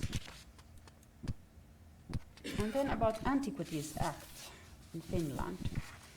And you see it was prepared in 1963, and it's old, over 50 years old. And we hope that National Board of Antiquities will renew it very soon. And they have started the work now already. And it automatically protects all ancient monuments in Finland. And of course, without permission of this act, it's forbidden to excavate or damage them. In the act, there are mentioned many kinds of monuments which are protected by this act. There's nine points. And I've bolded a couple places, like ancient places of worship and fixed natural objects associated with old traditions, tales, and significant historical events. And I will talk about them a little bit later. And we have some challenges in protection considering Antiquities Act, because there's no defined age limit for these ancient monuments. It's mentioned only in the act that movable objects that are found from the nature, and they are over 100 years, then they are like ancient and they must be sent to the National Museum. But then we have, in Sami area, we have a lot of structures and areas connected to reindeer herding, and they can be used over 100 years or 200 years. And they are not registered to our anywhere. They are not mapped. And it's quite sad. There's only a few stone fences which are made from stone. They are put to the register, of course, because they are so unique. But all wooden structures, they are not anywhere. And some reindeer herding sites have been valued as nationally important cultural historical environments. And they can be found there. They are quite huge areas. And then, even if I work as archaeologist of Sami Museum, I have to manage also other archaeological stuff, what is found there, like war historical sites and gold digging sites, or gold historical sites. And we have enormous amount of World War II sites and structures in our area. And they are not protected by Antiquities Act because they are mostly from 1940s. Only Salpalinja line, the south of Finland, is protected and marked to the Register of Antiquities. This is this picture on the right. And it is a defense line along the Finnish-Russian border, and it was prepared in 1940s. So, anyway, these World War II sites must be taken into account in land use planning. So and they are marked to the Register of Antiquities as other culture or historical sites, but they are not protected, not yet. And then we have a lot of cold historical sites, especially around Ivalajoki River Valley. And only less than 10 of these sites have been mapped and protected. So there will be a lot of work for us to do there. And then about Sami offering sites and protective area around them. This has been my problem around about 10 years. And in the Act, Antiquities Act, it says that all ancient monuments, they need protective area, a land necessary for the preservation of the remains in question. And also in the Act it says that all fixed natural objects associated with old traditions are protected by this law or Act. But then there's paradigm in Finnish archaeology when we are defining the protective area or the archaeological sites. Mostly in universities they say that we must have human evidence there, evidence of human activities, fine structures, cultural layers, etc. And many archaeologists forget this traditional knowledge, arpedehtu, of these sites. And so it's hard to define the protective area, how large it can be around these sites. And we have the problem because land use authorities like municipalities and even the National Board of Antiquities, they don't accept these huge areas because if we are talking about Sami sacred sites, offering sites, they can be very big. They can be the whole lake, the whole island, whole fell. And I have tried to put them as a whole, but they have refused. It's not possible. There has to be only a small spot what can be protected. But I will continue fighting. And this is something case which I have told you, maybe some of them know this place. And it's situated near Inari. This is connected to Inari Sami beliefs and religion. And there's an island called Äijih, and then Akkufell and Äijihjärvi Lake. And we know from oral tradition and from bibliographies that these are all sacred sites. And from Äijih Island we found this Siedi stone in 2007. But from Akkufell we haven't found nothing, not yet, because it's huge area. And let's see, okay, Äijihjärvi Lake, it's called, its old name in Inari Sami is Pasemusjärvi. It means the most sacred lake. And it means that the whole area is sacred for Inari Sami. And and you can see here that Äijih Island is also very, very big. But, okay, let's see. There's only one spot in Äijih Island around the Siedi stone, around about, its circle is about 20-30 meters. It's protected, but the other parts of the island are not. And also on the Akkufjäll, National Board of Antiquities agreed that okay, we can put there some part of the fell protected, and it's only a small spot on the top of the hill, which is quite amazing for me. But then there is also that problem that all these sites have been marked to the Register of Antiquities, and we know that these are very sensitive sites.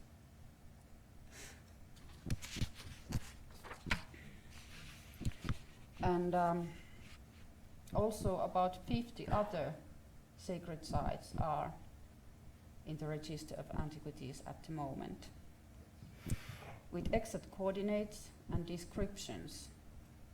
And at this moment I have decided, and also my colleagues in the north, we have decided that we don't add any new offering sites or sacred sites, even if we know them and we have documented them. We don't add them to the Register of Antiquities until National Board of Antiquities can do it so that the database is multi-layered and there's limited access to this database, so that you don't know where it situates on the landscape, as in Sweden has done.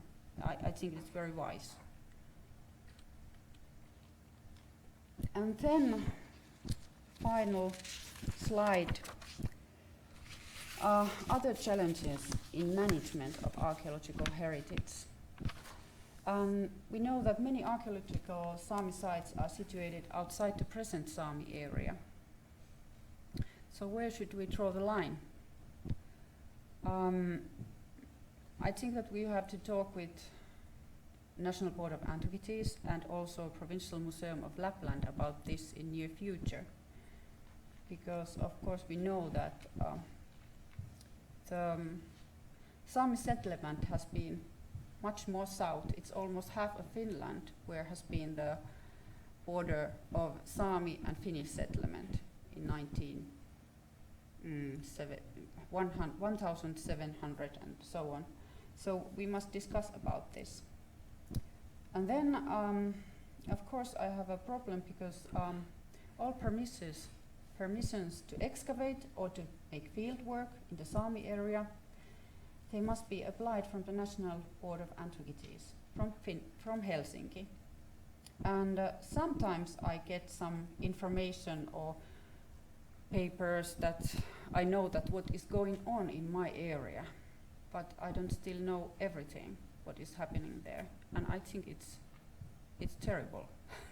We should know first, and of course Sami Dikki should know first. And then about archaeological finds. All finds, are they excavated or found from the landscape, they must be sent to the National Museum of Finland in Helsinki and catalogued there and stored to its collections. And if we want to loan something from there or a long-term donation from there, it can be very expensive to our museum. And the director of National Board of Antiquities has started discussion if certain archaeological collections could be returned to the provincial museums. And our museum has been the first which has been mentioned in this discussion. We are of course very happy about it because we think that the items and finds, they lost their context if they are sent to the stores and closed stores of a national museum. And of course we have a problem because we don't have room for all these collections, but we have started enlargement project of our museum and we hope that it will be ready in 2020. Thank you.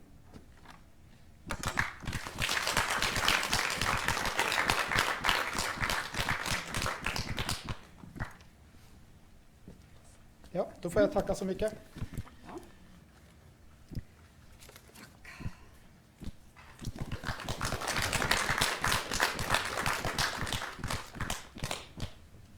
Ja, då tackar vi för det. Nästa programpost här nu så ska vi få höra lite om kulturminnevärnet i Norge generellt och om samisk kulturminnevärn speciellt. Och det här kommer ju då vara inspel från centralt håll. Så därmed vill jag då hälsa Ingegerd Holand, riksantikvarn, välkommen.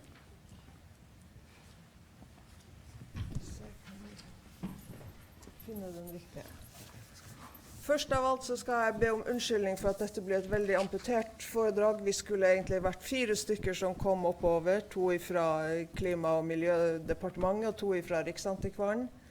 Dessverre hadde vi alle billetter med Norwegian. Bare meg som er pessimist kjøpte også en billett med SAS, og resultatet ser dere her da. Og jeg er bedt om å si fra de andre at de er veldig lei seg for at de ikke var i stand til å komme i tide da. Det ble helt umulig å få det gjennomført da alle billetter var gått et par dager før. Så derfor kommer det ingenting fra departementet. Den biten faller helt bort. Fra Riksantikvaren så skulle vår avdelingsdirektør Hanna Geiran og jeg deler litt på oppgaven. Og jeg har da fått overlatt stort sett hennes bilder og noen notater rundt dette her. Jeg skal gjøre mitt beste for å formidle det, men jeg er redd for at det blir ikke så godt som hun hadde gjort det selv. Vi starter i alle fall med en lang engelsk tekst, og som har overskriften «Et paradigmeskifte». Og jeg er bedt om å si dette her spesielt, fordi at det preger veldig mye av kulturminnevernet i disse dager, at det skjer et paradigmeskifte fra en ekspertbasert kulturminneforvaltning til en kulturminneforvaltning som skal være nedenfra og opp. I politiske kretser er dette sterkt vektlagt nå for tida, at eiere skal ha en mye sterkere innflytelse på det som skjer i kulturminnevernet, og på hvordan kulturminner ivaretas, for de fleste kulturminner eies jo privat, egentlig. Det er som sagt en lang tekst, den kommer fra ICROM, International Center for Study and Preservation and Restoration of Cultural Property, som er et underbruk av UNESCO. Men hovedbudskapet er altså dette paradigmeskiftet. Og Hanna har sagt det så sterkt, ekspertveldets tid er forbi, også på dette feltet. Naturligvis er det vel ikke alle av oss som sitter her, som er enig i det. Noen må jo fremdeles være eksperter på noe. Men vi er i langt sterkere grad pålagt å lytte til eiere og brukere, og ta hensyn til deres oppfatninger av kulturminner, både verdi og hvordan det skal forvaltes og brukes. Skal vi se om jeg får dette til.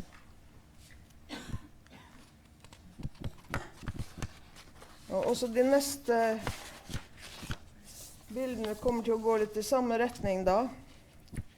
At UNESCO også vektlegger dette med eiernes posisjon og deres viktige stilling i det å ta vare på kulturminner. Vi er helt avhengig av at eierne er interessert og engasjert i dette her. Å gjøre ting på tvers av uengasjerte eiere som til dels er helt uenig i det kulturminneforvaltningen bedriver, det er ikke en farbar vei lenger. Vi må finne samarbeidsflater, og vi må finne samarbeidsmåter for å gjøre dette her.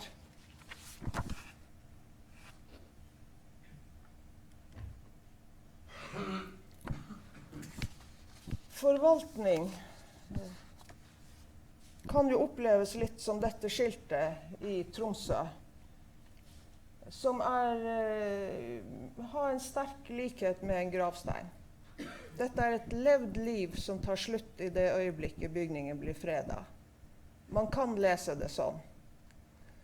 Det er ikke sånn vi ønsker at fredningssaker skal ende. Riksantikvaren og departementet, det politiske miljøet generelt, vil at bygninger skal brukes. De skal kunne brukes til noe som føles nyttig for samfunnet, for eierne, for oss alle. Dette er en verdi vi skal ta vare på og bruke på den best mulige måten.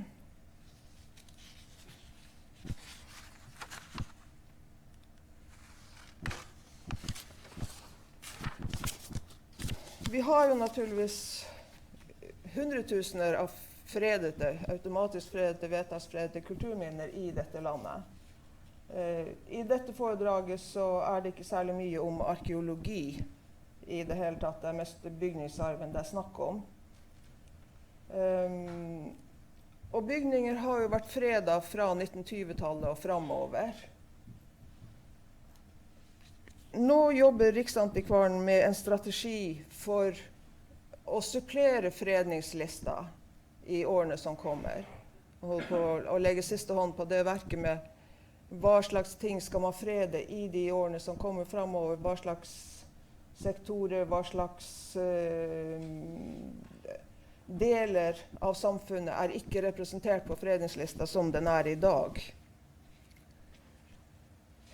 Og i det arbeidet så har man lagt veldig stor vekt på at eierne skal være med i fredningsprosessen. De skal oppleve det som positivt. De skal ønske å delta i dette her. Og de skal oppleve at når fredningen er sluttført, så skal bygningene kunne brukes på en fornuftig måte, og kulturminneforvaltningen skal være en samarbeidspartner.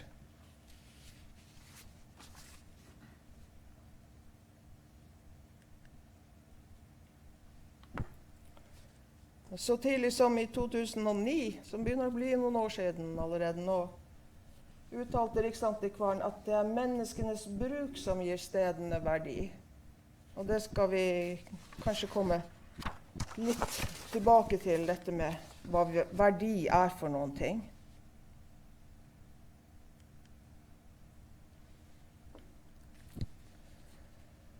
Det vi ønsker å ta vare på er jo spor etter et levd liv og en virksomhet som har vært. Det er noe som skal være verdier for fellesskapet,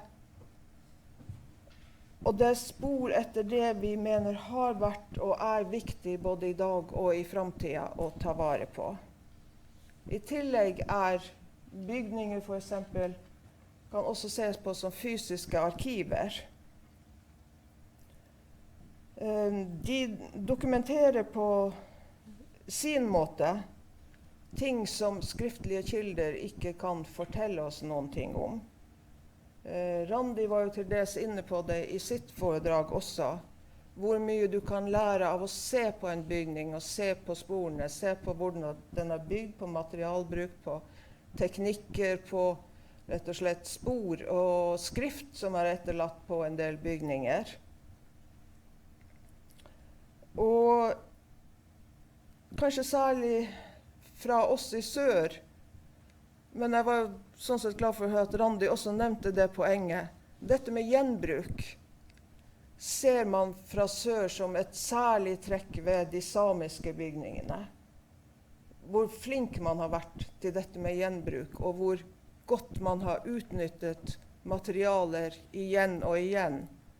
Det kan jo bety at noe har gått tapt underveis, at de er satt inn i helt nye kontekster, men det oppfattes i hvert fall fra de fra sør som kommer oppover og ser disse bygningene, at dette er et særtrekk som det er verdt å ta vare på og beskrive nærmere også. Og jeg må jo få si sånn rent personlig også, jeg kommer fra Kvænangen selv, og har en far som jobbet som snekker hele livet. Vi hadde bare hus og bygninger som han hadde bygd, og han samlet materialer absolutt hele tiden for gjenbruk. Det er noe som jeg har vokst opp med som en helt naturlig del, så til å begynne med, når jeg hørte folk begeistret utbryte, har du sett hvordan de gjenbruker alt? Så var det, ja, men det er da helt naturlig, er det ikke det? Men det er kanskje ikke det for alle. Mange steder har det vært enklere kanskje å gå på et sagbruk eller å gå i en butikk og kjøpe det man trengte. Andre steder har man alltid tatt vare på alt, fordi det kunne komme til nytte igjen.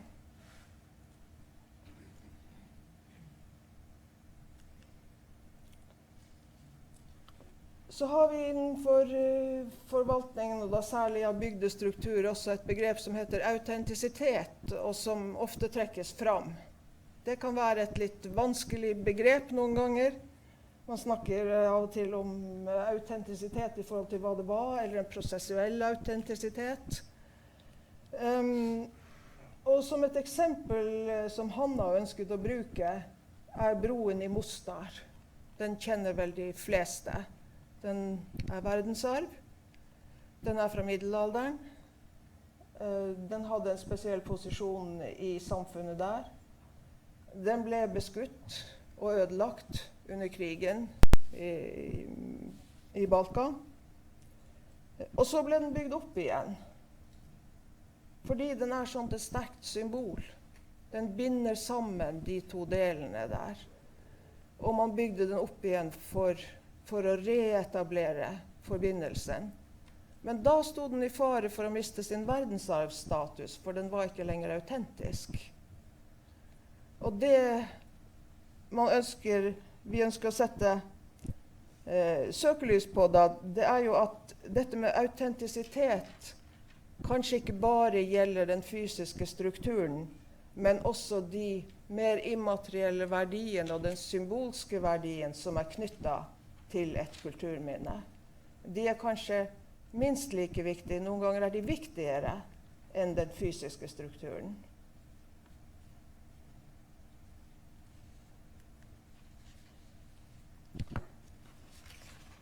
Verdier er det mye snakk om. Vi har jo hørt om bygningsregistreringsprosjektet litt tidligere i dag. Jeg skal kanskje ta en liten pause og si noe rundt det, fordi at registreringsprosjektet startet i 2012. Men for meg, for oss i Riksantikvaren, for Randi, så startet det prosjektet 15 år tidligere. Det var omtrent det første jeg begynte å jobbe med da jeg kom til Riksantikvaren i 1999. Det var å forberede et bygningsregistreringsprosjekt som måtte komme en gang. Så den gangen så brukte vi, og særlig Randi, noen år på å kjøre et forprosjekt for å etablere kriterier for hva som skulle anses som samisk. For det var heller ikke særlig godt beskrevet til da, og særlig ikke i forhold til bygninger. Og også for å få en oversikt over hvor mye dreide dette seg om. Og det var et veldig godt arbeid som ble gjort, Randi. Og det har jo vist seg at tallene stemmer forbausende godt fremdeles. Og rapporten har vært flittig brukt og er det fremdeles. Vi visste jo at et stort prosjekt måtte komme på et eller annet tidspunkt, men det koster penger, og de fantes ikke i systemet på det tidspunktet. Så i noen år så finansierte vi også en del prosjekter som andre utførte, sånn som NIKU. Elin her har jo vært med på både forprosjektet i bygningsvernet og en del andre prosjekter som problematiserte ting rundt dette her med samisk bygningsvern, og som utviklet metodikk på en del områder. Alt for å legge et så godt fundament som mulig for selve registreringsprosjektet. Og så ble vi jo hjulpet veldig på vei, fordi Riksrevisjonen i 2009 kom med en veldig kritisk rapport om at kulturminneforvaltningen hadde ingen idé om hvor mange samiske bygninger man egentlig forvaltet, hvor de var henne, hvilke bygninger det dreide seg om. Og det måtte man gjøre noe med øyeblikkelig.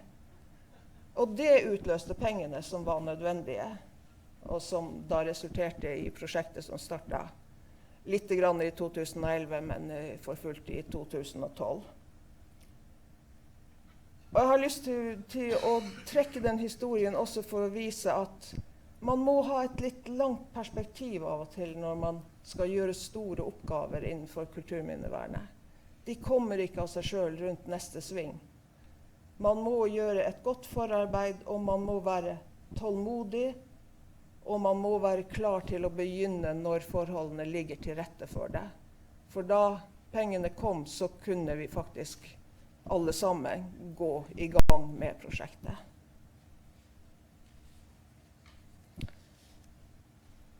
Bygningsvern i Norge, rent bortsett fra de samiske bygningene, så er det ikke så forferdelig mange automatisk fredet bygninger. Det er middelalderbygningene og kirkene ellers som er fredet, automatisk fredet i dette landet, og det er en forholdsvis begrenset mengde av dem. Ellers er jo bygningsvern vedtaksfredning, at man freder enkeltobjekter. Eller i alle fall, fra begynnelsen av så freder man enkeltobjekter. Og man startet i 1920-årene. Og da kan man jo lure på hvorfor startet man akkurat da? Hvorfor fredet man det man gjorde på det tidspunktet? Norge var jo fremdeles en ung nasjon. Det var ikke så langt tilbake til 1905. Arkeologien, altså fredning av arkeologiske kulturminner, går jo tilbake til 1905, er jo direkte forbundet med at Norge ble en egen stat. At man trengte nasjonale symboler. Så til å begynne med fredet man arkeologi for å få det. Etter hvert så fredet man også bygninger for å få det. Og da fredet man naturligvis bygninger som man anså som nasjonale, uten å legge noe odiøst i det her i det hele tatt. Men dette er bygninger som kunne gå rett inn i våre folkeeventyr. Og gjør det vel i stor utstrekning også. Dette de storgårdene som omtales i eventyrene. Det har da medført at sånn som Oppland fylke full av fredet bygninger, fordi de har veldig mange av disse pene tømmerhusene og gamle tømmergårder i alle sine dalfører. Størstedelen av de fredet bygningene i Norge, når man ser bort fra de samiske, jo fremdeles disse 1920-fredningene. Et sted mellom 1500 og 2000 fredninger. Og det var gårdsanlegg, sånn som disse bildene viser, og i stor grad embetsmannsgårder. Man fredet ikke noe i Nord-Norge og man fredet heller ikke noe kystkultur. Det var ikke nasjonalt nok på det tidspunktet.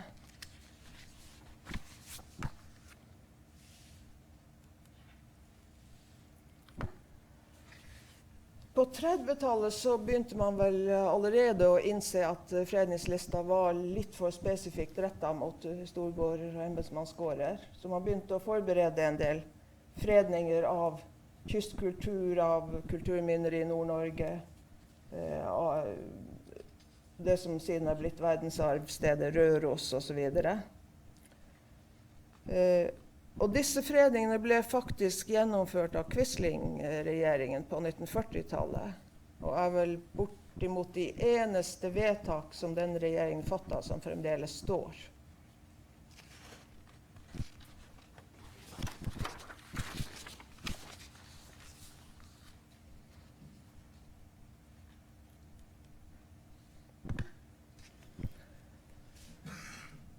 Fram til kulturminneloven av 1978 så hadde man jo en egen lov for bygningsfredning og en for arkeologi. De ble da slått sammen.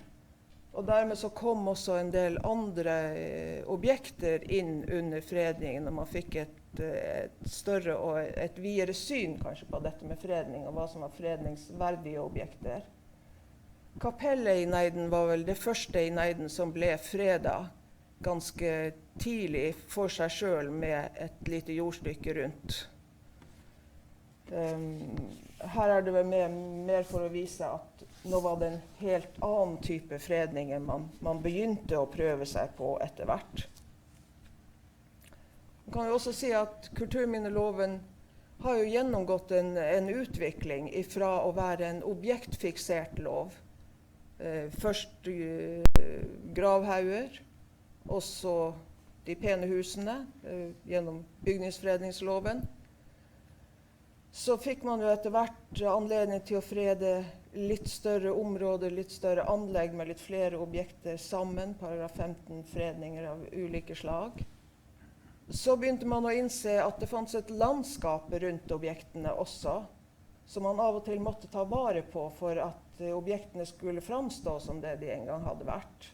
Så man fikk det som het paragraf 19-fredninger. Og så det siste tillegget da var jo at man fikk kulturmiljøfredningene, som egentlig løsrev seg fra prinsippet med at det måtte være et fredet objekt som var utgangspunktet. Kulturmiljøfredningene behøver ikke det. Du kan si at kulturmiljøet i seg selv så verdifullt at det kan fredes. Og da hadde man gått hele den veien fra enkeltobjektet til landskapet, selv om det fremdeles kanskje det jo et kulturlandskap som sådan, men dette jo tross alt kulturminner vi holder på med. Og vi har jo noe av landskap ellers som fredet etter andre lovverk.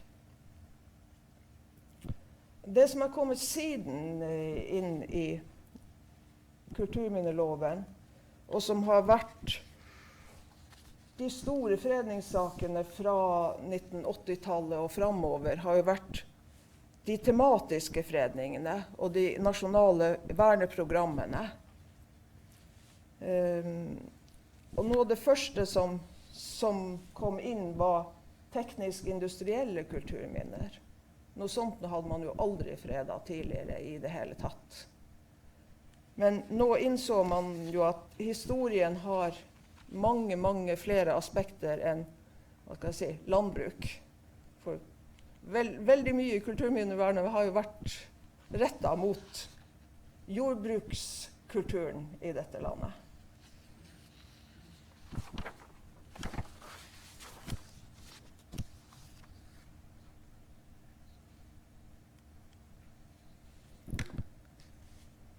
Og så begynte man å se litt på de gamle fredningene og fant at selv de enkelte fredninger var jo ikke komplette. De hadde fredet kanskje det estetisk mest tiltalende i et kulturmiljø eller i en gårdsstruktur for eksempel. Man hadde fredet det store våningshuset og fjøset og det som lå på tunet. Men en sånn storgård, særlig på Østlandet, bestod jo av mye mer enn akkurat tunet med sine store hus. Og det bestod jo ikke minst av småfolket rundt omkring som jobbet for denne gården. Sånn at man begynte å legge inn en del husmannsplasser på fredningslista. Og de var jo stort sett forsvunnet allerede. Eller i veldig stor grad så var de borte. Det var ikke særlig mange gode eksempler igjen på dem. Men i hvert fall her så og det er jo ikke lenge siden at Hesthagen husmannsplass ble fredet som et supplement til gårdsfredningen av selve gården der.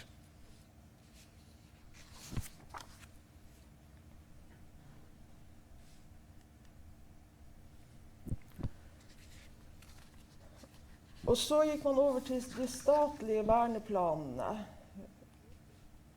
Fordi staten ønsket å fortelle sin egen historie. Og dette er sektorverneplaner for de ulike sektorer, altså det som ligger under de ulike departementer. Og det er en god tanke, og den har brakt mye godt inn på fredningslista. Det største problemet med de statlige verneplanene har vært at ting fremdeles måtte være i statlig eie for å kunne fredes etter den spesielle paragrafen som ble innført for dette her. Og alle vet jo at staten har solgt unna veldig mye, og det skjedde jo mens prosessene pågikk også at ting forsvant ut av statens eie. Men her er veldig mye kommet inn, og det har vært et veldig godt prosjekt som har dannet skole for mye av den digitaliseringen av informasjon som har funnet sted siden, for eksempel. Og så synes jeg også at det mottoet de hadde, ingen bygning er for anonym, for liten eller stygg, hvis den dokumenterer et viktig aspekt ved statens historie. Og den har de da fulgt opp litt grann i alle fall. Det er en del både små og stygge ting på den lista. Men det er naturligvis store, imponerende bygg også. For øyeblikket så tror jeg faktisk at det er vårt eget departement, Klima- og miljødepartementets verneplan, som er til behandling, og som skal ferdigstilles ganske snart.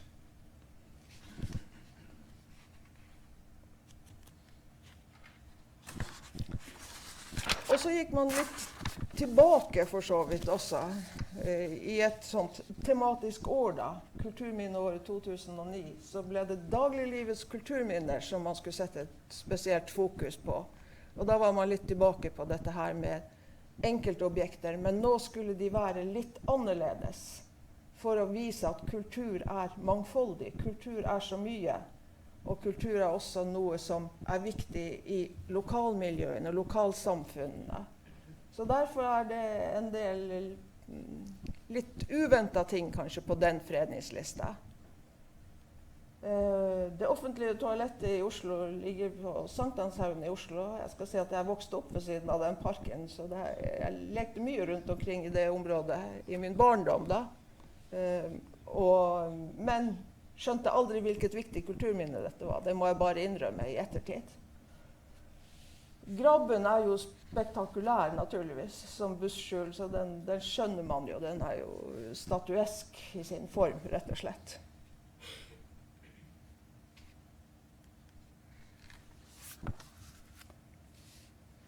Verdier har jeg jo nevnt flere ganger, så nå skal jeg bruke Hannas eksempel litt grann. Er det noen som vet hva dette er?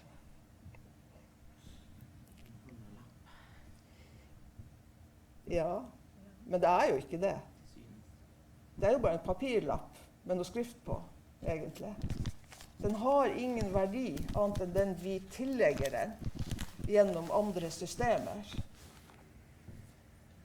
Og det er for å vise at dette her med verdi er ikke en selvskreven ting i et objekt. Det er noe som vi tillegger objektet på en eller annen måte av en eller annen grunn. Er det noen som kjenner bildet som vi viser her? Eller kan tenke seg hvor det er tatt henne?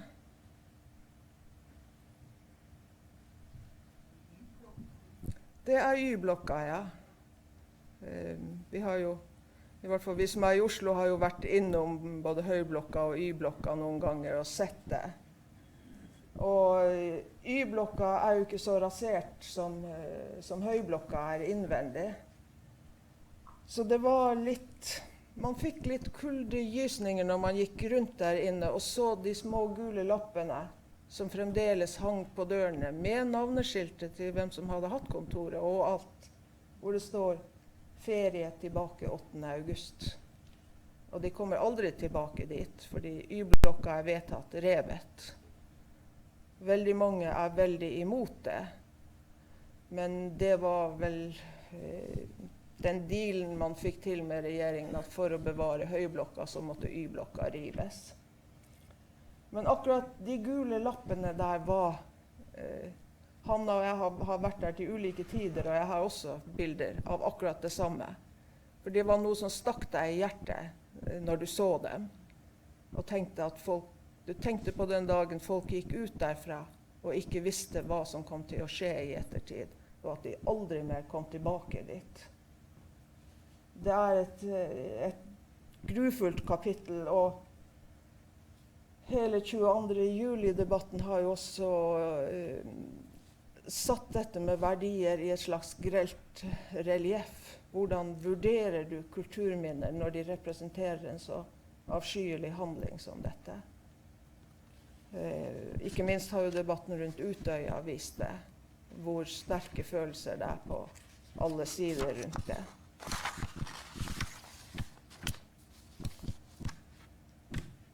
Så skal jeg bare for ordens skyld vise fra Riksantikvarens nettsider. Vi har jo en god del informasjon liggende på våre nettsider om dette her med fredning. Litt om bakgrunnen for det, om nye fredninger, om alle de ulike fredningssakene og status og det hele. Det er mye å lese der. Og det er også informasjon for eiere av freda bygninger og anlegg kan finne gode råd om mangt og meget på våre nettsider.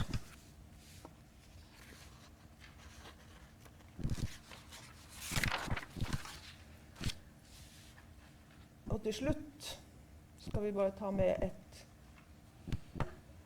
lite klipp fra, jeg antar det 50-tallet eller noe sånt noe dette her. Bryggen i Bergen, som er verdensarv i disse dager, har jo flere ganger stått i fare for å bli revet, fordi man anså det for gammelt skrap som ikke passet i en moderne by. Og litt sånn, jeg vet ikke, arrogant kanskje, pleier vi jo alltid å si at kulturminnevernet får alltid rett i det lange løp. Det vi insisterer på skal bevares, viser seg å ha verdi i det lange løp. Når det har gått 50 år, så er de fleste enige om at det var godt det ble tatt vare på. Men der og da, når saken pågår, så er det ikke sikkert at konsensusen er like stor.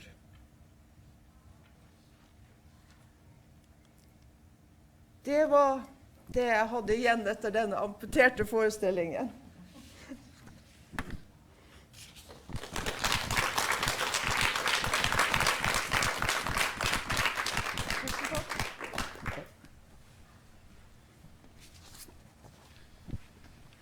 Ja, då får vi tacka för det.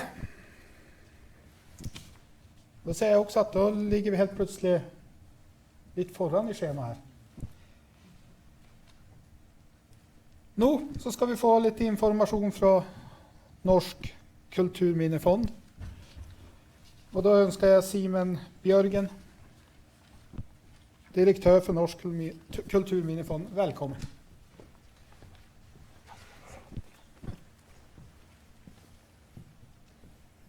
Tusen takk for det. Jeg har en presentasjon her, hvis jeg bare kan finne den.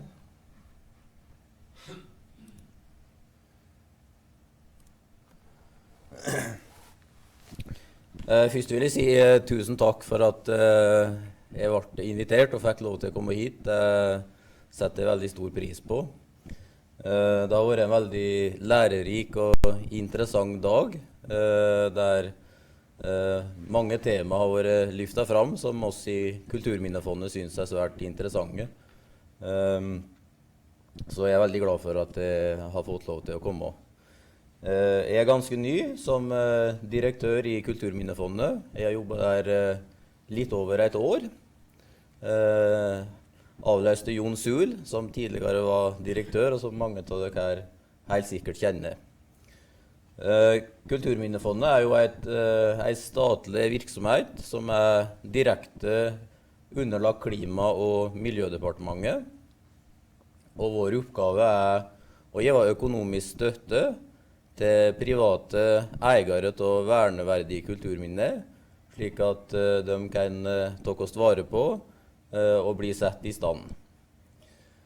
Og så har en liten administrasjon som er lokalisert til Røros. Og så er det ca. 15 personer som arbeider på Røros. De fleste er rådgivere da, som driver med behandling av søknad, og som også driver med faglig veiledning til de private eierne. Da. For det er de private eierne som er hovedmålgruppa for denne tilskuddsordningen som fondet representerer. Fondet har et eget styre. Styremedlemmen blir oppnevnt av klima- og miljøministeren, og de blir oppnevnt for 4 år om gangen. Så lengste mulige funksjonstid for styremedlem er 8 år. Og vår styreleder heter Helen Bjørnøy, tidligere miljøvernminister, som det heter den gangen. Og hun har med seg da 4 andre personer i det styret. Og styret i fondet har nylig vedtatt en ny langsiktig strategiplan. Og visjon, eller den røde tråden da, for fondets arbeid, er bevaring gjennom verdiskaping. Og verdiskaping er et veldig viktig element for fondet når vi skal prioritere blant mange søknader. Verdiskaping i ulike dimensjoner, ikke bare økonomisk verdiskaping, men også økonomisk verdiskaping, sosial verdiskaping og kulturell verdiskaping som dømer på det. Det er vi gjør i Kulturminnefondet at vi da forvalter en statlig tilskuddsordning for å minimere tapet av verneverdige kulturminner. Fondet ble etablert i 2003. Den gangen så var det også vedtektsfestet at 1/3 av midlene skulle gå til fredet kulturminne. Vedtektene våre ble endret i 2013, slik at nå er den formuleringen fjernet. Og det er på en måte tydeliggjort av arbeidsdelingen mellom Riksantikvaren og Kulturminnefondet på den måten. Og synes jo være med å bidra til at kulturminnet skal både brukes og bidra til verdiskaping, samt at vi klarer å bevare et mangfold av kulturminner og kulturmiljø. Og det gjelder selvsagt også samiske kulturminner, som er et viktig område for fondet. Kulturminnefondet, det ligner jo litt på foredraget som vi hørte her tidligere. Den er fokusen på eierne, altså de private eierne til kulturminner. Og det er jo fordi vi har samme statsråden og den samme regjeringen, og vi merket jo veldig tydelig en endring når det var regjeringsskifte, og dette fokuset på eierne, dette fokuset på at vi fra forvaltningen skal ha et tett samarbeid med eierne, og at vi på sett og vis både skal bli mer løsningsorientert og større fokus på brukerne, eller våre kundene våre. Men oss tror jeg jo at det å samarbeide med eierne er kanskje den viktigste strategien for at vi skal være med nå det nasjonale målet som Stortinget har fastsatt om at vi skal minimere tapet av verneverdige kulturminner. For hvis vi ikke klarer å få til et godt samarbeid med eierne, og klarer å finne eiere som er motivert, som har gjennomføringskraft, og som virkelig er interessert i å bevare kulturminner og kulturminneverdier, ja, da hjelper det nesten ikke hvor mye statlige midler vi har å bruke. Forskrifter for Kulturminnefondet er ganske vidt definert, slik at det er mange områder som egentlig kan være støtteverdige hos oss, men styret har jo valgt å avgrense fondets arbeidsområde til de faste fysiske kulturminner. Nå er det jo 11 år som fondet har vært i virksomhet da, og når en ser hva type objekt eller hva type tiltak fondet har støttet gjennom de 11 årene, så er 85% bygninger. Så er det 5% som er fartøy, og så er det 10% da, som er andre ting. Og det er det mange eksempler på. Det kan være historiske vandringsruter, det kan være gravmonument, det kan være historiske hageanlegg som pilgrimsled som eksempel på andre ting da. Her er et eksempel fra Hamarøy på en samisk husmannsplass som har fått støtte fra Kulturminnefondet. I løpet av disse 11 første året så har vi behandlet 6500 søknader, og det er et voldsomt høyt antall søknader.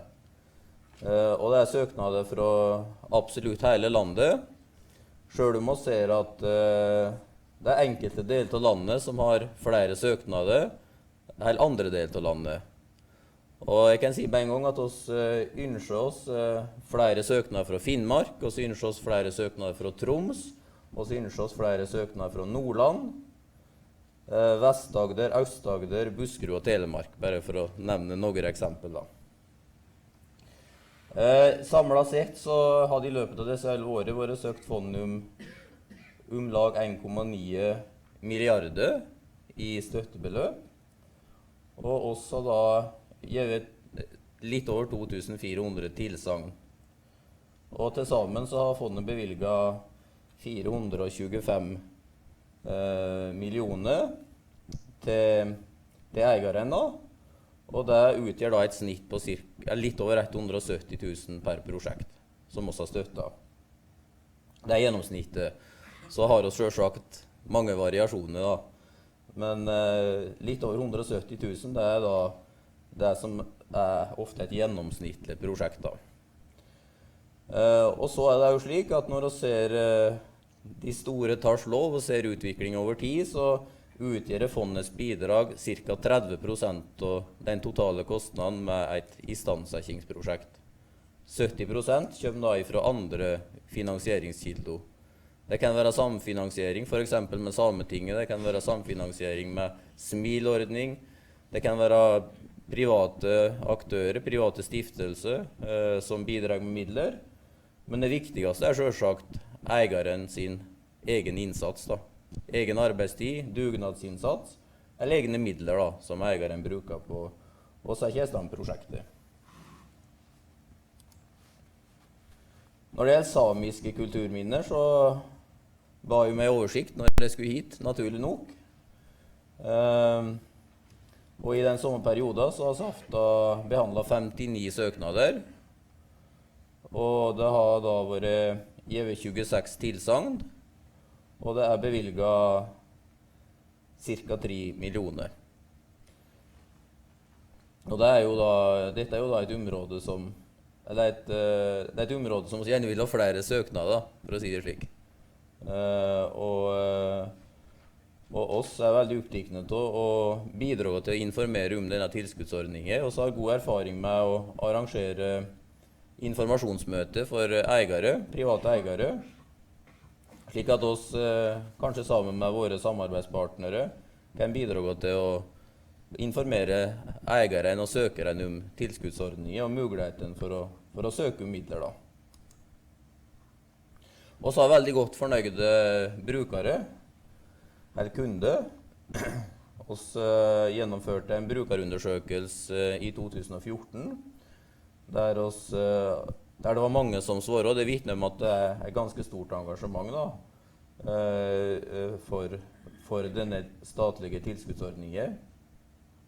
83% av alle søkerne, både de som har fått tilsagn og de som har fått avslag, var fornøyd med kontakten med fondet. Og det som var interessant for oss å oppleve, var at mange av brukerne sa at den faglige oppfølgingen av prosjektet er svært viktig. Det er ikke nok bare å bevilge midler, men det å kunne følge opp prosjektet faglig er svært viktig.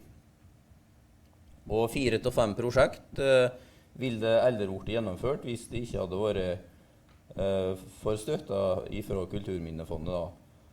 Og som det kuksa var litt over 2400 prosjekt, så cirka skal jeg fastslå med bakgrunn i de tallene fra brukerundersøkelsen at ca. 2000 prosjekt sannsynligvis det ikke ville vært gjennomført uten støtte fra fondet.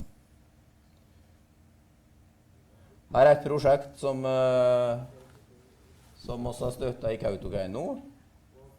Her er det 370 000 som ble gitt i støtte for å gi tilskudd til å skifte ut noe råteskadd tømmer, rette opp tak og restaurere vinduer.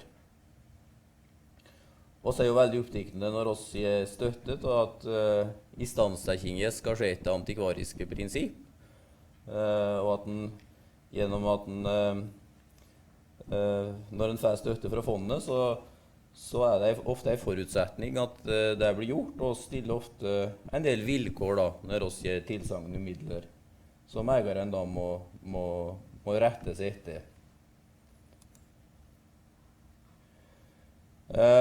Prosjekt som får støtte fra fondet forutsett minimum 30% privat medfinansiering i det enkelte prosjekt. Dette er jo hjemlet i våre forskrifter. Og det forutsetter også samfinansiering mellom offentlige og private aktører. Og prosjektet må gjerne da involvere egeninnsats eller dugnadsinnsats som kan dokumenteres, og som da kan inngå i det totale kostnadsoverslaget. Dette med at det er jo slik at søknadsmengden er stor, og oss har jo en del føringer fra Klima- og miljødepartementet i forhold til hvilke type prosjekt vi skal prioritere, blant annet prosjekt med verdiskapingspotensial, men også prosjekt som kommer allmennheten til gode. Det er dømme på prosjekt som fondet styr ofte prioriterer. Vi har en årlig søknadsfrist for å søke midler, og det er 1. november hvert eneste år. Så neste søknadsfrist for å søke fondet midler det er da 1. november 2015. Oss har i tillegg 2 tilskuddsordninger som styret har opprettet, som oss behandler løpende, som det ikke er søknadsfrist på. Det er da en tilskuddsordning der vi kan gi støtte til rett og slett strakstiltak eller skadeforebyggende tiltak for å kunne hindre at skader utvikler seg inntil eieren får tid til å planlegge et mer omfattende istandsettingsprosjekt. Det kan for eksempel være å legge et midlertidig tak for å hindre at forfallet får utvikle seg inntil en har kunnet organisert en søknad. Det kan være å hindre at en mur raser ut. Det er eksempel på strakstiltak. Her kan vi gi inntil 30 000 kroner per prosjekt, er maksimalt 50% av kostnaden. Og så har vi en ordning der vi kan gi støtte til å arrangere faglige seminar For oss erfarer i mange av våre prosjekt så det dessverre mangel på håndverkskompetanse i tradisjonelle håndverksteknikker, som nødvendige for å foreta istandsetting etter antikvariske prinsipp. Så synes jeg, og ser jo gjerne etter prosjekt der det kan en opplæringsdimensjon da, kan inngå som en del av hele prosjektet, eller at det da kan arrangeres seminar der en setter fokus på verneverdige restaureringsfag. Da. Jeg tar ikke mål til å gå gjennom søknadsskjema. Jeg tror jeg nøyer meg med å vise til våre hjemmesider. Omforlatelse til kulturminnefondet.no. Her ligger det veldig mye veiledningsmateriell, slik at det skal kunne være mulig å få svar på de fleste spørsmål i forhold til å fylle ut og levere en søknad til Kulturminnefondet. Og oss har også et elektronisk søknadsskjema, som også kan benyttes. Her det bare vist hvordan da registrerer seg med en e-postadresse og et passord. Og får da det samme søknadsskjema elektronisk, og kanskje enklere da for mange også å fylle ut og sende inn der.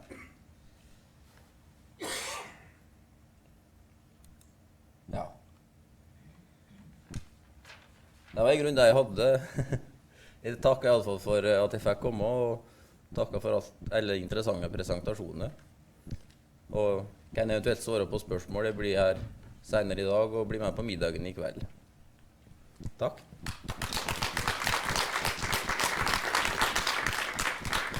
Ja, då får vi takke for den presentasjonen.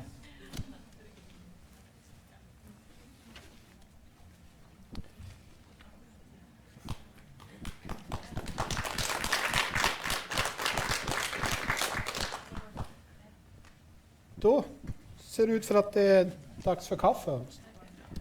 Og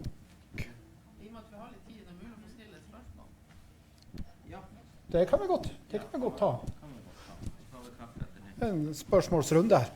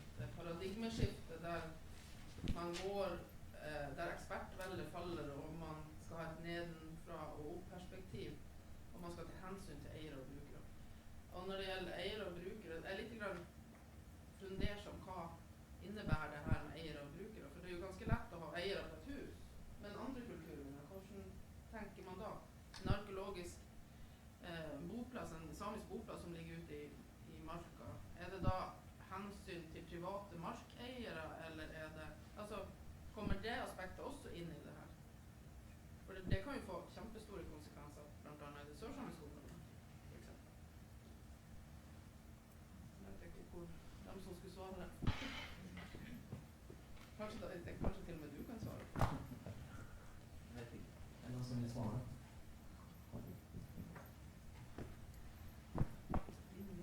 Ingen.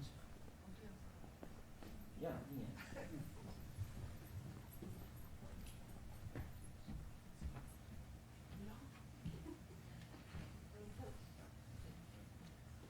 Jeg tror ikke jeg har noe godt svar til deg på det, fordi at den debatten går veldig ofte på bygninger, så veldig mye av problematikken er rettet mot bygninger. Det hender jo at man kommer opp i den situasjonen i forhold til arkeologiske kulturminner som ligger på privat eiendom, naturligvis.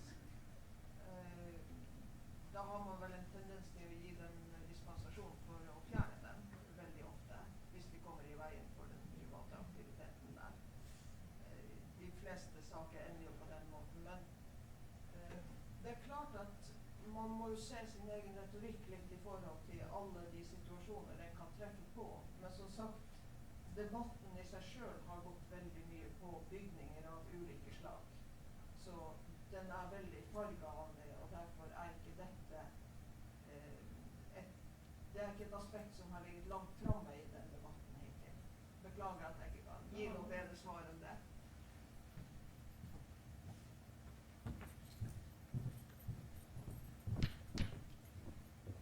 Ja, det er helt rett det, men det er jo ikke bare det med fjerning av kulturminner, det er jo også i forhold til å få tillatelse og undersøke kulturminner. Vi har jo for eksempel Trollheimen som er en sånn kjempeinteressant diskusjon hele tiden, der vi vi hindrer på alle måter å komme inn for å undersøke de samiske kulturminnene. Og skal eierne, når man skal høre hele tiden til eierne, det er jo ofte hvem er eierne? Er det den samiske befolkningen som har avsatt de her kulturminnene, eller er det markeiere? Så det kan jo få kjempestore implikasjoner for det jobb vi skal gjøre. Jeg tror i hvert fall det er behov for å ta den debatten litt videre.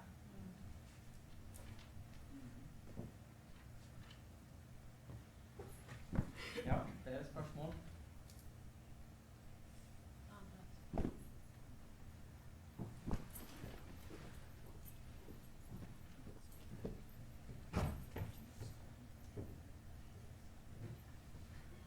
Ja, det var et spørsmål til Bjørn om Kulturminnefondet.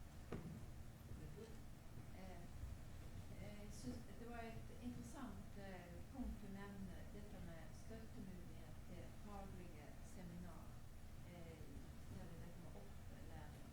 Og jeg har to spørsmål knyttet til det. Det ene, er det samme forutsetninger som ellers ligger til grunn for støtte for Kulturminnefondet? Altså det at det skal være en privat finansiering med. Og det andre er jo du kan sagt mer om erfaringer og type slike seminar dere har gjennomført. Er det seminar som er knyttet til bestemte prosjekter, istandsettingsprosjekter, eller er det mer generelle jeg synes for eksempel det var noe interessant å knytte dette til en del av det som har hørt tidligere i dag, det er jo konkrete prosjekter. Vil et sånt seminar kunne vært arrangert i tilknytning til en av disse prosjektene som har hørt om i dag?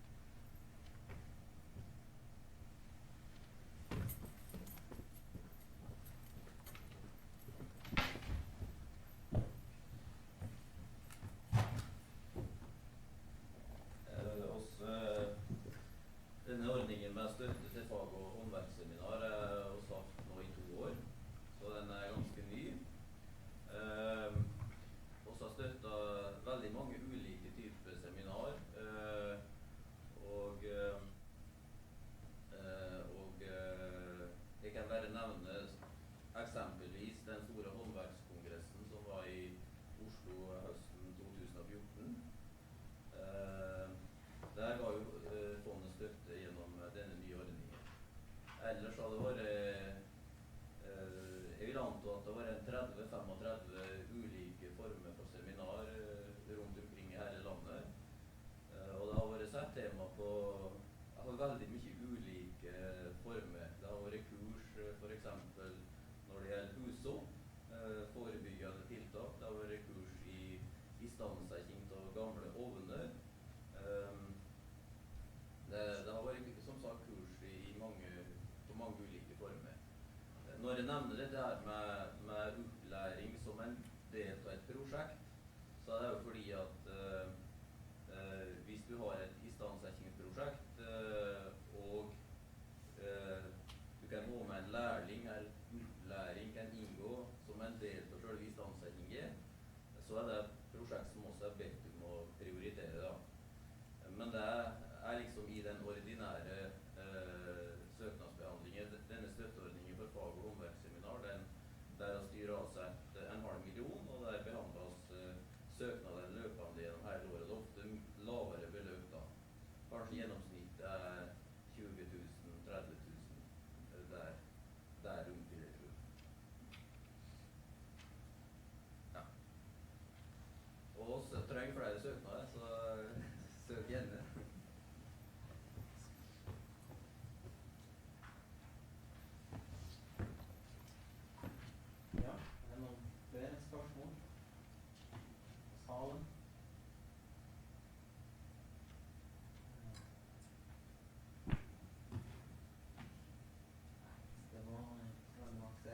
Jeg har lyst til å bare si noe selv om det vi fikk høre fra finsk side. Det var jo veldig interessant. Altså.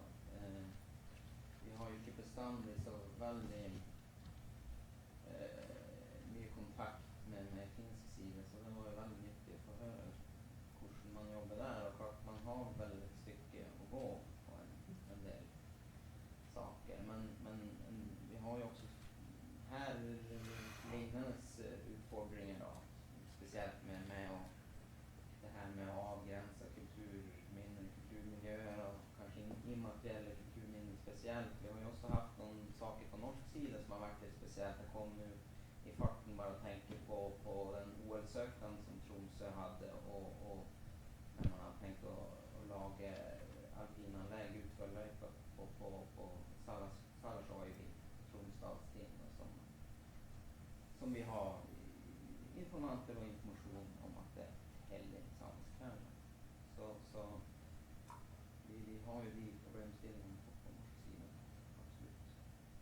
Så har vi på spørsmål, det er bare en kommentar og refleksjon. Ja, Sigrid.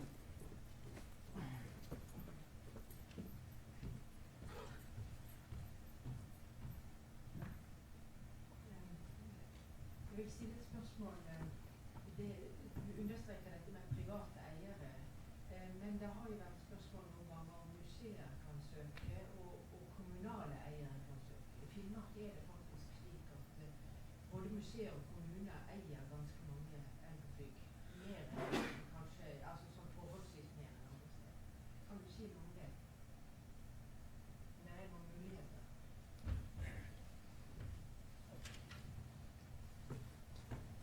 Hvis det bare kan svare på det med en gang, så er det slik at fondet som hovedregel er ikke støtte kommunalt eide kulturminner eller organisasjoner, virksomheter som mottar statlig støtte. Så hovedmålgruppa for tilskuddsordninger er de private eiere. Da er det ingen regel uten unntak. Og så har ikke noe forbud mot å støtte kommunalt eide objekt, men da bør det helst være en spesielt god grunn, være kanskje et spesielt viktig kulturminne.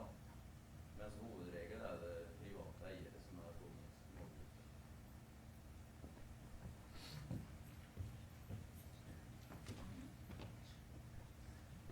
Ja, kommentarer? Spørsmål?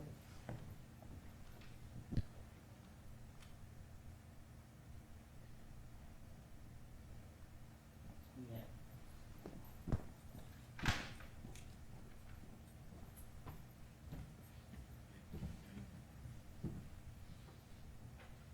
Jeg synes også innlegget fra finsk side var veldig interessant.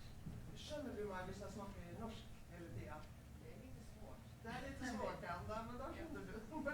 Eller skal jeg snakke engelsk? Ja, det var bedre. Okay, I'll do that then.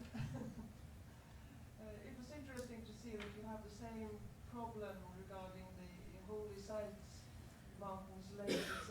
as we had in Norway some years ago when they started doing the wind power developments in northern Norway in particular.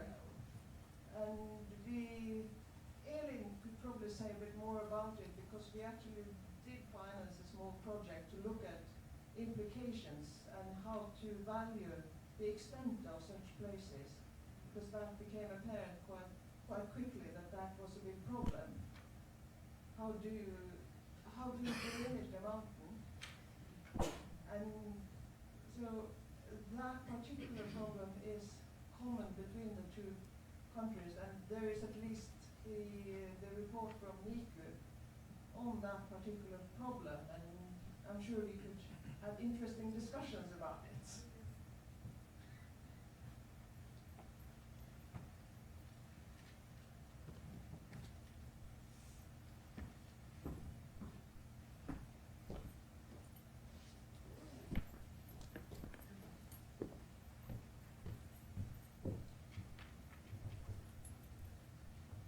About the Finnish problems about the offering sites, I was wondering, how do you define the offering sites when you don't have what do you say or something human-made, something that proves the beliefs of the place, just when the stories ain't enough anymore? Because I was reading an article about Tina Eikes, and she has used a lot of Sami offering sites, and I did find offering sites in just 5 meters from the border to the finish line when I was walking in Anajoka, and she knew about it, but in her mind it wasn't an offering site because there were no human remains. You couldn't find anything that proved that because she was visiting that place. But when I visited, you can actually see coins and you can see bones, and so in my mind it actually is an offering site because all the people I talked to told me it was an offering site, and it was a special feeling you got when you get close to the stone rocks and everything, and you can find it was like small rocks. You were made like holes and cabins, and you can actually see things deep inside the rocks. But in her mind it was, no, in Finnish world it wasn't, it's just rocks and some coins and that's everything. And I was just, how can we solve that? Because it ain't so difficult. It's 5 meters from the border. In the Sami we don't have any borders. So how can we solve that problem? Any answers?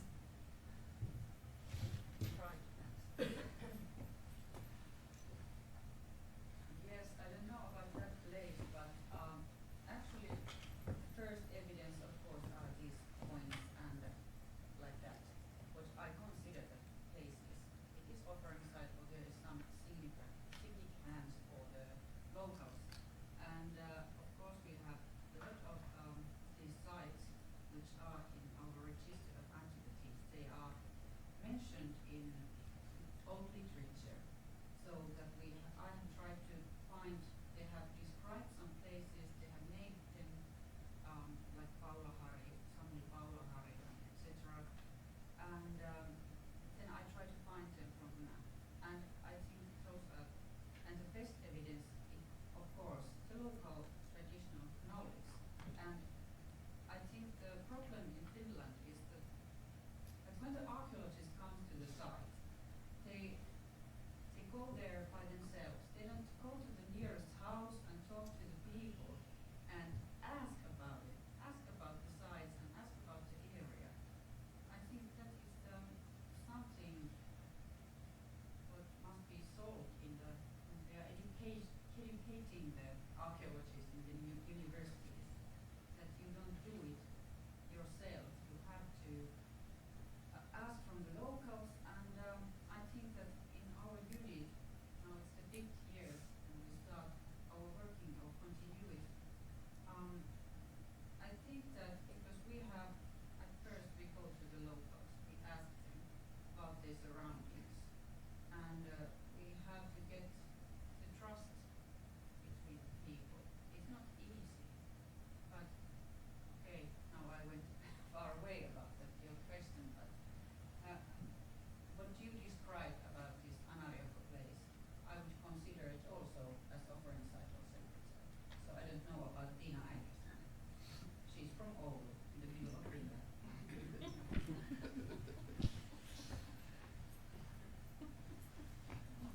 Yeah, thank you. Yes, this is very interesting, and also thank you for your lecture. So I just want to make a comment on that. It's in my world, at least, the anthropological one, it's commonly accepted that the most sacred sites are where we find no human traces. The most sacred sites are where even angels don't dare to go, and not humans at all. So it's to me it's a very kind of strange definition. So I can understand your resistance against it. Yeah, thank you.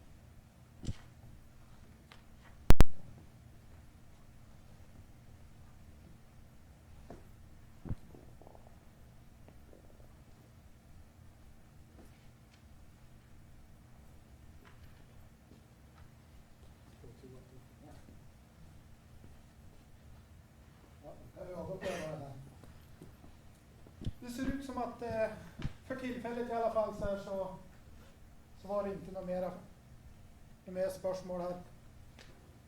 Vi kommer ju att ha en liten möjlighet till senare eftermiddag här också till spörsmål.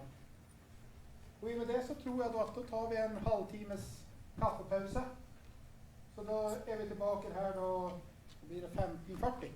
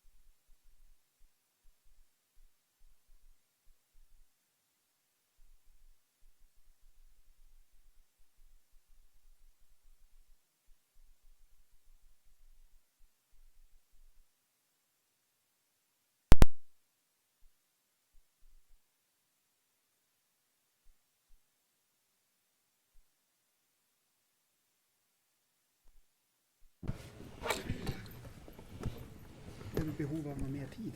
Det er jo oppsatt en slår på mikrofonen der. Det vet jeg ikke. Det vet jeg når jeg prater. Du slår på mikrofonen der. Ja, men okej. Ja, men då någonstans fram emot 4:30 där då vill jag och vänta. Det vet jag inte om vi blir så brutal, men Jag bara säga någonting. någonting. Jag tror det går ganska bra. Jag tror det ska gå ganska bra. Ja. Jag ska ta det med ro. För jag tänkte, jag har ju skrivit manus, men jag tänkte att vi prövar att vara sånn, altså at jeg leste det. Mm. Da må jeg av og til kikke på det for å huske hva jeg skal si.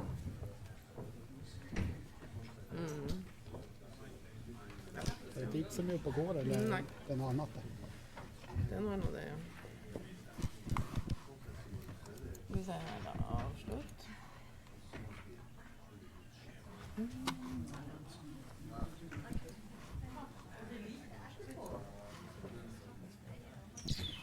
Der.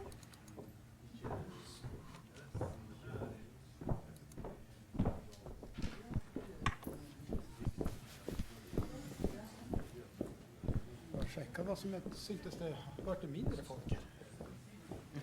Ja.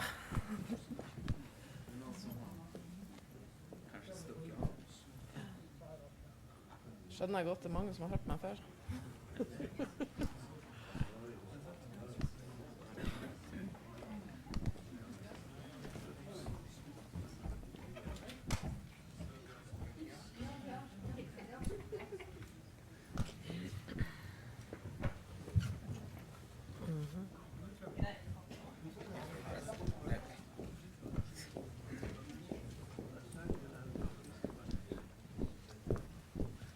Tur är väl att i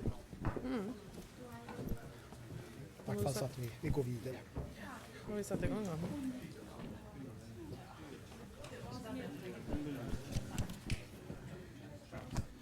Ja, då tror jag vi tar och går vidare i programmet här. De flesta är väl tillbaka i vart fall. Efter en kaffepausen här. Så att nu ska vi få ett föredrag som går lite på det här med perspektivet på förvaltning och förhåll, uppgaver och ansvar. Med lite utgångspunkter ifrån de samiska museerna.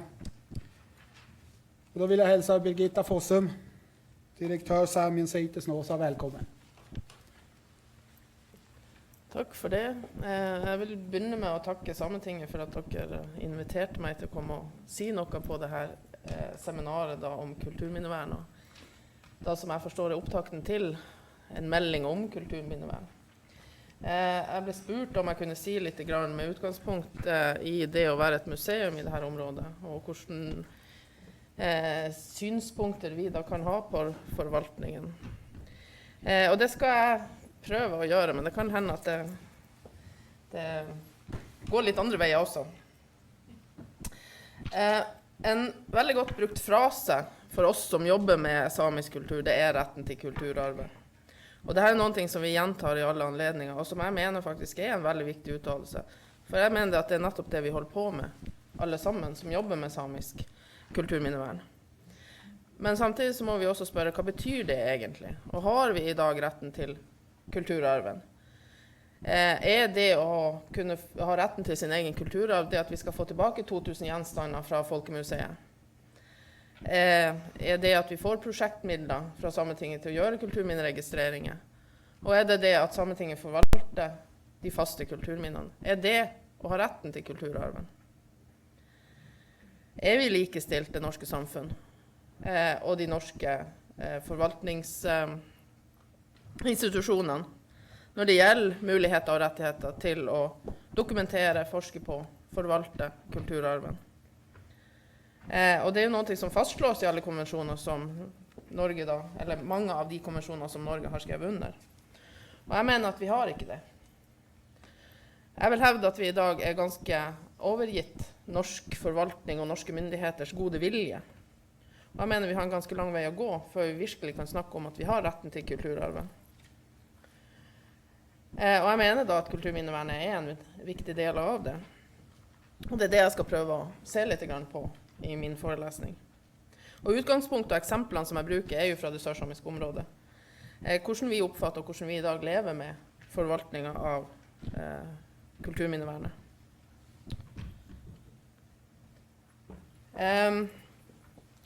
Saemien Sijte har jo, som ligger, skal vi se, nå skal vi bade alle de her finessene, som ligger her da i Snåsa, i det sørsamiske området, har jo bedrevet med kulturminneregistrering siden 1980-tallet.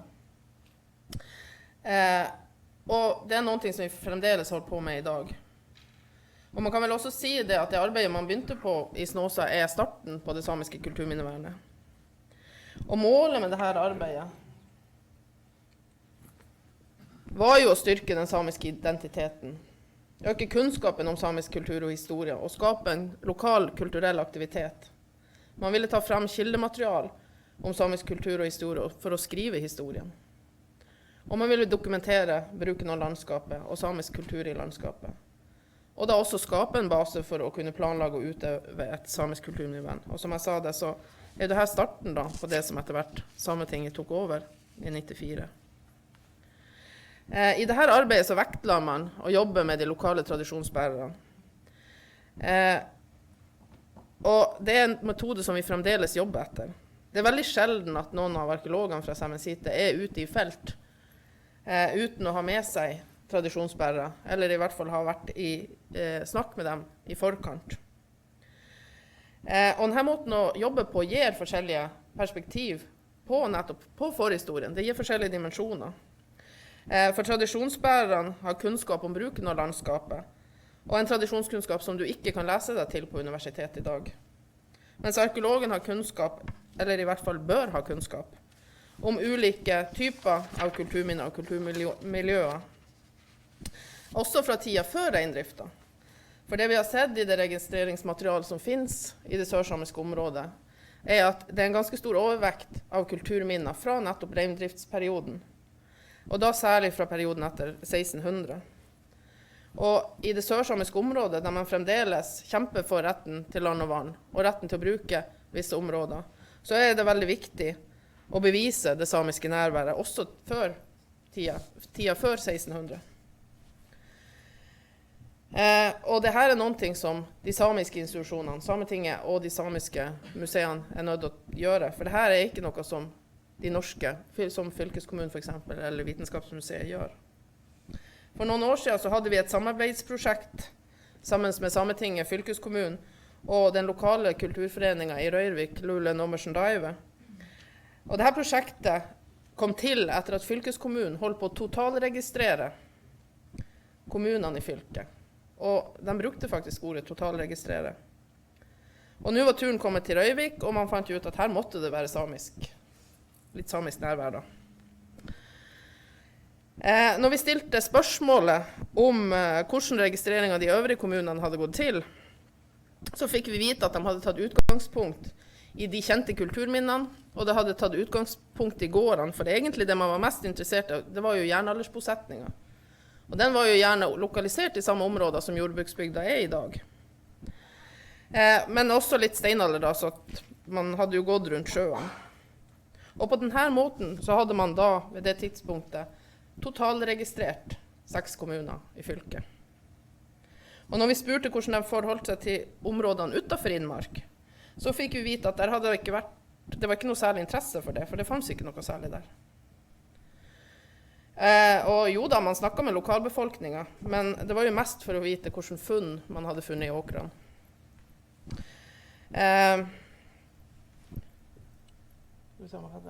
Og her er jo da et bilde som viser hvordan fornminnesbildet, det blir jo sånn her svorsk her, hvordan det kartet ser ut med den type registrering som fylkeskommunen da utfører.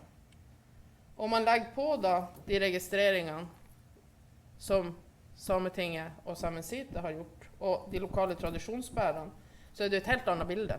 Vi har ikke lenger den kystbaserte kulturen. Her ser vi også et annet bilde, litt nærmere bilde, der de svarte prikkene er det som lå inne i Askeladden da, før de samiske kulturminnene begynte å komme inn.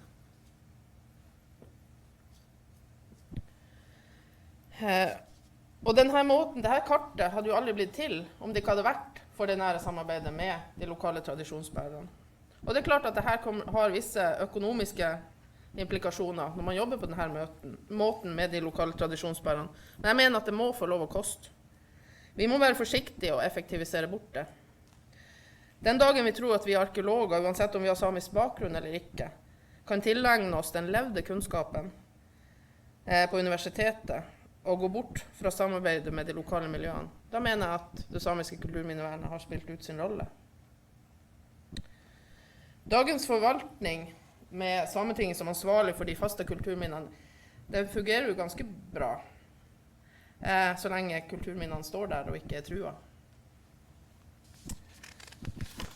Skal jeg ville påstå. Det inndelingen av hvordan kulturminneforvaltningen er oppbygd, det tenkte jeg ikke jeg skulle ta i det her publikummet, for det regner med at dere kan på fingerspissene betydelig mye bedre enn meg. Men vi vet jo alle at det handler om, i tillegg da til de regionale myndighetene, så handler det jo også om landsdelsmuseene, som har et ansvar for eksempel for løsfunn og arkeologiske undersøkelser i sine respektive områder. Det er Tromsø museum da, som har ansvar ned til Saltfjellet, og Vitenskapsmuseet som tar over der, og ned til Hedmark og Oppland, og i hvert fall så har de ansvar i hele det sørsamiske området. Så alle løsfunn som man finner ved kulturminneregistreringen skal automatisk sendes inn til Vitenskapsmuseet, for vår del da. Om kulturminnene er trua, og man ser at det er nødvendig med en gravning for å redde, og få ut kunnskapen i de kulturminnene som holder på å gå tapt, og så er det å spille inn det da til Vitenskapsmuseet, enten om det er vi eller Sametinget som gjør det. Og vi har hatt såkalte nødgravninger der vi har gitt innspill. Og da er det Vitenskapsmuseet som prioriterer og spiller inn til Riksantikvaren om deres prioritering av nødgravninger.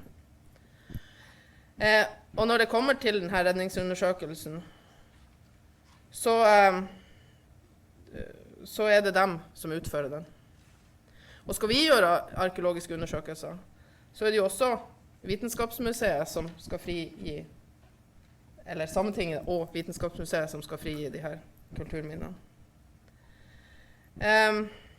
Og dette mener jeg er litt feil måte å organisere det på. Og jeg skal gi noen eksempel fra det sørsamiske området på det her. I et av våre tidligere interreg-prosjekt Semja Sápmisne, i det samiske rommet, så var tradisjonsbærere og arkeologer fra prosjektet på befaring i Røyrvik. Og en av de her turene gikk til en plass som var kjent siden tidligere, der man også hadde funnet for eksempel melketønner. Og de lokale tradisjonsbærerne ville at man skulle gå dit sammen med dem, altså at arkeologene skulle bli med til denne plassen. Og målet da for denne befaringen var denne store stenen som dere ser på bildet her. Og den skiller seg jo faktisk litt ut. Nå ser det nesten ut som den er en del av berget, men den står faktisk alene, og så er det faktisk et visst avstand bort til berget bakom. Der. Og både for arkeologen og for tradisjonsbæreren så vekte den jo et visst interesse. Og dette viste seg å være et ganske fascinerende sted, som egentlig hadde flere dimensjoner. Og i denne steinen så kan man si at det fanns flere rom. På den ene siden av steinen her så ser vi da en inngang som gikk inn til et ganske lett tilgjengelig rom. Og her inne i dette rommet så fant man en kaldmuring rundt en ganske stor enerot, som tydelig var spikket på med et skarpt redskap. Den var bearbeidet. Og denne størrelsen på rota er ikke akkurat sånn at du finner den hvor lett som helst i nærområdet der. Og likheten da med treseiter for eksempel, og det at man også har gjort klare prioriteringer og avgrense dette området, gjør jo at det ikke er så langsomt å tolke det. Og når man også ser det da i sammenheng med resten av funnene, eller resten av konteksten, så blir det enda mer trolig. Under denne steinen så renner det også en bekk, og i den bekken så fant man deposisjon av reinbein og horn også. Og det man kunne se da, for den som hadde det trente øyet, nemlig tradisjonsbærerne, det var at de her hornene var tatt av mennesker. Det var ikke et dyre, noe dyr hadde eltet etter seg. Og de kunne fortelle ganske mye. Nå skal jeg si at nå har ikke jeg akkurat det, men de kunne fortelle om hvilken årstid og så videre. Mot toppen av denne steinen så fanns det en sånn sprekk som man kunne klatre opp. Og det var som et hulrom inn i denne steinen, som dere kan se. Men det var ikke så lett å komme dit. Så en av prosjektmedarbeiderne, som også er sørsame, hun krøp inn der for å se om det skulle kunne finnes noen ting der. Og det hun fant, det understrøk for oss mangelen på retten til kulturarvet. Fordi at dette rommet, det inneholdt delen av en givrie, en tromme.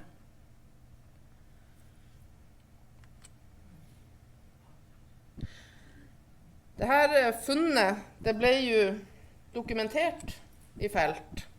Og det ble opprettet beskrivelser, og koordinater ble tatt. Og det hadde jo vært veldig enkelt å ta tromma inn og melde til Vitenskapsmuseet og sende den dit. For som dere kan se, så er det jo bare en del igjen av den. Den har jo vært ganske utsatt for gnagere, så at det var nok ikke så mange år den her skulle kunne ligge der uten å gå tapt. Beslutningen hvorvidt denne tromma skulle tas inn, ble gitt til den lokale kulturforeningen Luleå Norwegian Dive. Man informerte om hvordan saksgangen og hvordan tromma ville ha, altså at tromma blir sendt til Trondheim. Så at man hadde det med seg når man skulle diskutere videre hva man skulle gjøre. Man ble enig der og da at man ville legge det her tilbake for at man kunne ta det med seg og diskutere lokalt hva man skulle gjøre. Men foreningen kom fram til at man ønsket at denne tromma skulle tas inn og brukes i forskning og kunnskapsoverføring til yngre generasjoner om religion og bruk av tromma og om samisk kultur. Men man var også veldig tydelig med at man ønsket ikke at denne tromma skulle ligge på Vitenskapsmuseet, utan man ønsket at den skulle komme tilbake til det samiske lokalsamfunnet, og det er i første omgang til Saemien Sijte. De meldte også inn da koordinatene på dette stedet til Sametinget. Og så ble vi enige om at vi skulle starte en forhandling med eller starte en diskusjon med Vitenskapsmuseet. Vitenskapsmuseet ble informert om at det var gjort et funn, og at vi ønsket en dialog om tilbakeføring av tromma, om vi skulle bestemme oss for å ta den inn. I første omgang så sendte den som er ansvarlig for de samiske samlingene, eller for samlingene i Trondheim, de sendte oss sitt standardkontrakt om lån av gjenstander, der man blant annet fikk opplyst om at lån kunne lengst være 5 år, og gjenstanden kunne bare håndteres av Vitenskapsmuseets ansatte.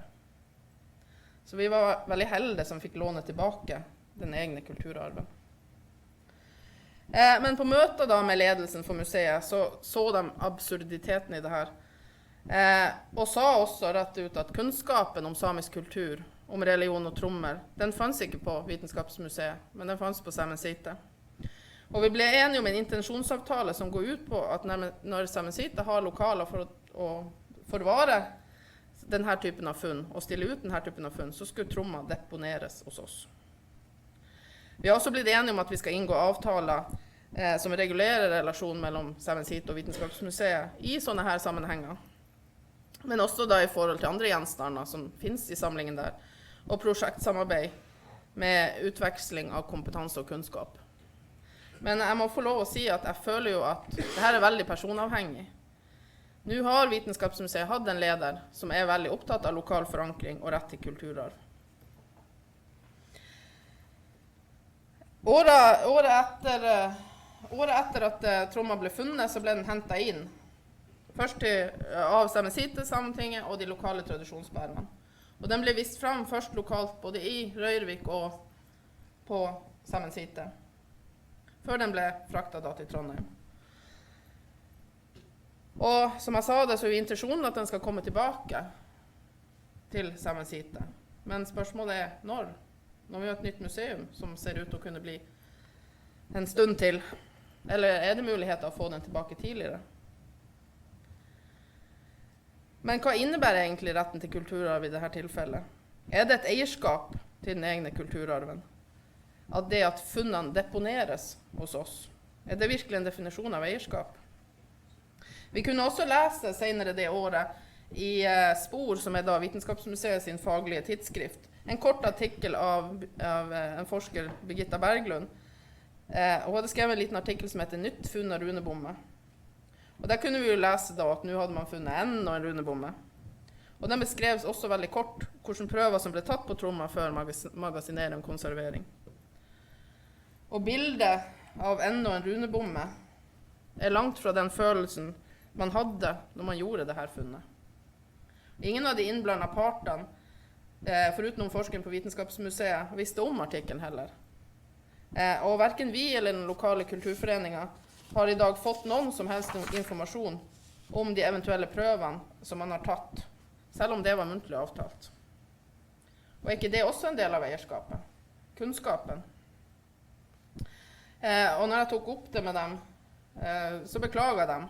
Men spørsmålet er jo hva skjer videre? Blir det noen forandring? Det andre eksempelet jeg har lyst til å ta, det er i forhold til det her med nødgravninger. Uten å nevne noe om hvor, så er det i det sørsamiske området framkommet en mulig grav midt i et reingjerde. Og dette gjerdet er i bruk i dag, og det finnes heller ingen mulighet til å flytte det reingjerdet akkurat nå. Og ingen, hverken de lokale tradisjonsbærerne eller vi, ønsker at dette kulturminnet skal gå tapt.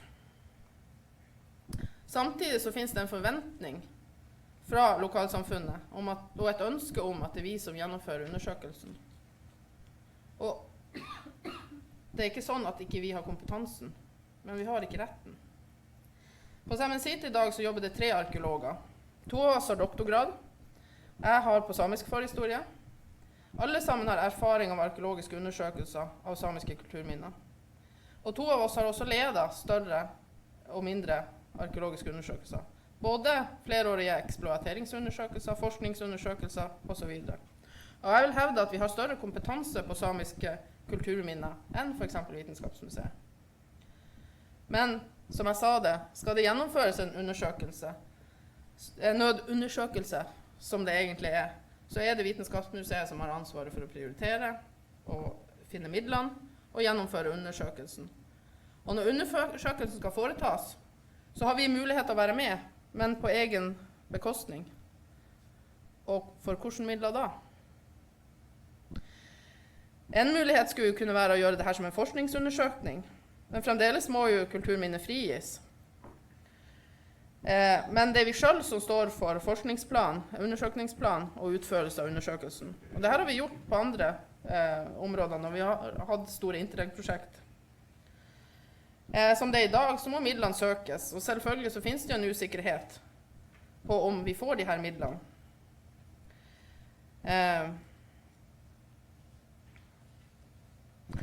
Og de er jo faktisk ganske mye større enn om vi hadde hatt muligheten til å selv prioritere hva vi mente var nødvendig å undersøke, og gjøre nødundersøkelser på. Men så her står jo saken i dag da. Melder vi det her inn som en nødundersøkelse, så går vi mot et lokalt ønske. Og selvfølgelig finnes det jo ikke da heller noen garanti for at det kommer midler. Heller. Men som sagt så er prioriteringen utenfor vårt mandat. Og vi vet jo heller ikke da om vi får muligheter og har økonomi til å være med på undersøkelsen. Søker vi prosjektmidler for undersøkelser, så er det som jeg sa, da kan vi jo risikere at vi får søke noen år før vi får de midlene. Og jeg føler at vi sitter her mellom 2 stoler. På den ene siden så risikerer vi å gå på tvers av hvilket kulturarv vi skal forvalte. På den andre siden så risikerer vi jo at kulturminnet går tapt. Og blir det da distriktet som blir ansvarlig for å ha ødelagt kulturminnet? Vi vet at gjerdet er i bruk, og at det kommer til å fortsette å brukes. Og vi vet at kulturminnet blir mer og mer ødelagt for hvert år. En annen dimensjon er forskning på det arkeologiske materialet. For noen år siden så ønsket vi å opprette et forskningsprosjekt sammen med Vitenskapsmuseet, der vi blant annet ønsker å få dateringer på de kulturminner som faktisk er funnet i det sørsamiske området. Vi ønsker også en metodologisk utvikling og for å kunne se på det her med kulturarvsspørsmål. Og vi diskuterte ganske lenge hvem som skulle eie dette prosjektet. Og etter samtaler med Vitenskapsrådet så ble det anbefalt at det var Vitenskapsmuseet som skulle sende, på grunn av at de hadde kompetanse på å lede store forskningsprosjekt. Spørsmålet om kompetanse på det samiske var ikke like aktuell. Og nå vil jeg poengtere da at vi har hatt et godt og har et godt samarbeid med Vitenskapsmuseet, men det blir litt moment 22. Vitenskapsmuseet søker midler, og vi er med å få litt midler til å gjøre litt småjobb og være med og delta. Men hovedparten av midlene blir jo kanalisert inn i Vitenskapsmuseet. Og det er kjempebra at Vitenskapsmuseet får kompetanse på samisk kulturarv, for det behøver de virkelig. Men den kompetansen har allerede vi. Men den offisielle kompetansen på å lede store forskningsprosjekt, den får vi ikke muligheten å bygge opp. Nå setter jeg jo det her litt på spissen selvfølgelig, som dere skjønner. Men jeg tror det er viktig at vi gjør det for å forstå hva det her kan ha for implikasjoner. Vi har jo ledd store, vellykkede Interreg-prosjekt. Men den kompetansen teller ikke riktig like mye når det gjelder å søke Forskningsrådet. Men her har vi ytterligere et forskningsprosjekt som blir om det samiske ledet av en norsk institusjon, som igjen skriver den samiske historien. En historie som vi under mange år har kjempet for å revidere, og som vi har kjempet for å få plass i. Vi sitter fremdeles på bevisbyrden, men vi har liten mulighet til å skrive historien. Vi får midler fra Sametinget til å registrere kulturminner, og det er absolutt nødvendig, for det finnes store hvite flekker på kartet. Men i dag har vi over 3000 samiske kulturminner registrert i det sørsamiske området, men vi har få dateringer. Vi kan ikke si særlig mye om bosetningsmønster i perioden før reindrifta. Og vi kan ikke heller si så mye om vi kan heller ikke bevise samisk bosetning i de her områdene under tidligere perioder. Som jeg sier, vi sitter fremdeles med samtidig så skjer det jo faktisk historieskrivning av lekfolk. Og nå senest den boka som kom, Samer sør for midnattssolen. Og det er veldig bra at man engasjerer seg og vil skrive samisk historie. Men spørsmålet er hva skal det samiske samfunnet, samene, de samiske institusjonene selv få gjøre den jobben. Jeg skal avslutte med noen tanker som jeg har gjort meg om det her.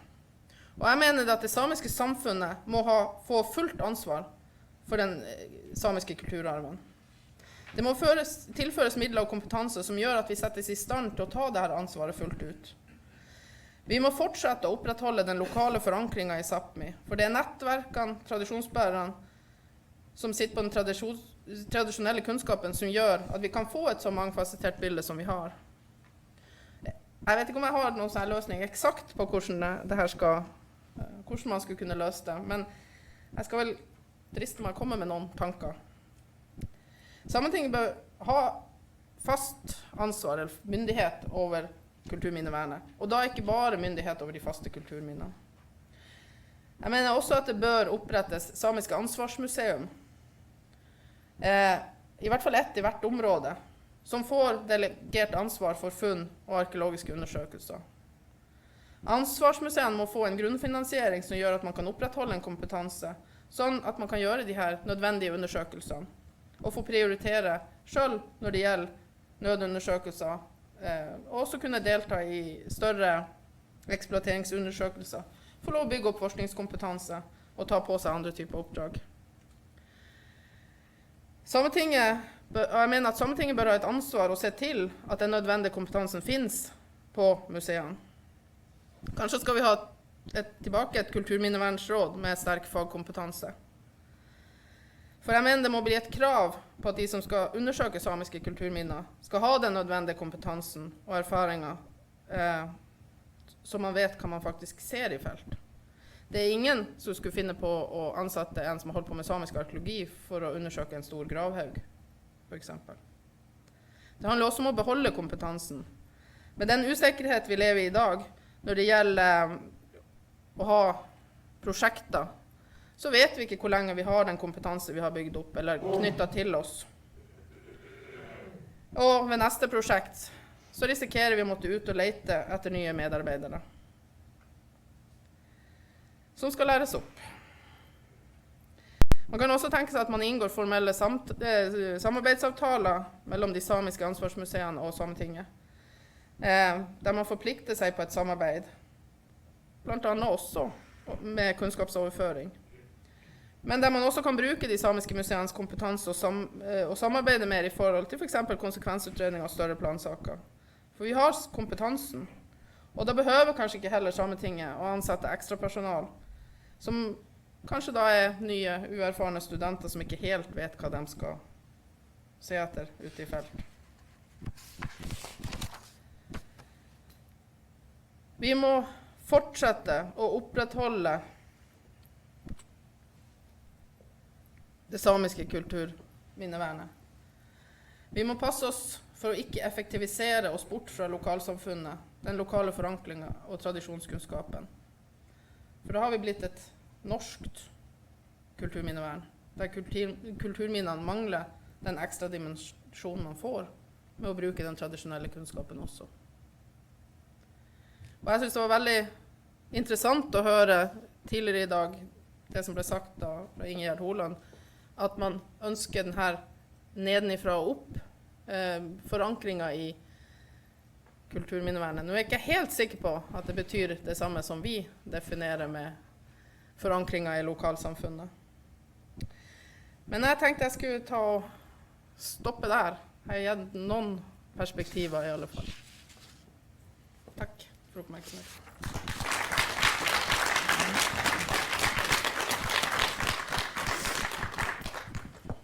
Ja, då får jag tacka så mycket.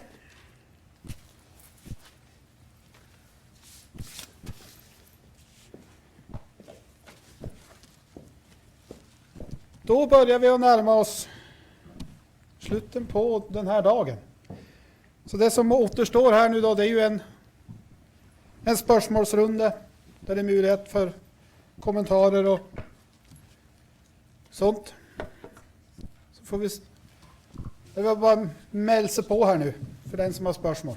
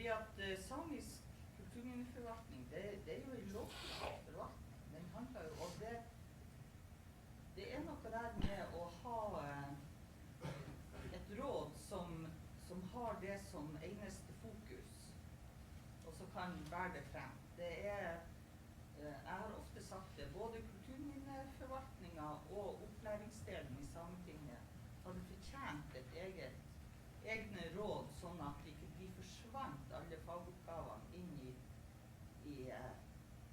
under politikken som stadig utføres. Ikke til forkleinelse for noe råd som sitter og forhandler det henne, men de har mer, det blir veldig ofte usynliggjort i det politiske livet. Så det synes jeg var et kjempegodt sånn kanskje eksempel som du hadde.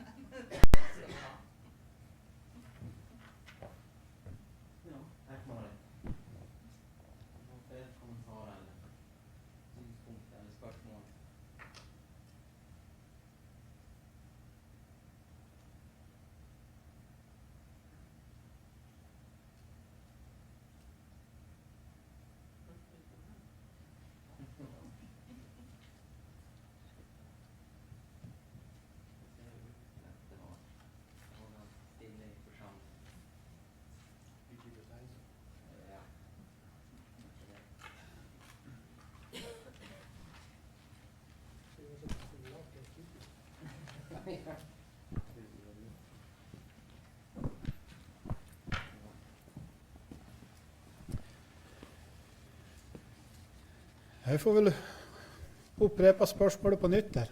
Fler Flere spørsmål, flere kommentarer.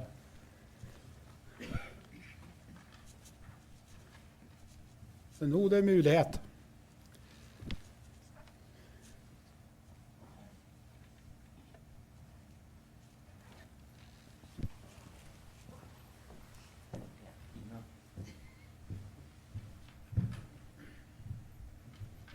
Jeg likte det du sa om faglig kompetanse. Det er en ting å lære graveteknikker og teknisk undersøkelse på et undervisningsrom på universitetet, men det er en ting å faktisk leve i kulturen, at du lærer hvordan folk tenker, og hvordan de ser på ting, og hvordan de opplever ting, ikke minst. Men det er også bare en del.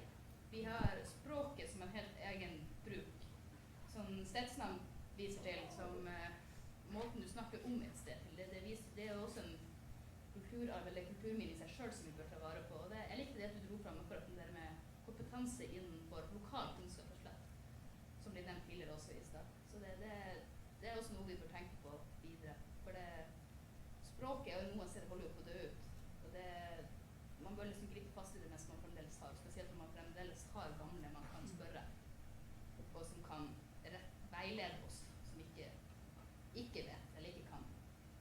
Så, men ja, en fersk student fra en storby og plassere det i Vik og Vidde for å finne et eller annet, det er som hest begynner å leke til en Norgenhøysa. Det er ganske vanskelig. Men noen klarer det. Men kompetanse er jo en viktig del, spesielt riktig veiledning.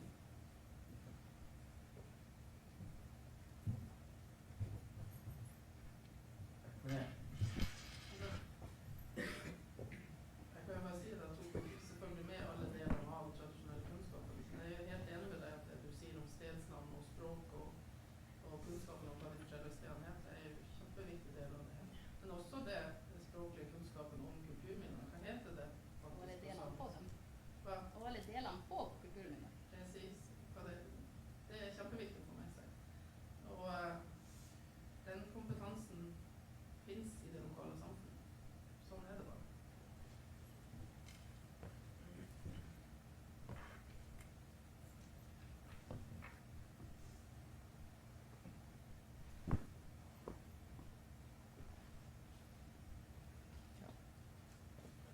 Ta noen betraktninger. Nei. Ikke det.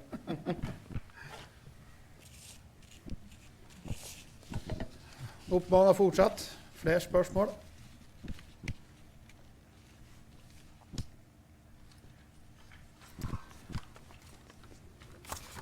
Det ser ikke ut til at det er det. Tänkte bara nu lite kort här på från det när jag började med min inledning i morges här. Och spänt på utifrån programmet och se det man skulle få höra. Och jag ser ju nu i löpet av dagen här det som är att det är mycket nytt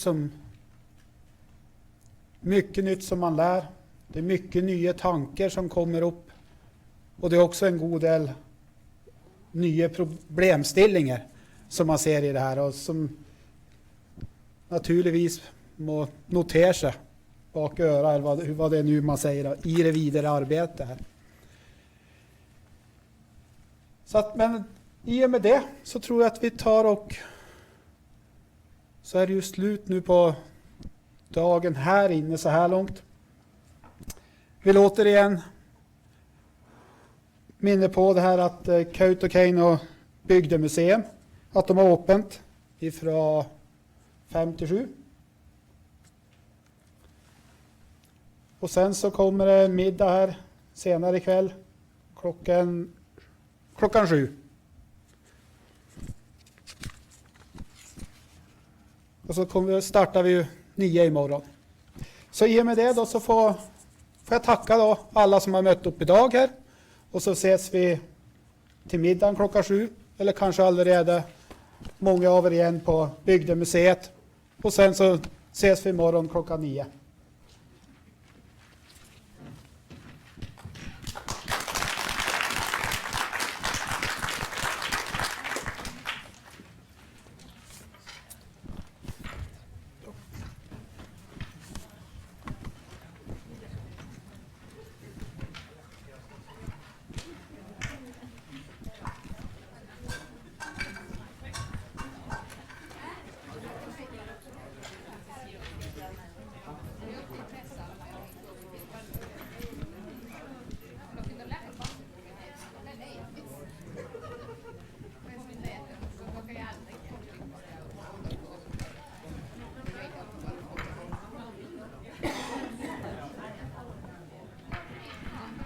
reste han av gården fra Kulturminnefondet? Kulturminnefondet?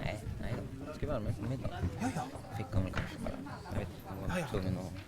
Då är det någon som har rätt och slätt har haft han och inte släppt han för sådana lovan. Ja, precis. Kort med back. Ja, det var det jag tänkte om man har sagt till nästan. Kom ihåg att skriva boken. Ja. Orkar du att skriva lite betraktning i den här? Ja.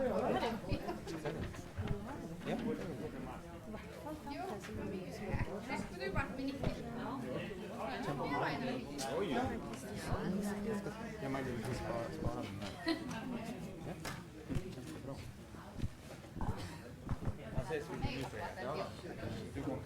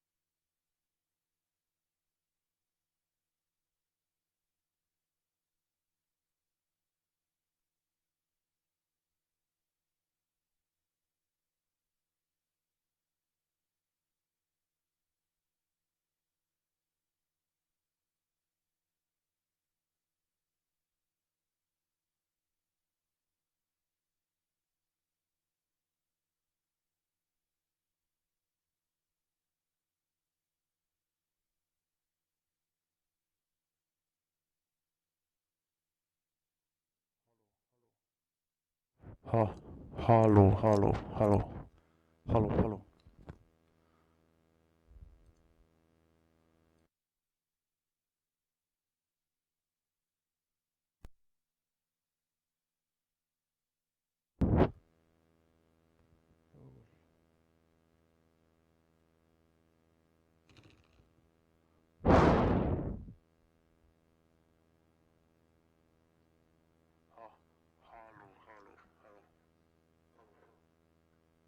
Hallo, hallo. Testing, testing. Hallo, hallo, hallo.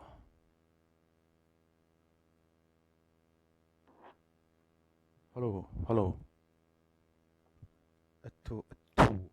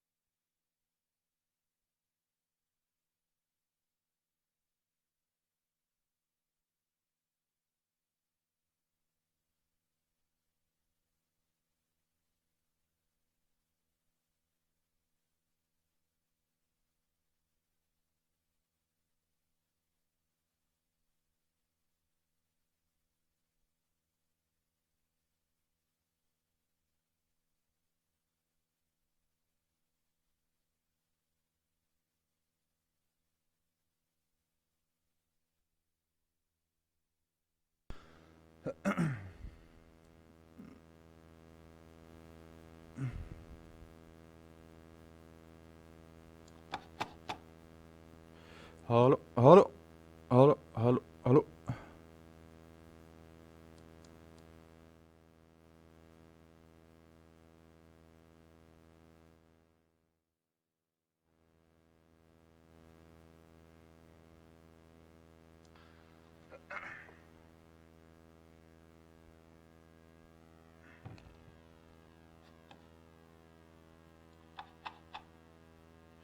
Hallo, hallo.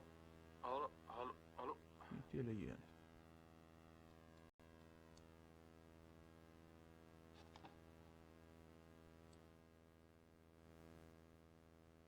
Hallo, hallo, hallo, hallo. Hallo, hallo, hallo, hallo, hallo.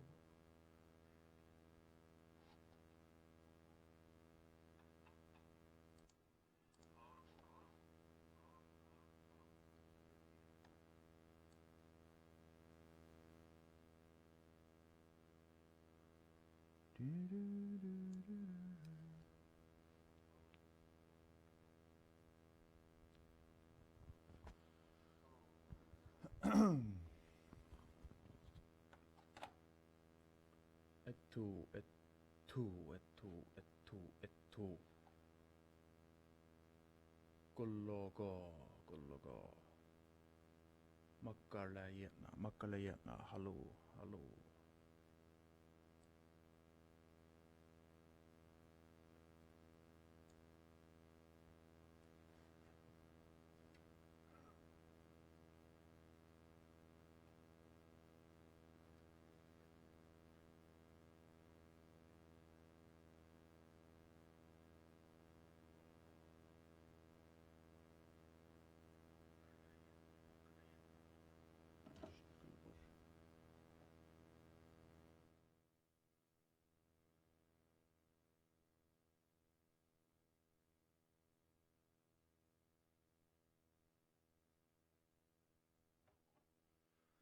Hallo, hallo, hallo, hallo. Et, to, et, to.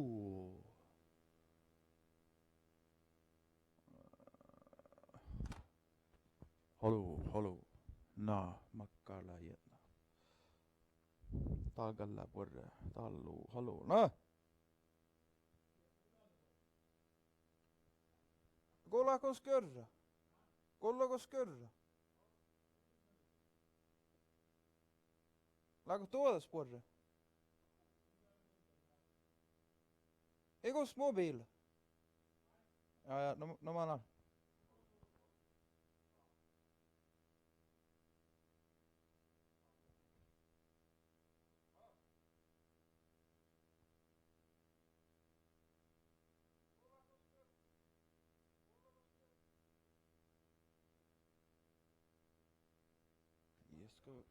Jeg skal lille porre til.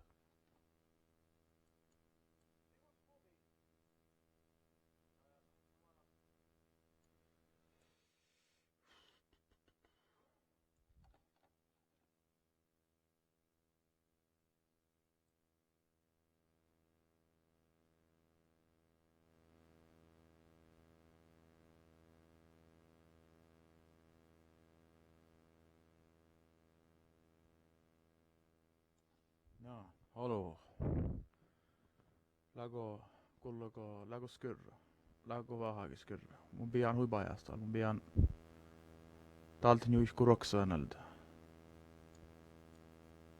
Jos mun tal pian mikrofonina laakko. Ja. Hallo.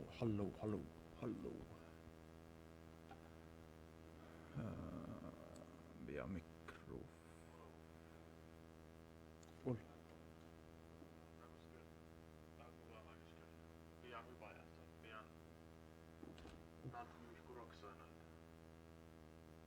Dinjen.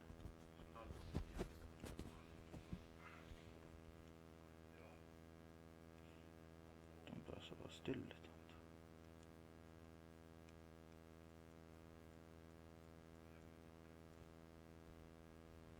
Mic line. Hallo.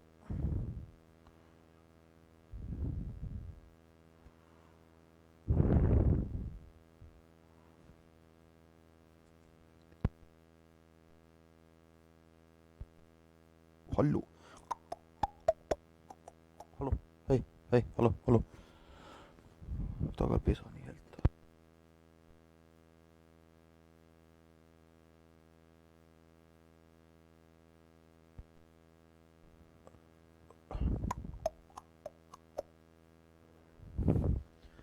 Joo.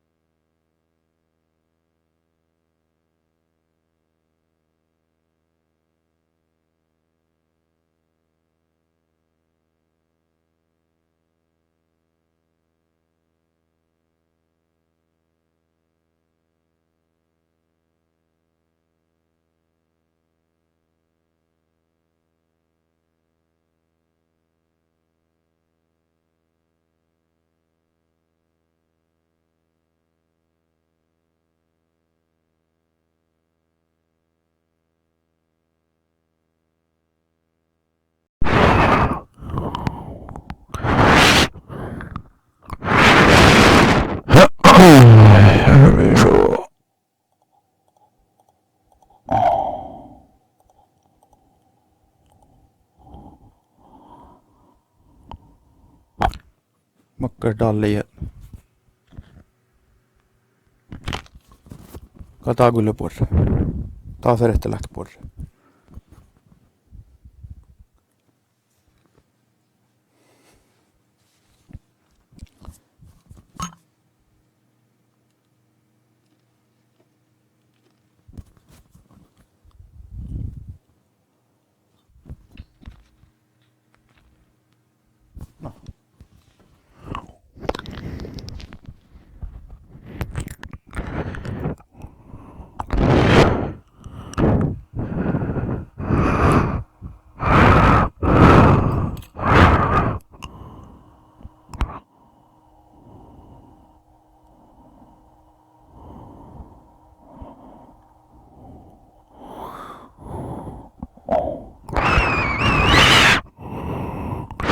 Ja.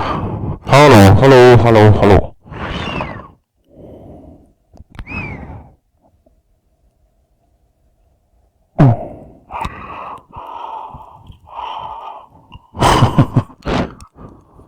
Hallo.